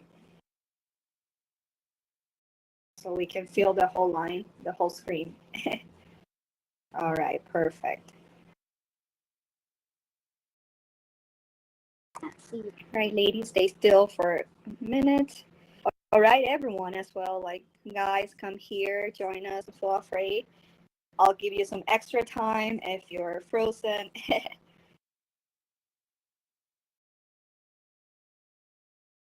Amazing. All right.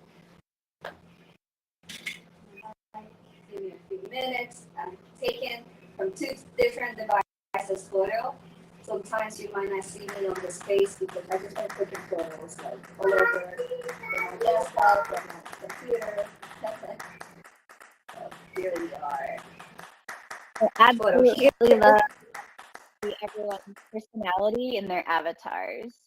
It's Right. amazing. So Love So I it. actually changed my outfit, but it never loaded. I was thinking of wearing this leather red dress, and I was gonna wear my smart glasses, but it didn't happen. So maybe next And time. it's But this is my so brand outfit, funny you basically. said that, Vans, because I saw you earlier. I had the same outfit on as you, so I changed right away. Oh man, thank you. that was the one, the t-shirt and the checker pants with the Yes, wristlets. yes, yes. I know Renee. She's also wearing the same outfit as me, so that was pretty excited to see. But yes, this is I guess the outfit that everyone knows as. So I'm happy to still wear it. Like most of the events I've been through is this outfit. So it's funny how spatial Web3 events just give us this opportunity to create our own brands and our personality. I know you guys have met me in real life, and you're like, okay, maybe don't think I look like the avatar, but that's how I feel inside. So thank you so much, everyone. We had a great photo here. Um, Let me go ahead and check the time. All right, it is. So actually, we start our next panel session at 4:30. I'm not sure if Emily gonna make it. Let me see if she's here. We can give her some time by the time that she come. If not, we're gonna get started at uh, 4:35 with Sandy. And move on. So again, I know the function is not working for me to move you guys around. So feel free to follow this way, the arrow. Go through the white steps. That's the faster way to lift the auditorium. If you go through the black steps, you will have to click one by one. And yeah, that can be annoying if you have connection issues. So everyone, thank you again. Uh, enjoy the gallery. So many talented artists, seven artists here. We have some panels, banners, where you can see their names.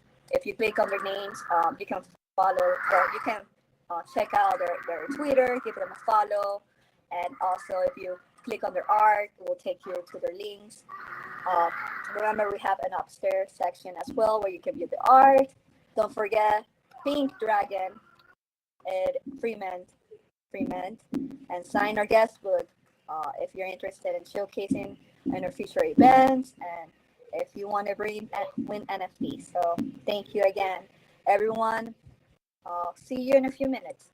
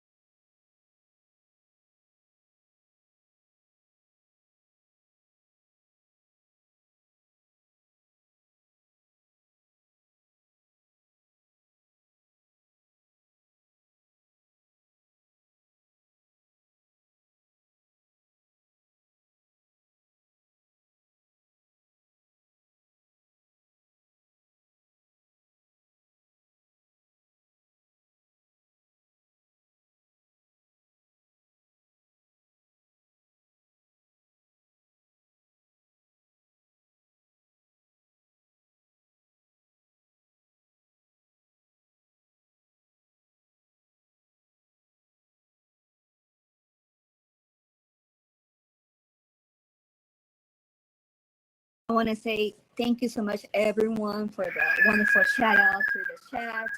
Um, I will get to everyone tonight. I am multitasking and I appreciate everyone again. I want to say that our next panel session is going to be our panel session number 7 about AI, VR, and technology. And I know we're on a currently break, but if Emily, Sandy, Futudora, Creatives, Dikayo, and Dropis are around, you ladies will be our next speakers.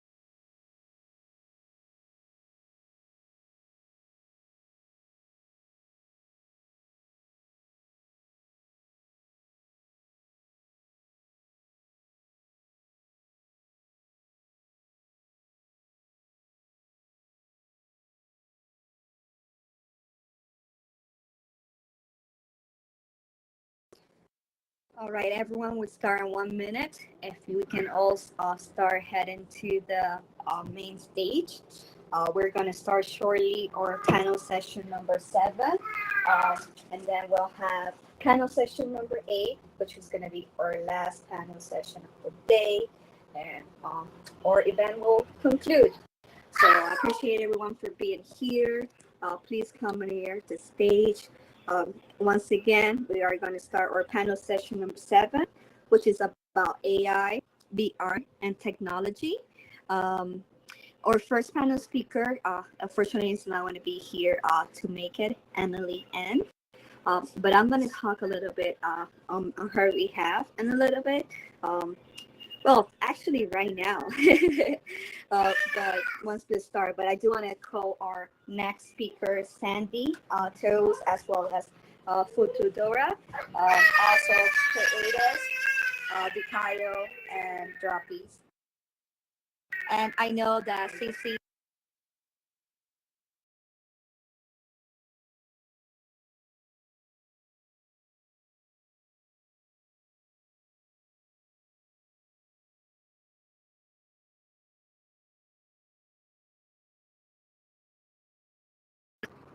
Hello, guys. I'm sorry. I think I lost a connection there. All right.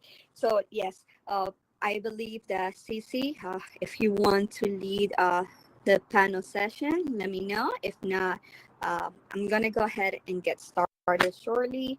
Like I said, uh, panel speakers, please join us here on stage. Also, we're gonna have all the Kayo, creators, art, and droppies.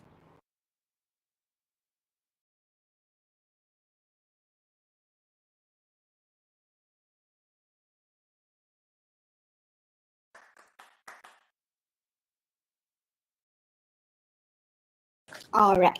So our first panel speaker is actually Emily Ain. I met her through the Polygon community. She's been here and the NFT community already for over 2 years.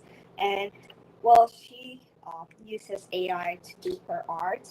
And I want to say that she has a disability that basically she's not able to make art in the traditional way, but AI has allowed her to basically create art and express her creativity.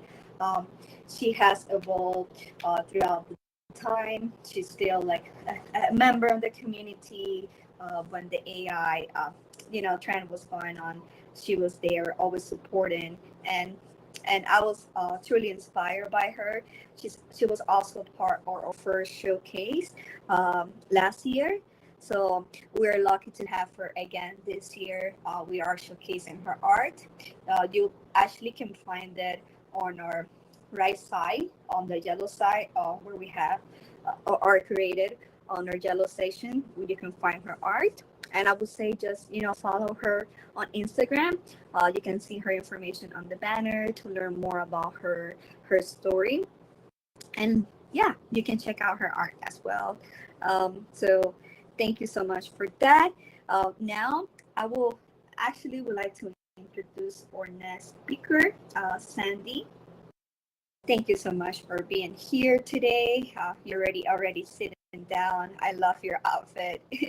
All right. And Sandy today actually is going to talk about AI, which works perfectly.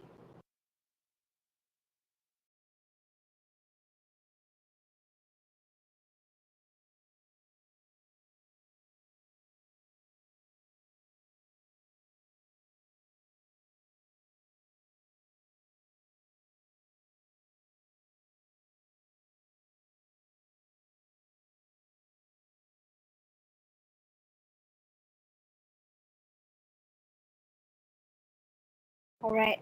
I'm not sure if everyone else can hear her, but I can not hear you yet, Sandy. Andy, can you take your mic off mute?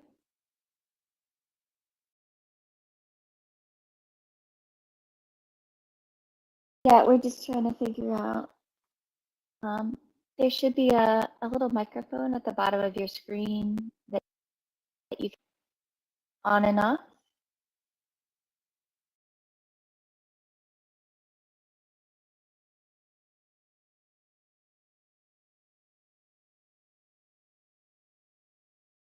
And if you hover over the microphone and just check your input output, make sure that it's correct.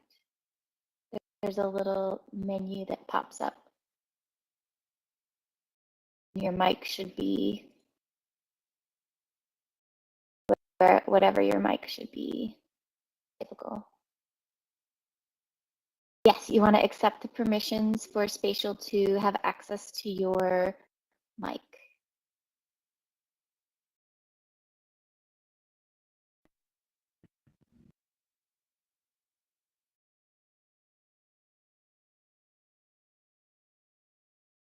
So while we're waiting, sorry, get unmuted. Okay. No, Can you hear me? oh, I can hear someone. Is that you, Okay. Sandy? No, no, this is Feature Adore. I'm just checking my mic, so there's no issue. Sorry. No, mic check, 1, 2. Totally normal in the metaverse. Okay, Sandy, let's try to have you reload just to be sure, and then we can try to get you unmuted. But until then, I would love to welcome our next guest for our panel today, which is going to, let me take a peek here. Isadora, are you here? Isadora? Yeah, it's me, aka Feature Adora. How are you? I am wonderful, Future Adora. Would you like to speak on your topic, poetry and AI? Absolutely. My name is Isadora, aka Future Adora, a meta poet on the Chia blockchain, exploring and exploiting the nexus between technology and humanity while using poetry to communicate in both analog and digital spaces. Here to talk about the blend of poetry and AI. My exploration of poetry in the digital realm started about 7 years ago upon entering Web3 3 years ago. As a mom, caregiver, wife, or even a friend, I'm sure we've all struggled to capture attention in a fast-paced world. And as a poet, before I started to explore how to ignite the imagination and captivate minds in the age of instant gratification. And in this exploration sparked the inception of Future Adora, which aims to explore how we can work with rather than against the fast-paced nature of our world to evoke creativity and concepts, finding an extension of our imagination while utilizing AI as a friendly tool. The next question was, how does this apply to the creative process? As artists, how can we harness the essence of this evolution of humanity and technology to find a new tonality in our work? And I would like to, can you guys still hear me? Beautifully, yes, please go ahead. Yes, we can. Perfect, just checking. So just let's get into some insights on how AI can be used as a tool in poetry to intersect in numerous exciting ways. Number 1, AI-generated poetry.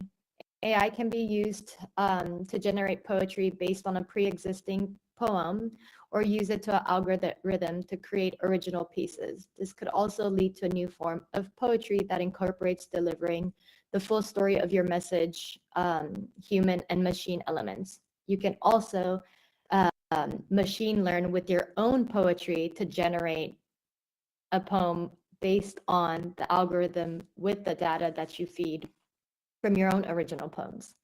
Number 2, collaborations between humans and AI. Humans can work with AI to create poetry by providing prompts or co-creating poems with AI. And this could lead into new and exciting collaborations between poets and machines. Number 3, immersive experiences. Poetry can create immersive experience in the metaverse, such as virtual poetry readings, interactive poetry installation. AI can really enhance these experiences, for example, by generating new poems in real based on audience input or by digital wearables. And last but not least, and very important, Language translation. AI can be used to translate poetry from one language to another, making it more accessible to a broader audience that could lead to greater appreciation for poetry from different cultures and tradition.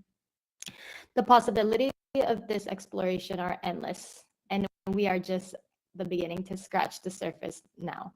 As we continue to explore the potential of AI and poetry, we expect to see new forms of expression emerge that push the boundaries of what we thought was possible and challenge us to think differently about the role of technology in our lives, poetically.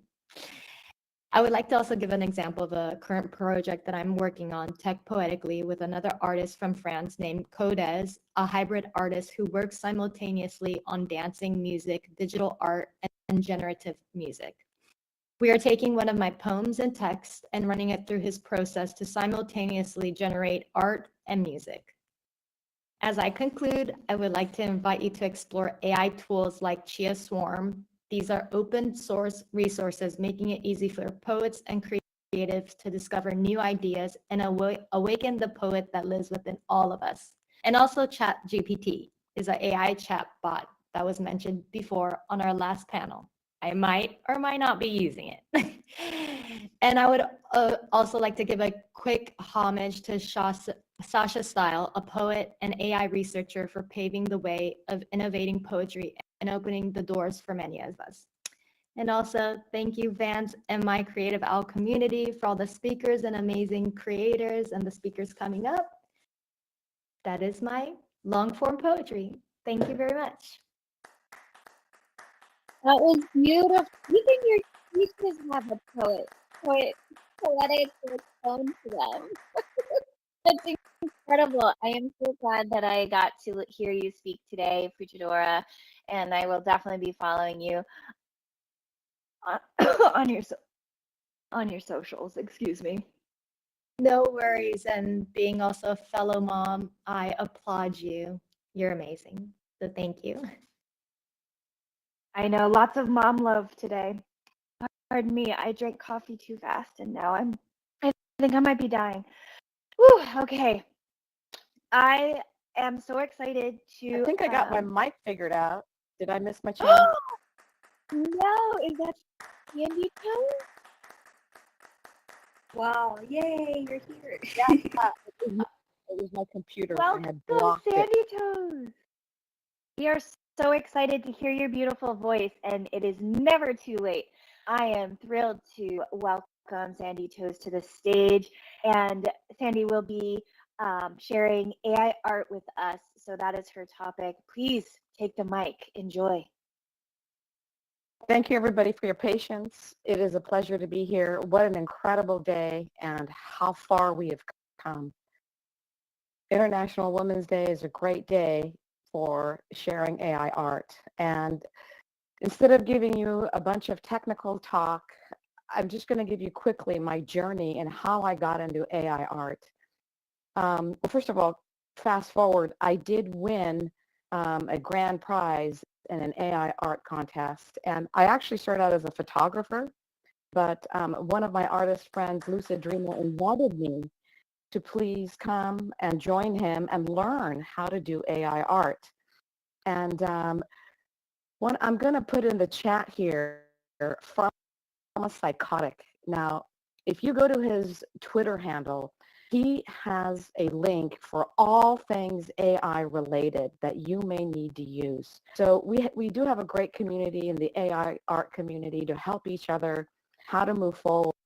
And there's been a lot of backlash, but we've just kind of swam through that, and we realized this is an art form. A lot of people are in this. And so it's quite fascinating because it's like the possibilities are endless. So AI art has greatly expanded my view on things, and I've joined a lot of groups that I normally wouldn't have joined. And I would like to point out, somebody was saying earlier, there is still bias. So as these things are coded or written in, not everything's included. One of the areas I had trouble creating AI artwork was old Persian motifs. And it just And the AI just wasn't doing it. And I just thought, well, what's wrong with this? You know, it can do geishas really well, but it couldn't do old Persian motifs. So there is bias.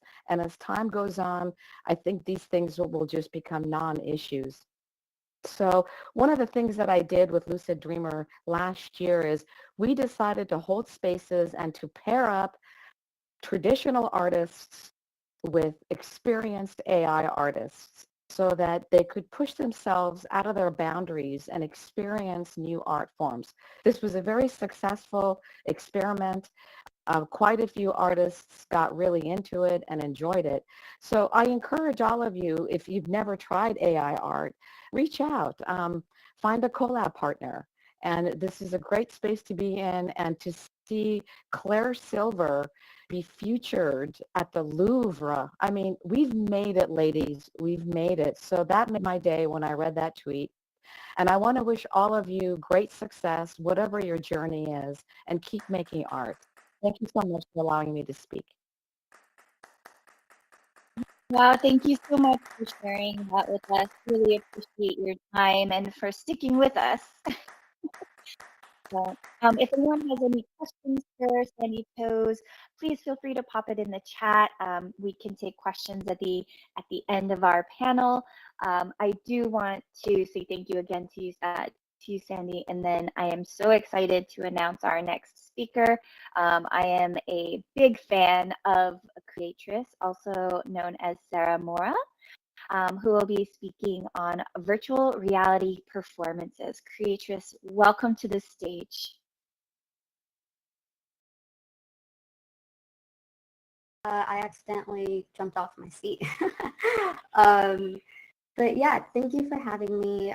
Loved what Sandy just talked about. If at any point you can't hear me, just pop it in the chat. I do have some kind of funky Wi-Fi. But yeah, for anyone who doesn't know me, I am a creatress.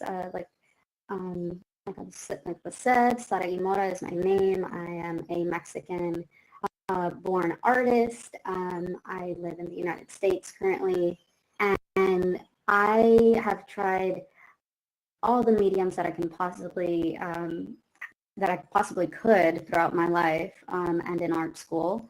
And right now, I am specifically interested in 3D sculpting, and an extension of that is performing and making 3D sculptures live in front of real physical audiences. And I just stress the physical part because I know we are in a virtual environment right now. And yeah, so essentially what I'm going to talk about is VR performance art. And, you know, it's not something that I came up with. I want to, you know, start off with that. I'm not the only VR performance artist in the space. There are a lot of really talented people that are working in VR and sculpting or creating whole metaverses, like the place that we are all hanging out in right now. This is a digital virtual build that was, I believe it was HiCC that created it, and Vans. So anyway, I just want to give a shout out to everybody who's working in VR, and there are a couple other performance artists that I've run across. Tipo and Hana, that I can think of off the top of my head, are incredible women artists that I've noticed in the space. I believe they've done some things over in Tokyo and Korea. But yeah, so what I'm going to talk about right now is just my style of VR performance. That, you know, I think every artist, even if we use similar mediums, we all have our own unique essence that differentiates them. So for me, what I do is, you know, in a physical space, I put on my VR headset. There's usually a stage, much like, you know, how we're set up right now, but behind me, usually, instead of a static image, we have a LED screen or a projection that shows my first-person view in VR and allows the audience to see me create every single part of my sculpture. So every every single step of the way, they get to see it. And okay. So what I like to think about is things. Okay, so I like to think of my performances as a memento, almost like a time capsule, because every single event is different. There's a different audience, different people are there. And not only that, but the energy of the room is made up by all the people there. So for example, here we have Dikayo, shout out to Dikayo, she's got amazing energy. Hi Cece, Sandy Toes, Killer Cat, Raina, Irish, everybody who's here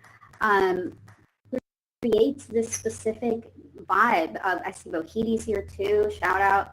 And so when I'm creating in person, what I'm tapping into is the subtle electromagnetic energy that everybody's giving off. And now it's very different in a virtual space because we can't necessarily feel that. But in case you didn't know, your body, your heart is emitting a frequency, an electromagnetic frequency that can actually be measured outside of your body. And as we have feelings and emotions and different things happening internally, that affects the frequency that our heart is putting out and that our whole body is putting out. So essentially there's an auric field that we all have.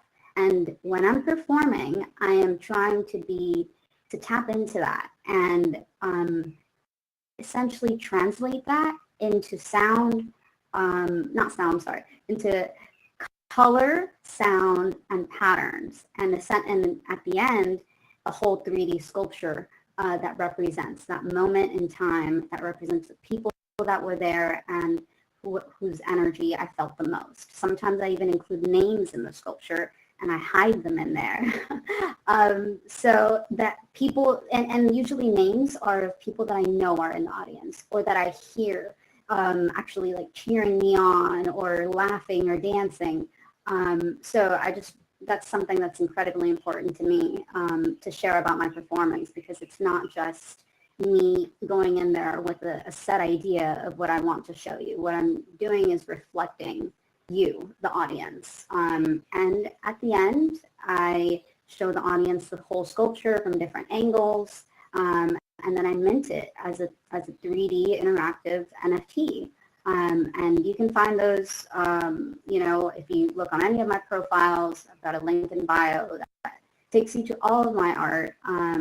And I just wanted to say too, one of the things that inspires me as an artist, not just a VR 3D sculptor, but it's, like my ancestors and trying to represent all of the artists in my lineage that maybe didn't get a chance to be full-time artists in their life, because this is, art has been historically not the easiest career, and I'm sure some of us in here can relate and have experienced it. So that's what I'm thinking about when I'm doing my performances. And another thing that I'll mention as well is there's a sound element to my performances. So I create a soundtrack, using my favorite songs that I curate.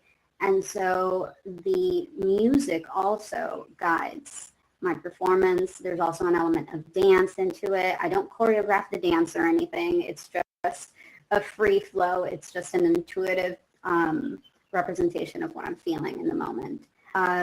So let's see.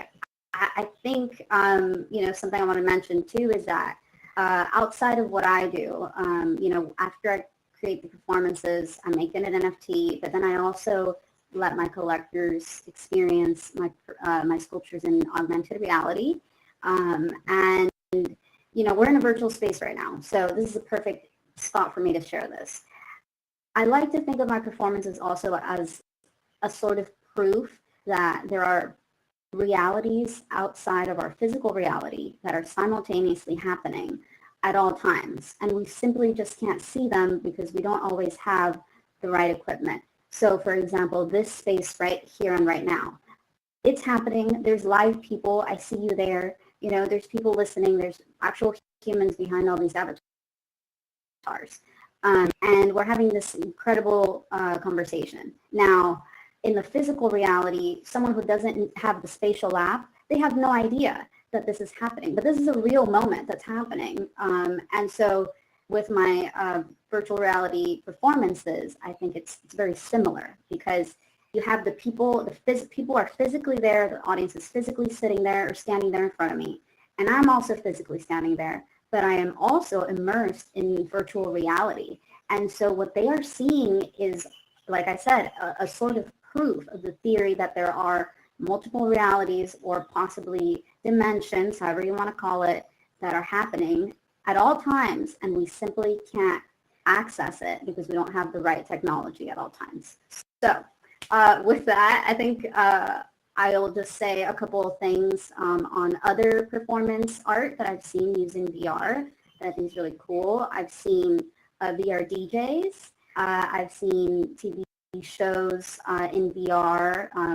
Shout out to Altspace, that's no longer with us, but that was really cool. TV show sets where people could interview others, just like Oprah style. I love that.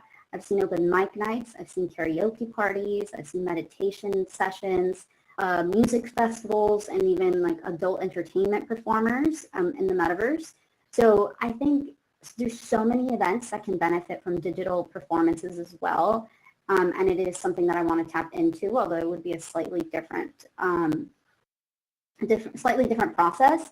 But I think this is amazing. I hope that more and more artists can tap into VR art and, essentially, and then performance later on if that's something that they're open to. But there's painting apps, so you can literally paint a painting. You don't have to be a 3D sculptor if you don't want to. You could be an oil painter in VR. You can do so many cool things that appeal to you. And I also think it's a great opportunity for artists who maybe aren't able to travel for whatever reason, whether it's a physical or financial limitation. Now these artists can show up digitally to these events and either perform or at least have their art featured. So with that, I think I'll leave it there. Thank you so much for having me. And yeah, if anyone has any questions, I'm here. My DMs are open on all platforms. And I've got a few spatial galleries where you can see my 3D sculptures. And I have a couple of videos in my galleries as well of my performance. So thank you so much. Thank you so much for sharing your knowledge and your power with us today, Chris. Really appreciate you. I do have a little bit of a cheeky question. For you personally, what sort of performances do you personally enjoy attending in the Web3 metaverse space? What gets you in here? What makes you smile? That's a great question. I really like the DJs. I don't get in here too often to watch. I know there's tons of things happening all the time, but what gets me in here is when my friends are in here and they're being highlighted, to be honest, no matter what they're doing. But usually I think the DJ sets are really fun. I like electronic dance music and I like reggaeton. So if anyone's ever doing something like that, let me know. I'll come dance. All right, you heard it here first, folks. If you've got some cool music, Creatress will be there. All right. Thank you so much again for sharing yourself with us today, as well as you, Sandy Toes. So grateful for both of you, amazing humans. I am really excited to introduce the next speaker for this panel session, Dikayo. Are you here? Are you with us? Yes. How's your mic? Oh, no worries. Take your time. So Dikayo is an incredible mind. I first came across them in Twitter Spaces, and such a powerful human. So really excited to hear the topic that Dikayo will be speaking on today, which is data science. So all you nerds, buckle up. We have a really exciting speaker. As soon as her mic is ready, I will pass it over. Yes, Dikayo, thank you so much for joining us today. Can How's everybody your hear mic? me? Oh, it looks good. I hear that musical voice. Yes, I do. Welcome, welcome. Oh, yeah, I've never actually spoken in a spatial space, and so this is like all new to me, but hi, I'm trying to sit down. That's so funny. I'm like going through the chair. Maybe if I, oh, look at me looking so classy. So fun. Okay. Well, yeah, I can't believe it's finally here. We've been talking about this for so long. I think you've done an incredible job. This is so cool. The layout, I don't even know how you did it, but it's beautiful. I've just been enjoying bopping around, looking at as many pieces of art as I can. I am a data scientist, so a lot of you may know me as an artist or a community builder, spaces host, musician, that type of thing. And that is all very important to me. But I also run a media company that's focused totally on data science. And I have a podcast that features women in data science. So the mission of this gallery means a lot to me. I really, really want to get more into the data of what's going on in Web3. It's just a lot of people are too busy building, just like I am, to really stop and data collect. Fortunately, it seems like a lot of, our contracts, so to speak, host all of our data, but it's hard to kind of convince people of the new ethos that we should be sharing that data, because the whole point is to have ownership over our own data in the metaverse and, kind of cut out those quote unquote shady practices that Web 2 has been doing with our data. So I would really love people's thoughts. I know that there are a lot of people who understand AI from a statistical perspective like I do, and are also have been like doing art. My art used to be more related to coding and AI, but it's interesting to see kind of how programs that developers and data scientists like me have made are being used in, I guess, on the front end by people who don't really have to get deep and dirty in the code. And I personally don't think that that makes AI art any less legit. I think, some of the most beautiful pieces I've seen, it's really cool that computers and, humans can work together to get our ideas manifested. Even people who aren't in the metaverse are enjoying ChatGPT and the research that, it's allowing them to do so efficiently and quickly, and that's kind of really, that's the most exciting part for me, because I've always believed that AI is not scary, that it's actually, our gateway into being able to just operate more the way we want to, focus on the tasks we want to do as opposed to the tasks we have to do. So, it's in a brave new world, exciting new world. I definitely want to open myself up for your questions, because then I might be a little bit more organized. And I know that you probably have a lot of questions about data and what I think about, the current climate for collecting data.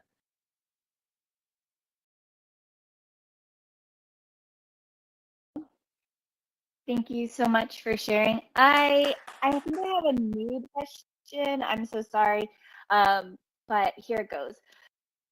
What in your opinion is ownership of our data going to look like in the future? Do you think it's going to be more hybrid, where our data is available for purchase still, but we still own it? I mean, what does that transition look like? I'm really interested to see, will we truly be autonomous and own all of our data and get to choose who has it, who doesn't? Or is that a pipe dream because we've given so much of it away already to corporations? That's a really good question. It's an important question. I think that it is possible, but you're right. A lot of data has been given away. I'm not sure that will totally matter though, because in a way, data, just like our skin, does regenerate after, a few years. Our data looks totally different than it did before. So, I mean, I think like it reminds me just of being in school when people give you, you know, resources to study, and most people don't take advantage of those. Most people don't do the extra credit or, listen to all of the video supplements. But that's kind of how I feel about our own data. It's always being collected. So, just a little bit of data literacy knowledge can at least make sure that, we're all equipped to make the choices that are available to us. Of course, not every choice is ours still. There's a lot of centralized parties who are even more interested in cracking down on our data ownership than they were before. I think it's this battle between the ethos of open source software and data and collaboration. And then, on the other side, there's this real push for privacy. So, I mean, that's why we're at this critical intersection. And I think it's exciting. And I think meditating on that kind of dramatic and sharp a contrast, there could be a lot of answers there.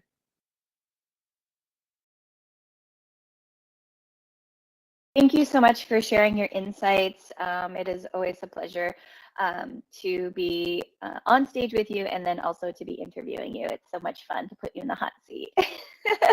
If anyone has questions for Dakayo, I love it. please feel free to pop it in the chat. I would love to move forward and introduce our next panel speaker, somebody who is very powerful in our community, who has supported our community, and is a really great innovator and educator, Droppies. So I don't know if you want me to use your real name, so I'm just going to call you Droppies. But Droppies will be talking about the Droppies airdrop tool, if you're available.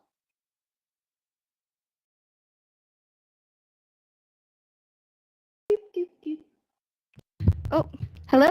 Testing, testing. Can you guys hear me?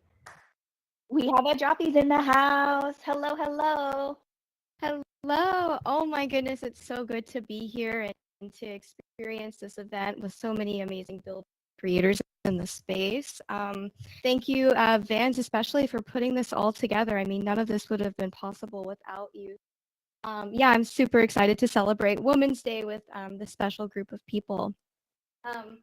For those of you guys who don't know me, my name is Caitlin, and I co-founded Droppies, an NFT airdrop tool that has automated the airdrop process for thousands of creators over the last year. If there's one thing that we learned while we were building, it's that there's nothing more accessible and more exciting to the crypto curious than free things. So today I wanted to talk about strategies for creating accessible entry points to NFT communities for experts and amateurs alike. First and foremost, you guys, as we know, there are many efforts being put into 2023 that are focused on bridging the gap between Web 2 and Web 3. And we definitely aren't the first and we will not be the last, but I'm excited to share that Droppies has been accepted into the Apple iOS App Store. And we're launching a free mint marketplace where anyone can log on and safely collect free NFTs straight from their iPhone with a no crypto, no wallet, no nonsense approach. And this is a big deal for creators because now it means that you can safely introduce a free trial to your community to anybody across the globe. And it's important that when we do this, we're meeting consumers where they're at and we welcome them with open arms. So specifically when you tie a free NFT to a small portion of your community and you showcase your value by making people feel special and connect their interests to your mission, you can instantly give the crypto curious people that light bulb moment, so that way they no longer ask, what does this NFT do? And whether you use droppies or not, I'm sure there's going to be a lot of people who are entering the app store and doing these types of things. But the point remains is that when you lead with access and value first, community naturally follows. And so for those of you guys who are interested in showcasing your work in the marketplace that's in the App Store, just ask me for a link to the whitelist so that way I can get you guys onboarded. But yeah, thank you guys so much for the opportunity to come and speak and share and talk to you guys about this free mint strategy for onboarding. All I got.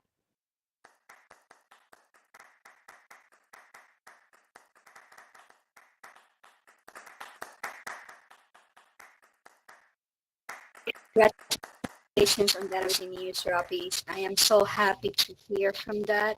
I do want to mention that for those airdrops, when you sign the or guest books, I'm going to be using Droppy's Air 2 to drop your NFT. So this is a air tool service that I think is so easy to use, so fast. It makes your life so efficient. Instead of having to send NFTs individually, you can just use Droppies, and it's very, very cheap, especially if you're sending NFT through the Polygon network. So thank you, Droppy, so much for being here today. Thank you so much for having me. It looks like there might be some connection problems, but I do see that there are questions in the chat. If it's okay if I take some time to answer them. Of course. Awesome. So I see from Darian/Cynthia, there's a question that says, what kinds of things do you airdrop to keep the community engaged? And so there's a couple different strategies that you can do. Whether you're engaging activity, so if you're monitoring, if people follow your Twitter account and you're collecting addresses and you're rewarding people for specific actions, Droppies can help you with that. Or if you're just trying to offer people like a free access to like a token gated experience. So say you meet somebody for the time and you have like a video game project. Maybe you have like a token gated like expert levels, but then the entry level is, free for anybody to play around and get familiar with the environment with. This is also true for spatial environments as well. So we just want to provide entry points for people that are low cost, so that way people can decide for themselves if they want to buy in the future.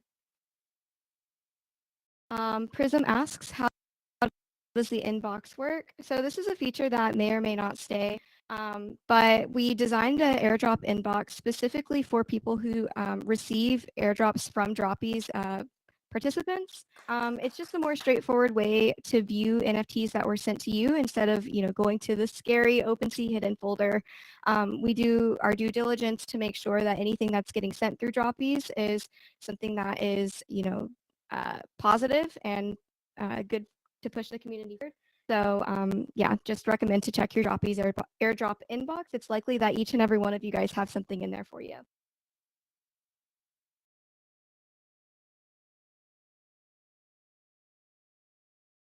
That is wonderful. Thank you so much for sharing, Droppies. So wonderful to hear your voice. And I do want to kind of shout out Droppies as an educator in our space. They have kindly donated their handbook on how to be successful in Web3 for marketing purposes. And the Polygon Alliance will be releasing that as in blog format on our website, and it will be free anyone who subscribes. So we're so grateful for that. We are so excited to start sharing that knowledge with the community. And thank you again for joining us today. I will hand the mic over to Vans. I think we have any further questions and maybe a little break. Thank you so much. And here we have Prizem saying that Droppies should do an airdrop live, like a cooking show. So yes, we are. I want to say that our upcoming event, the main, the one that we have in mind, is going to be for the woman and Polygon. So it's going to be another panel session, but we do want to highlight those women that are building within the Polygon community. So Droppies, we want to invite you again, and so maybe you have that chance to walk us through and give us like a live presentation how to use your platform. Thank you so much, Prizem, for that suggestions. I want to say that we are going to take a little break. I wanted to brief kind of short too, like about 5 minutes, in order to take in our agenda. We're going to have our last panel session about balanced life and burnout prevention. We're going to have Ira and Jenny, so amazing speakers, and I would love to hear their insight. This panel session is going to be led by BTK. She's one of our hosts as well. She couldn't join us in the morning, but I said that she was going to join us now. So also she's going to share a little bit about her background, journey, and everything that she does. She does a lot. Yes. So soon, let's take a little break. Let's be back in 5 minutes. So that should be like what, 4? I am on the times of 4. Yeah, 5:20. Yes. And we'll continue. Thank you so much for joining us today. Thanks, fans. Can you just let me know if my mic is coming through? Yes, it is so good. Finally, we are able to hear you. I do want, oh, she's here. So we can hear her, we can see her. Super amazing. And yeah, thank you so much, BTK. Yeah, we'll be ready for you in 5 minutes. Hopefully your mic's still working for the panel session. Feel free, everyone, to check around the gallery, sign Facebook. Like I said, you can sign up for upcoming events. You can share your e-wallet with us. You have a chance to win some NFTs. We still have our beautiful pink dragon outside that is ready to be minted, only for today available. So take the opportunity. It was minted by Renee. So explore, and I'll see you guys in 4 now. Thank you.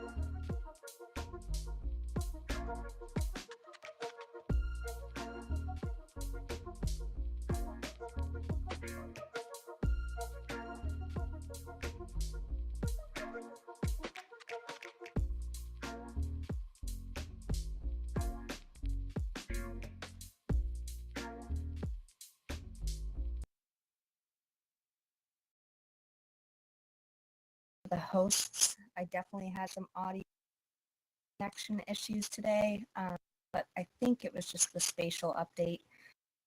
And I'm glad to be here. I am so thrilled with all the speakers we've had and all the artists in here. And today is just a day for us to be proud to be women. I almost choking up today because it's just, it's been a reflective day, and you're all incredible women pioneering in Web3. We're changing the future for our future daughters and granddaughters, and it's an incredible thing. I'll tell you for a couple minutes, I'll just quickly tell you a little bit about myself, and then we will kick it over to our final two speakers of the day. I am a violinist, a Canadian, a mama of two daughters. One's almost about to be an adult, and I'm just grateful to be here in Web3. I'm a community leader. I manage multiple projects on different varying levels, and I'm an artist as well, mostly in AI, and I'm working behind the scenes on a music NFT project called Symphony NFT, and my goal is to bring classical music to Web3 and to hopefully open some doors for other classical musicians. Killer Cat, I'm super emotional today. Like I said, so you're gonna make me cry. I love you, Killer Cat. I kind of manage multiple accounts, so I am in management. I do marketing for Ocean Racing League. I am a co-owner on Elegant Elephants. I am a co-owner on Potent Potions. I'm an Owl's Angel alongside CC and Vans. And I'm connected with Cartridge Punks and Crypto Goons and a host of other projects. So I'm definitely busy. I was thrilled to hear all the speeches about AI, because I too am in love with ChatGPT. And I don't think at this point I could be running as many Twitter accounts without the assistance of things like AI. So I'm thrilled to see how it's changing lives here, there, and everywhere. And it's also how I express myself through art. I am no digital artist.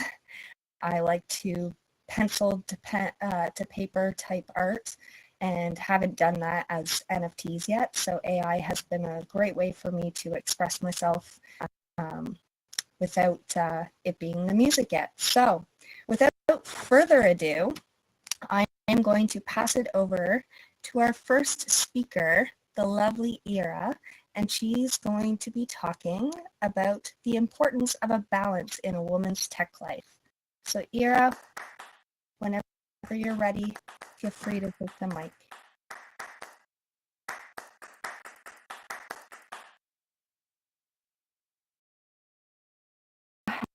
Hello, everybody. Good to see everybody. Thank you, Vanessa, for this space. It's a much needed space for women. I'm very happy to be here. Happy Women's Day, everybody.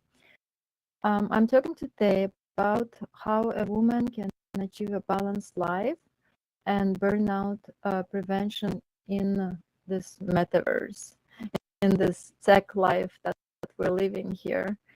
And let me tell you, it's not easy to be here, because I've been here for a year. It's been actually hard, the hardest time of my life, I think, because so much to learn, so much to achieve, so many high like goals that I see for myself here, and so many possibilities. But let me tell you a little bit about myself. My name is Ira, and I am in charge of Ira X Lab brand. I opened this brand in 2017, and now I am in the metaverse. I'm a builder, a visionary, a mother, and maybe so much more. My role and the mission here is to create meaningful spaces and inspire and bring new perspectives of style and sophistication to the metaverse. I have a background in fashion and design, and I'm very passionate about creating stylish presentations, stylish spaces that leave a lasting impression. I have spent many years in the fashion industry as a runway model and a fashion designer. I've been surrounded by the latest trends, and I have developed a unique style that also reflects my spiritual work. I will I will be expressing in the future most of the things that will be more visible what I'm talking about right now. It's just a matter of time because building is taking time. After a year of this intense work and dedication to spatial I/O, I became a spatial guide, helping others navigate this metaverse. I'm a lighthouse light keeper, and I onboard metaverse enthusiasts. I'm committed to empowering everyone to shine and showcase their talents. My passion for helping others and natural empathy drive me to be kind to everyone I meet. As a woman in the metaverse, I'm thrilled to see so many other women joining this space. I have many new girlfriends, and the girlfriends since the beginning of the space, but I'm very happy to have you girls. That I'm looking also to meet many more girls, and however there is an issue that I always see and I want to stress about it, and it's particularly about like it's among the women. I see that we often compare ourselves to others, and it truly drains our energy, and it makes it difficult to find the source of inspiration within ourselves.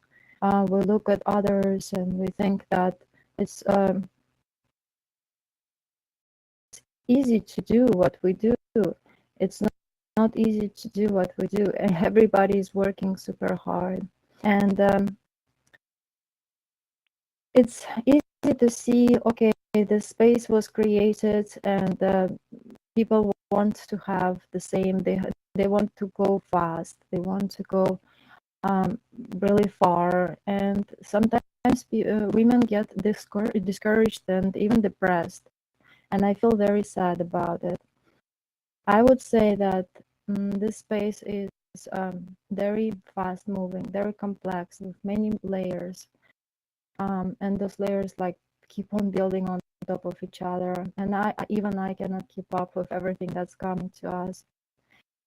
And to truly inspire and uplift others, we really need to find this power within ourselves. I truly want to say to the women, stop looking at at like look at others for inspiration, but don't get discouraged. It's not easy what we do here, and please focus and create something truly inspiring. But it only can come from inside. We have to only look from out inside of us. It's important to never settle, and it's very important for me to uplift, but I don't want to see discouragement in women. Truly, look for the sense of inner peace and fulfillment. This sense of fulfillment is going to come from inside, and it's never outside. Every woman has something unique and something super beautiful to bring into the space. And what I want to see here is that I want to see the differences. I don't want to see the repetition that everybody is repeating each other, because it becomes boring. It has to be unique. We are all so talented and we have so many abilities, and I can see that we've been building here for a year now. I've been building, and I'm super happy to see that the space is growing and becoming stronger by every day. So to basically, I'm talking about the sense of inner space, inner peace and fulfillment within each one of us. Let's continue to support each other and uplift the space together. I encourage you to avoid this trap of comparing yourselves to other, and instead find your own inner power and uplift yourselves and others in this space, because only together we can make this metaverse better. Without us there is nothing. It's an empty space, and I'm very committed to make this metaverse beautiful. So I love you all, girls and boys. Just be strong, and yeah, we're here for you. Thank you. Thank you, Sarah.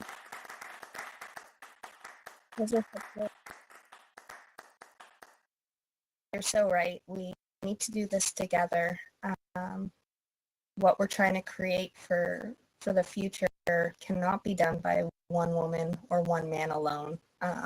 We are stronger together. Ira, I have one question for you. What is one thing you do today that helps you find that balance between Web3 and life? Where is that balance for you? I have to say it's very hard.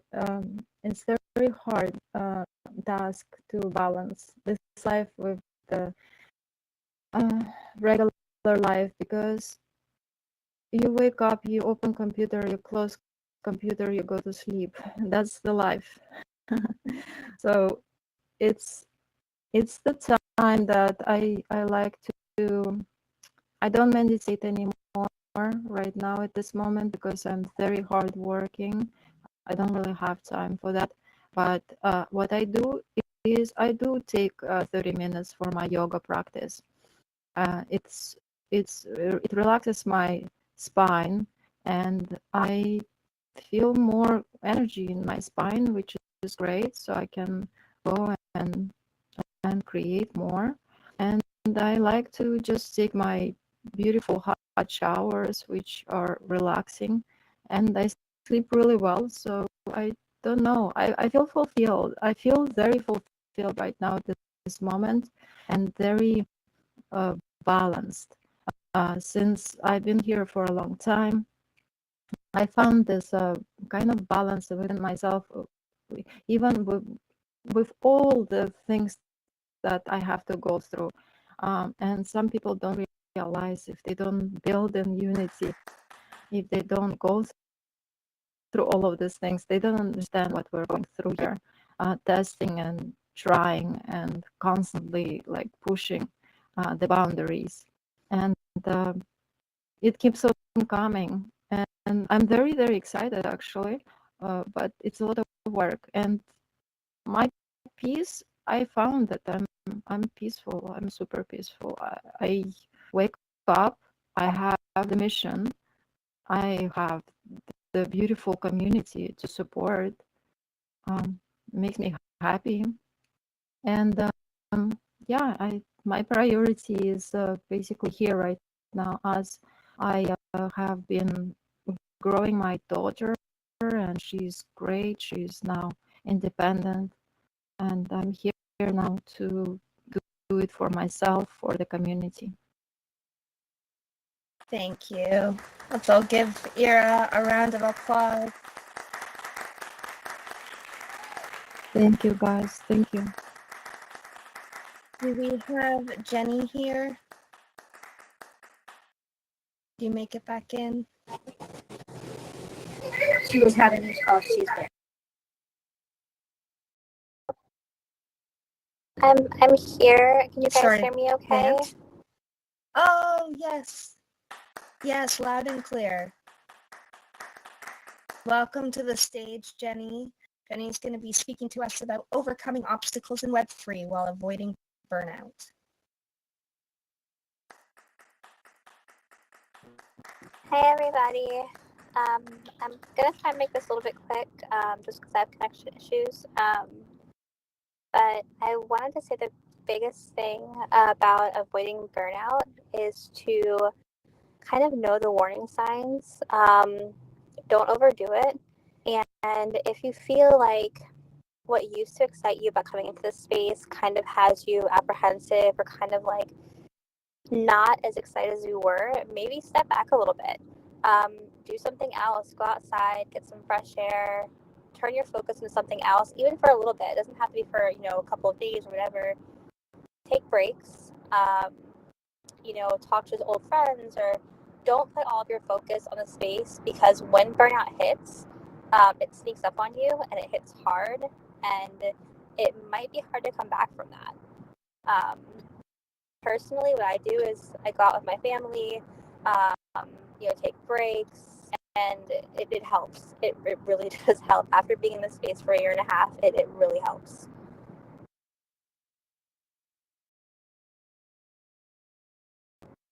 Um, yeah. And I also say it's like scheduling, blocking out times for actually being online, being on Twitter, being in space, whatever it may be.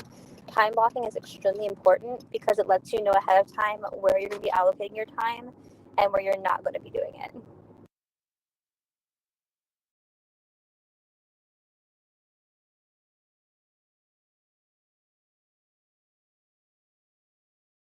I feel like I've just met my Web3 twin, and I really appreciate her. The last little while, I've been really trying to preach that too, about taking breaks and time away and how vital it is for us. I know on a personal level, I am more efficient with my time and I get more done when I've actually taken a night off the night before, and actually just shut it all down. And then the time blocking, I'm pretty good with time blocking based on my work schedule, but I probably should do more of that. But scheduling in general is definitely my forte, and I really appreciate the words, Jenny. Did you always, my question for you is, you said you've been in the space for a year and a half. A year and a half ago, were you taking time away and time blocking? Or is this something you have learned from experience of potential or actual burnout? It is something I learned because when I first came into the space, it was all or nothing, no breaks. And I want to say about 4 months in, I got to the point where I didn't even want to look at Twitter. I didn't even want to look at, creating art. And I felt like I was going to stop. But in order to not stop, I kind of took that step off, came back in, and restructured things to make it work. Yes, I think this rings true for way too many of us. I think we all kind of have to learn the hard way to realize you can't go 150 miles per hour day in and day out. You do need to take time. What are some of the tools that you use? One or two like actual tools or apps or things like that that you find kind of help you stay on track and not get overwhelmed?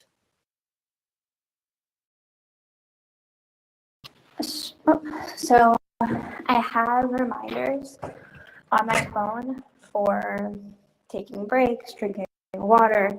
I do it for my kids too. I text them, but basically just reminders using the calendar. Sorry.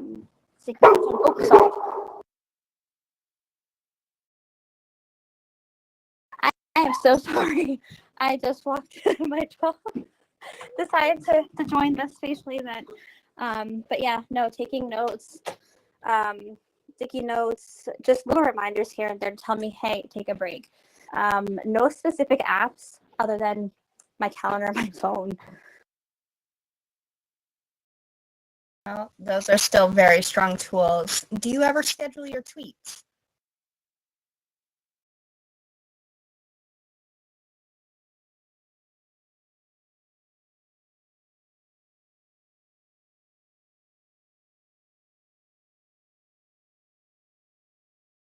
Oh, her audio went out. All right. I am so glad it got working for those 5 minutes. So you were able to share with us, because I think those were important things for all of us to be reminded of, especially women, because we are naturally really good multitaskers, but we are the first to overdo it. So ladies, please take Jenny's words to heart, and Ira's about balance and burnout, and take that time for you, especially when you're doing mommy things and Web3 things all at once. Many of you are also working full-time in IRL, so please always schedule time for you, and treat yourselves to the these metaverse and Web3 goddesses that you are, because you are all truly just amazing women. And I am going to hand it back over to Vans for some closing remarks, unless there are any questions in the audience.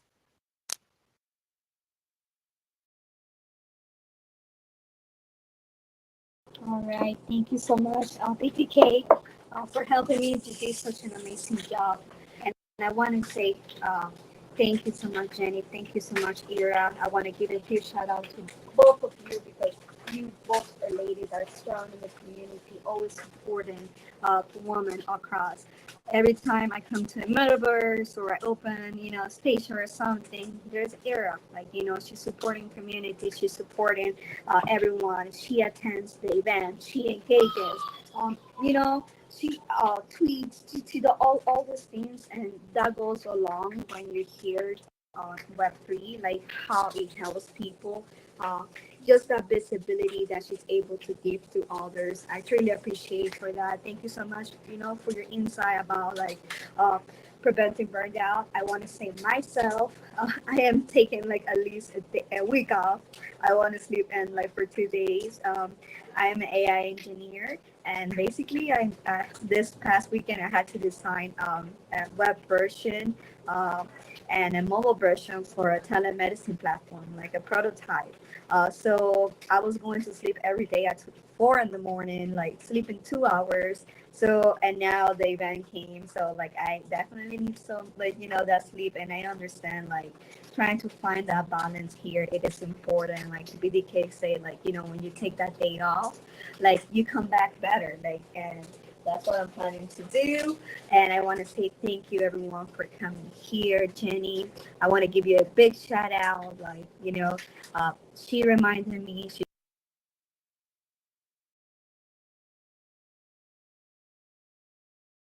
Oh, My my Vans, my uh, God, my other screen. Can you hear me? yes, you're good, Vans. Okay, thank you so much. All right, I was saying about Jenny that she basically reminded me about NFT and what she's like, you better sign up. And now, like, I was lucky accepted within the first 62 artists. I'm going to be showcasing um, Times Square, Billboard. Two of my pieces are showcasing in Artist Village. So, it's just being surrounded by this group of amazing ladies that remind you, like, share opportunities with you, that they don't gatekeep, that just try to communicate with you on a daily. I know sometimes we're all busy, but we still make some time to come together. And even though that sometimes like we might not sponsor too, like when we come together, I feel like it's great, and like the adoration is there. So I want to say thank you everyone that is part of this event. Whether you showcase, whether you spoke, whether you attended, like, this contribution means a lot to us. When you talk about International Women's Day and what you can do and how you can support women, I think I hit a lot of on the list. Like, we did a lot of here at the showcase of how we can support women, but especially like, giving support, visibility, empowerment, and this is what we look to do going forward. Uh, Today, we officially also opened the Women in Tech Museum to celebrate this wonderful event. Just like last year, you can see how it went and how we improved. And we love and look forward to share and give access to our ladies that are showcasing here to host our own events, be part of something great where we can educate each other, keep supporting and supporting. So again, today, let's keep celebrating women by uplifting them, empowering them, supporting the voice that we can, even with a like, with a retweet, with like a hi, reaching out sometimes, you don't know what a person is going through, and it can make a big, big difference. So I want to say thank you again, everyone. We had 33 amazing panel speakers, 77 artists, and we have 18 sponsors. I want to give a huge shout out to Prizem. Oh my God, Prizem, you are amazing. Thank you so much for everything that you did.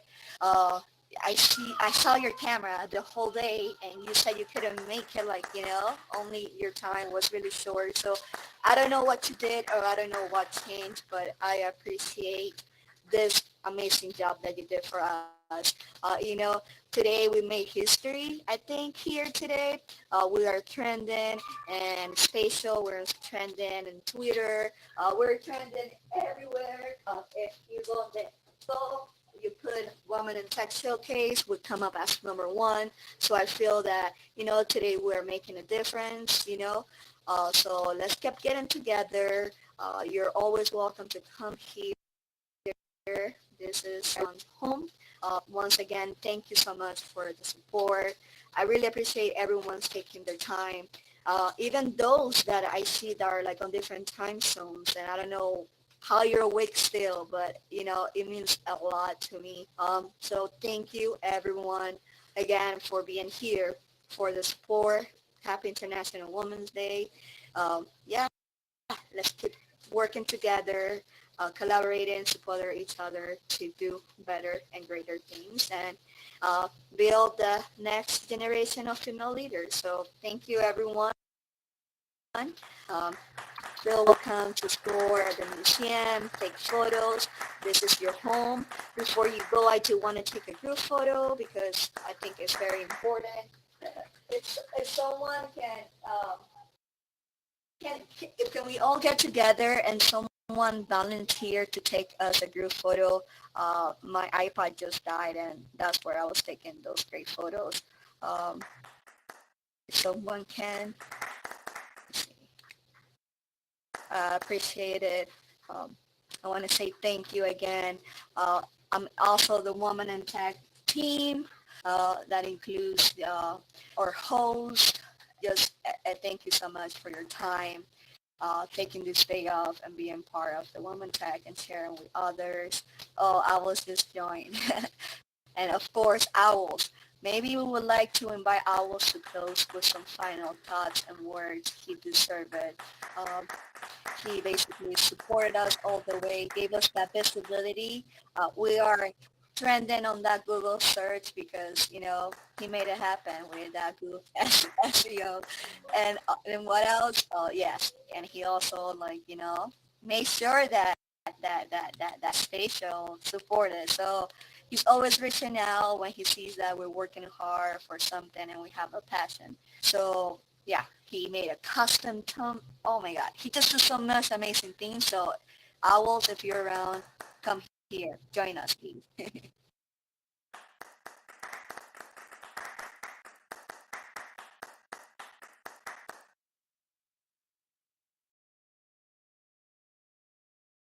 Just to let you know, guys, I don't see half of the people I think in this room. I don't see Vance.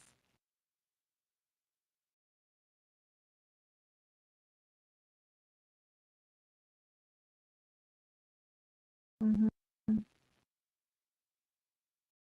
can kind I of think see that because of the spatial, I do a lot of because, good things to them. because of the Well, you spatial come updates that they and everything.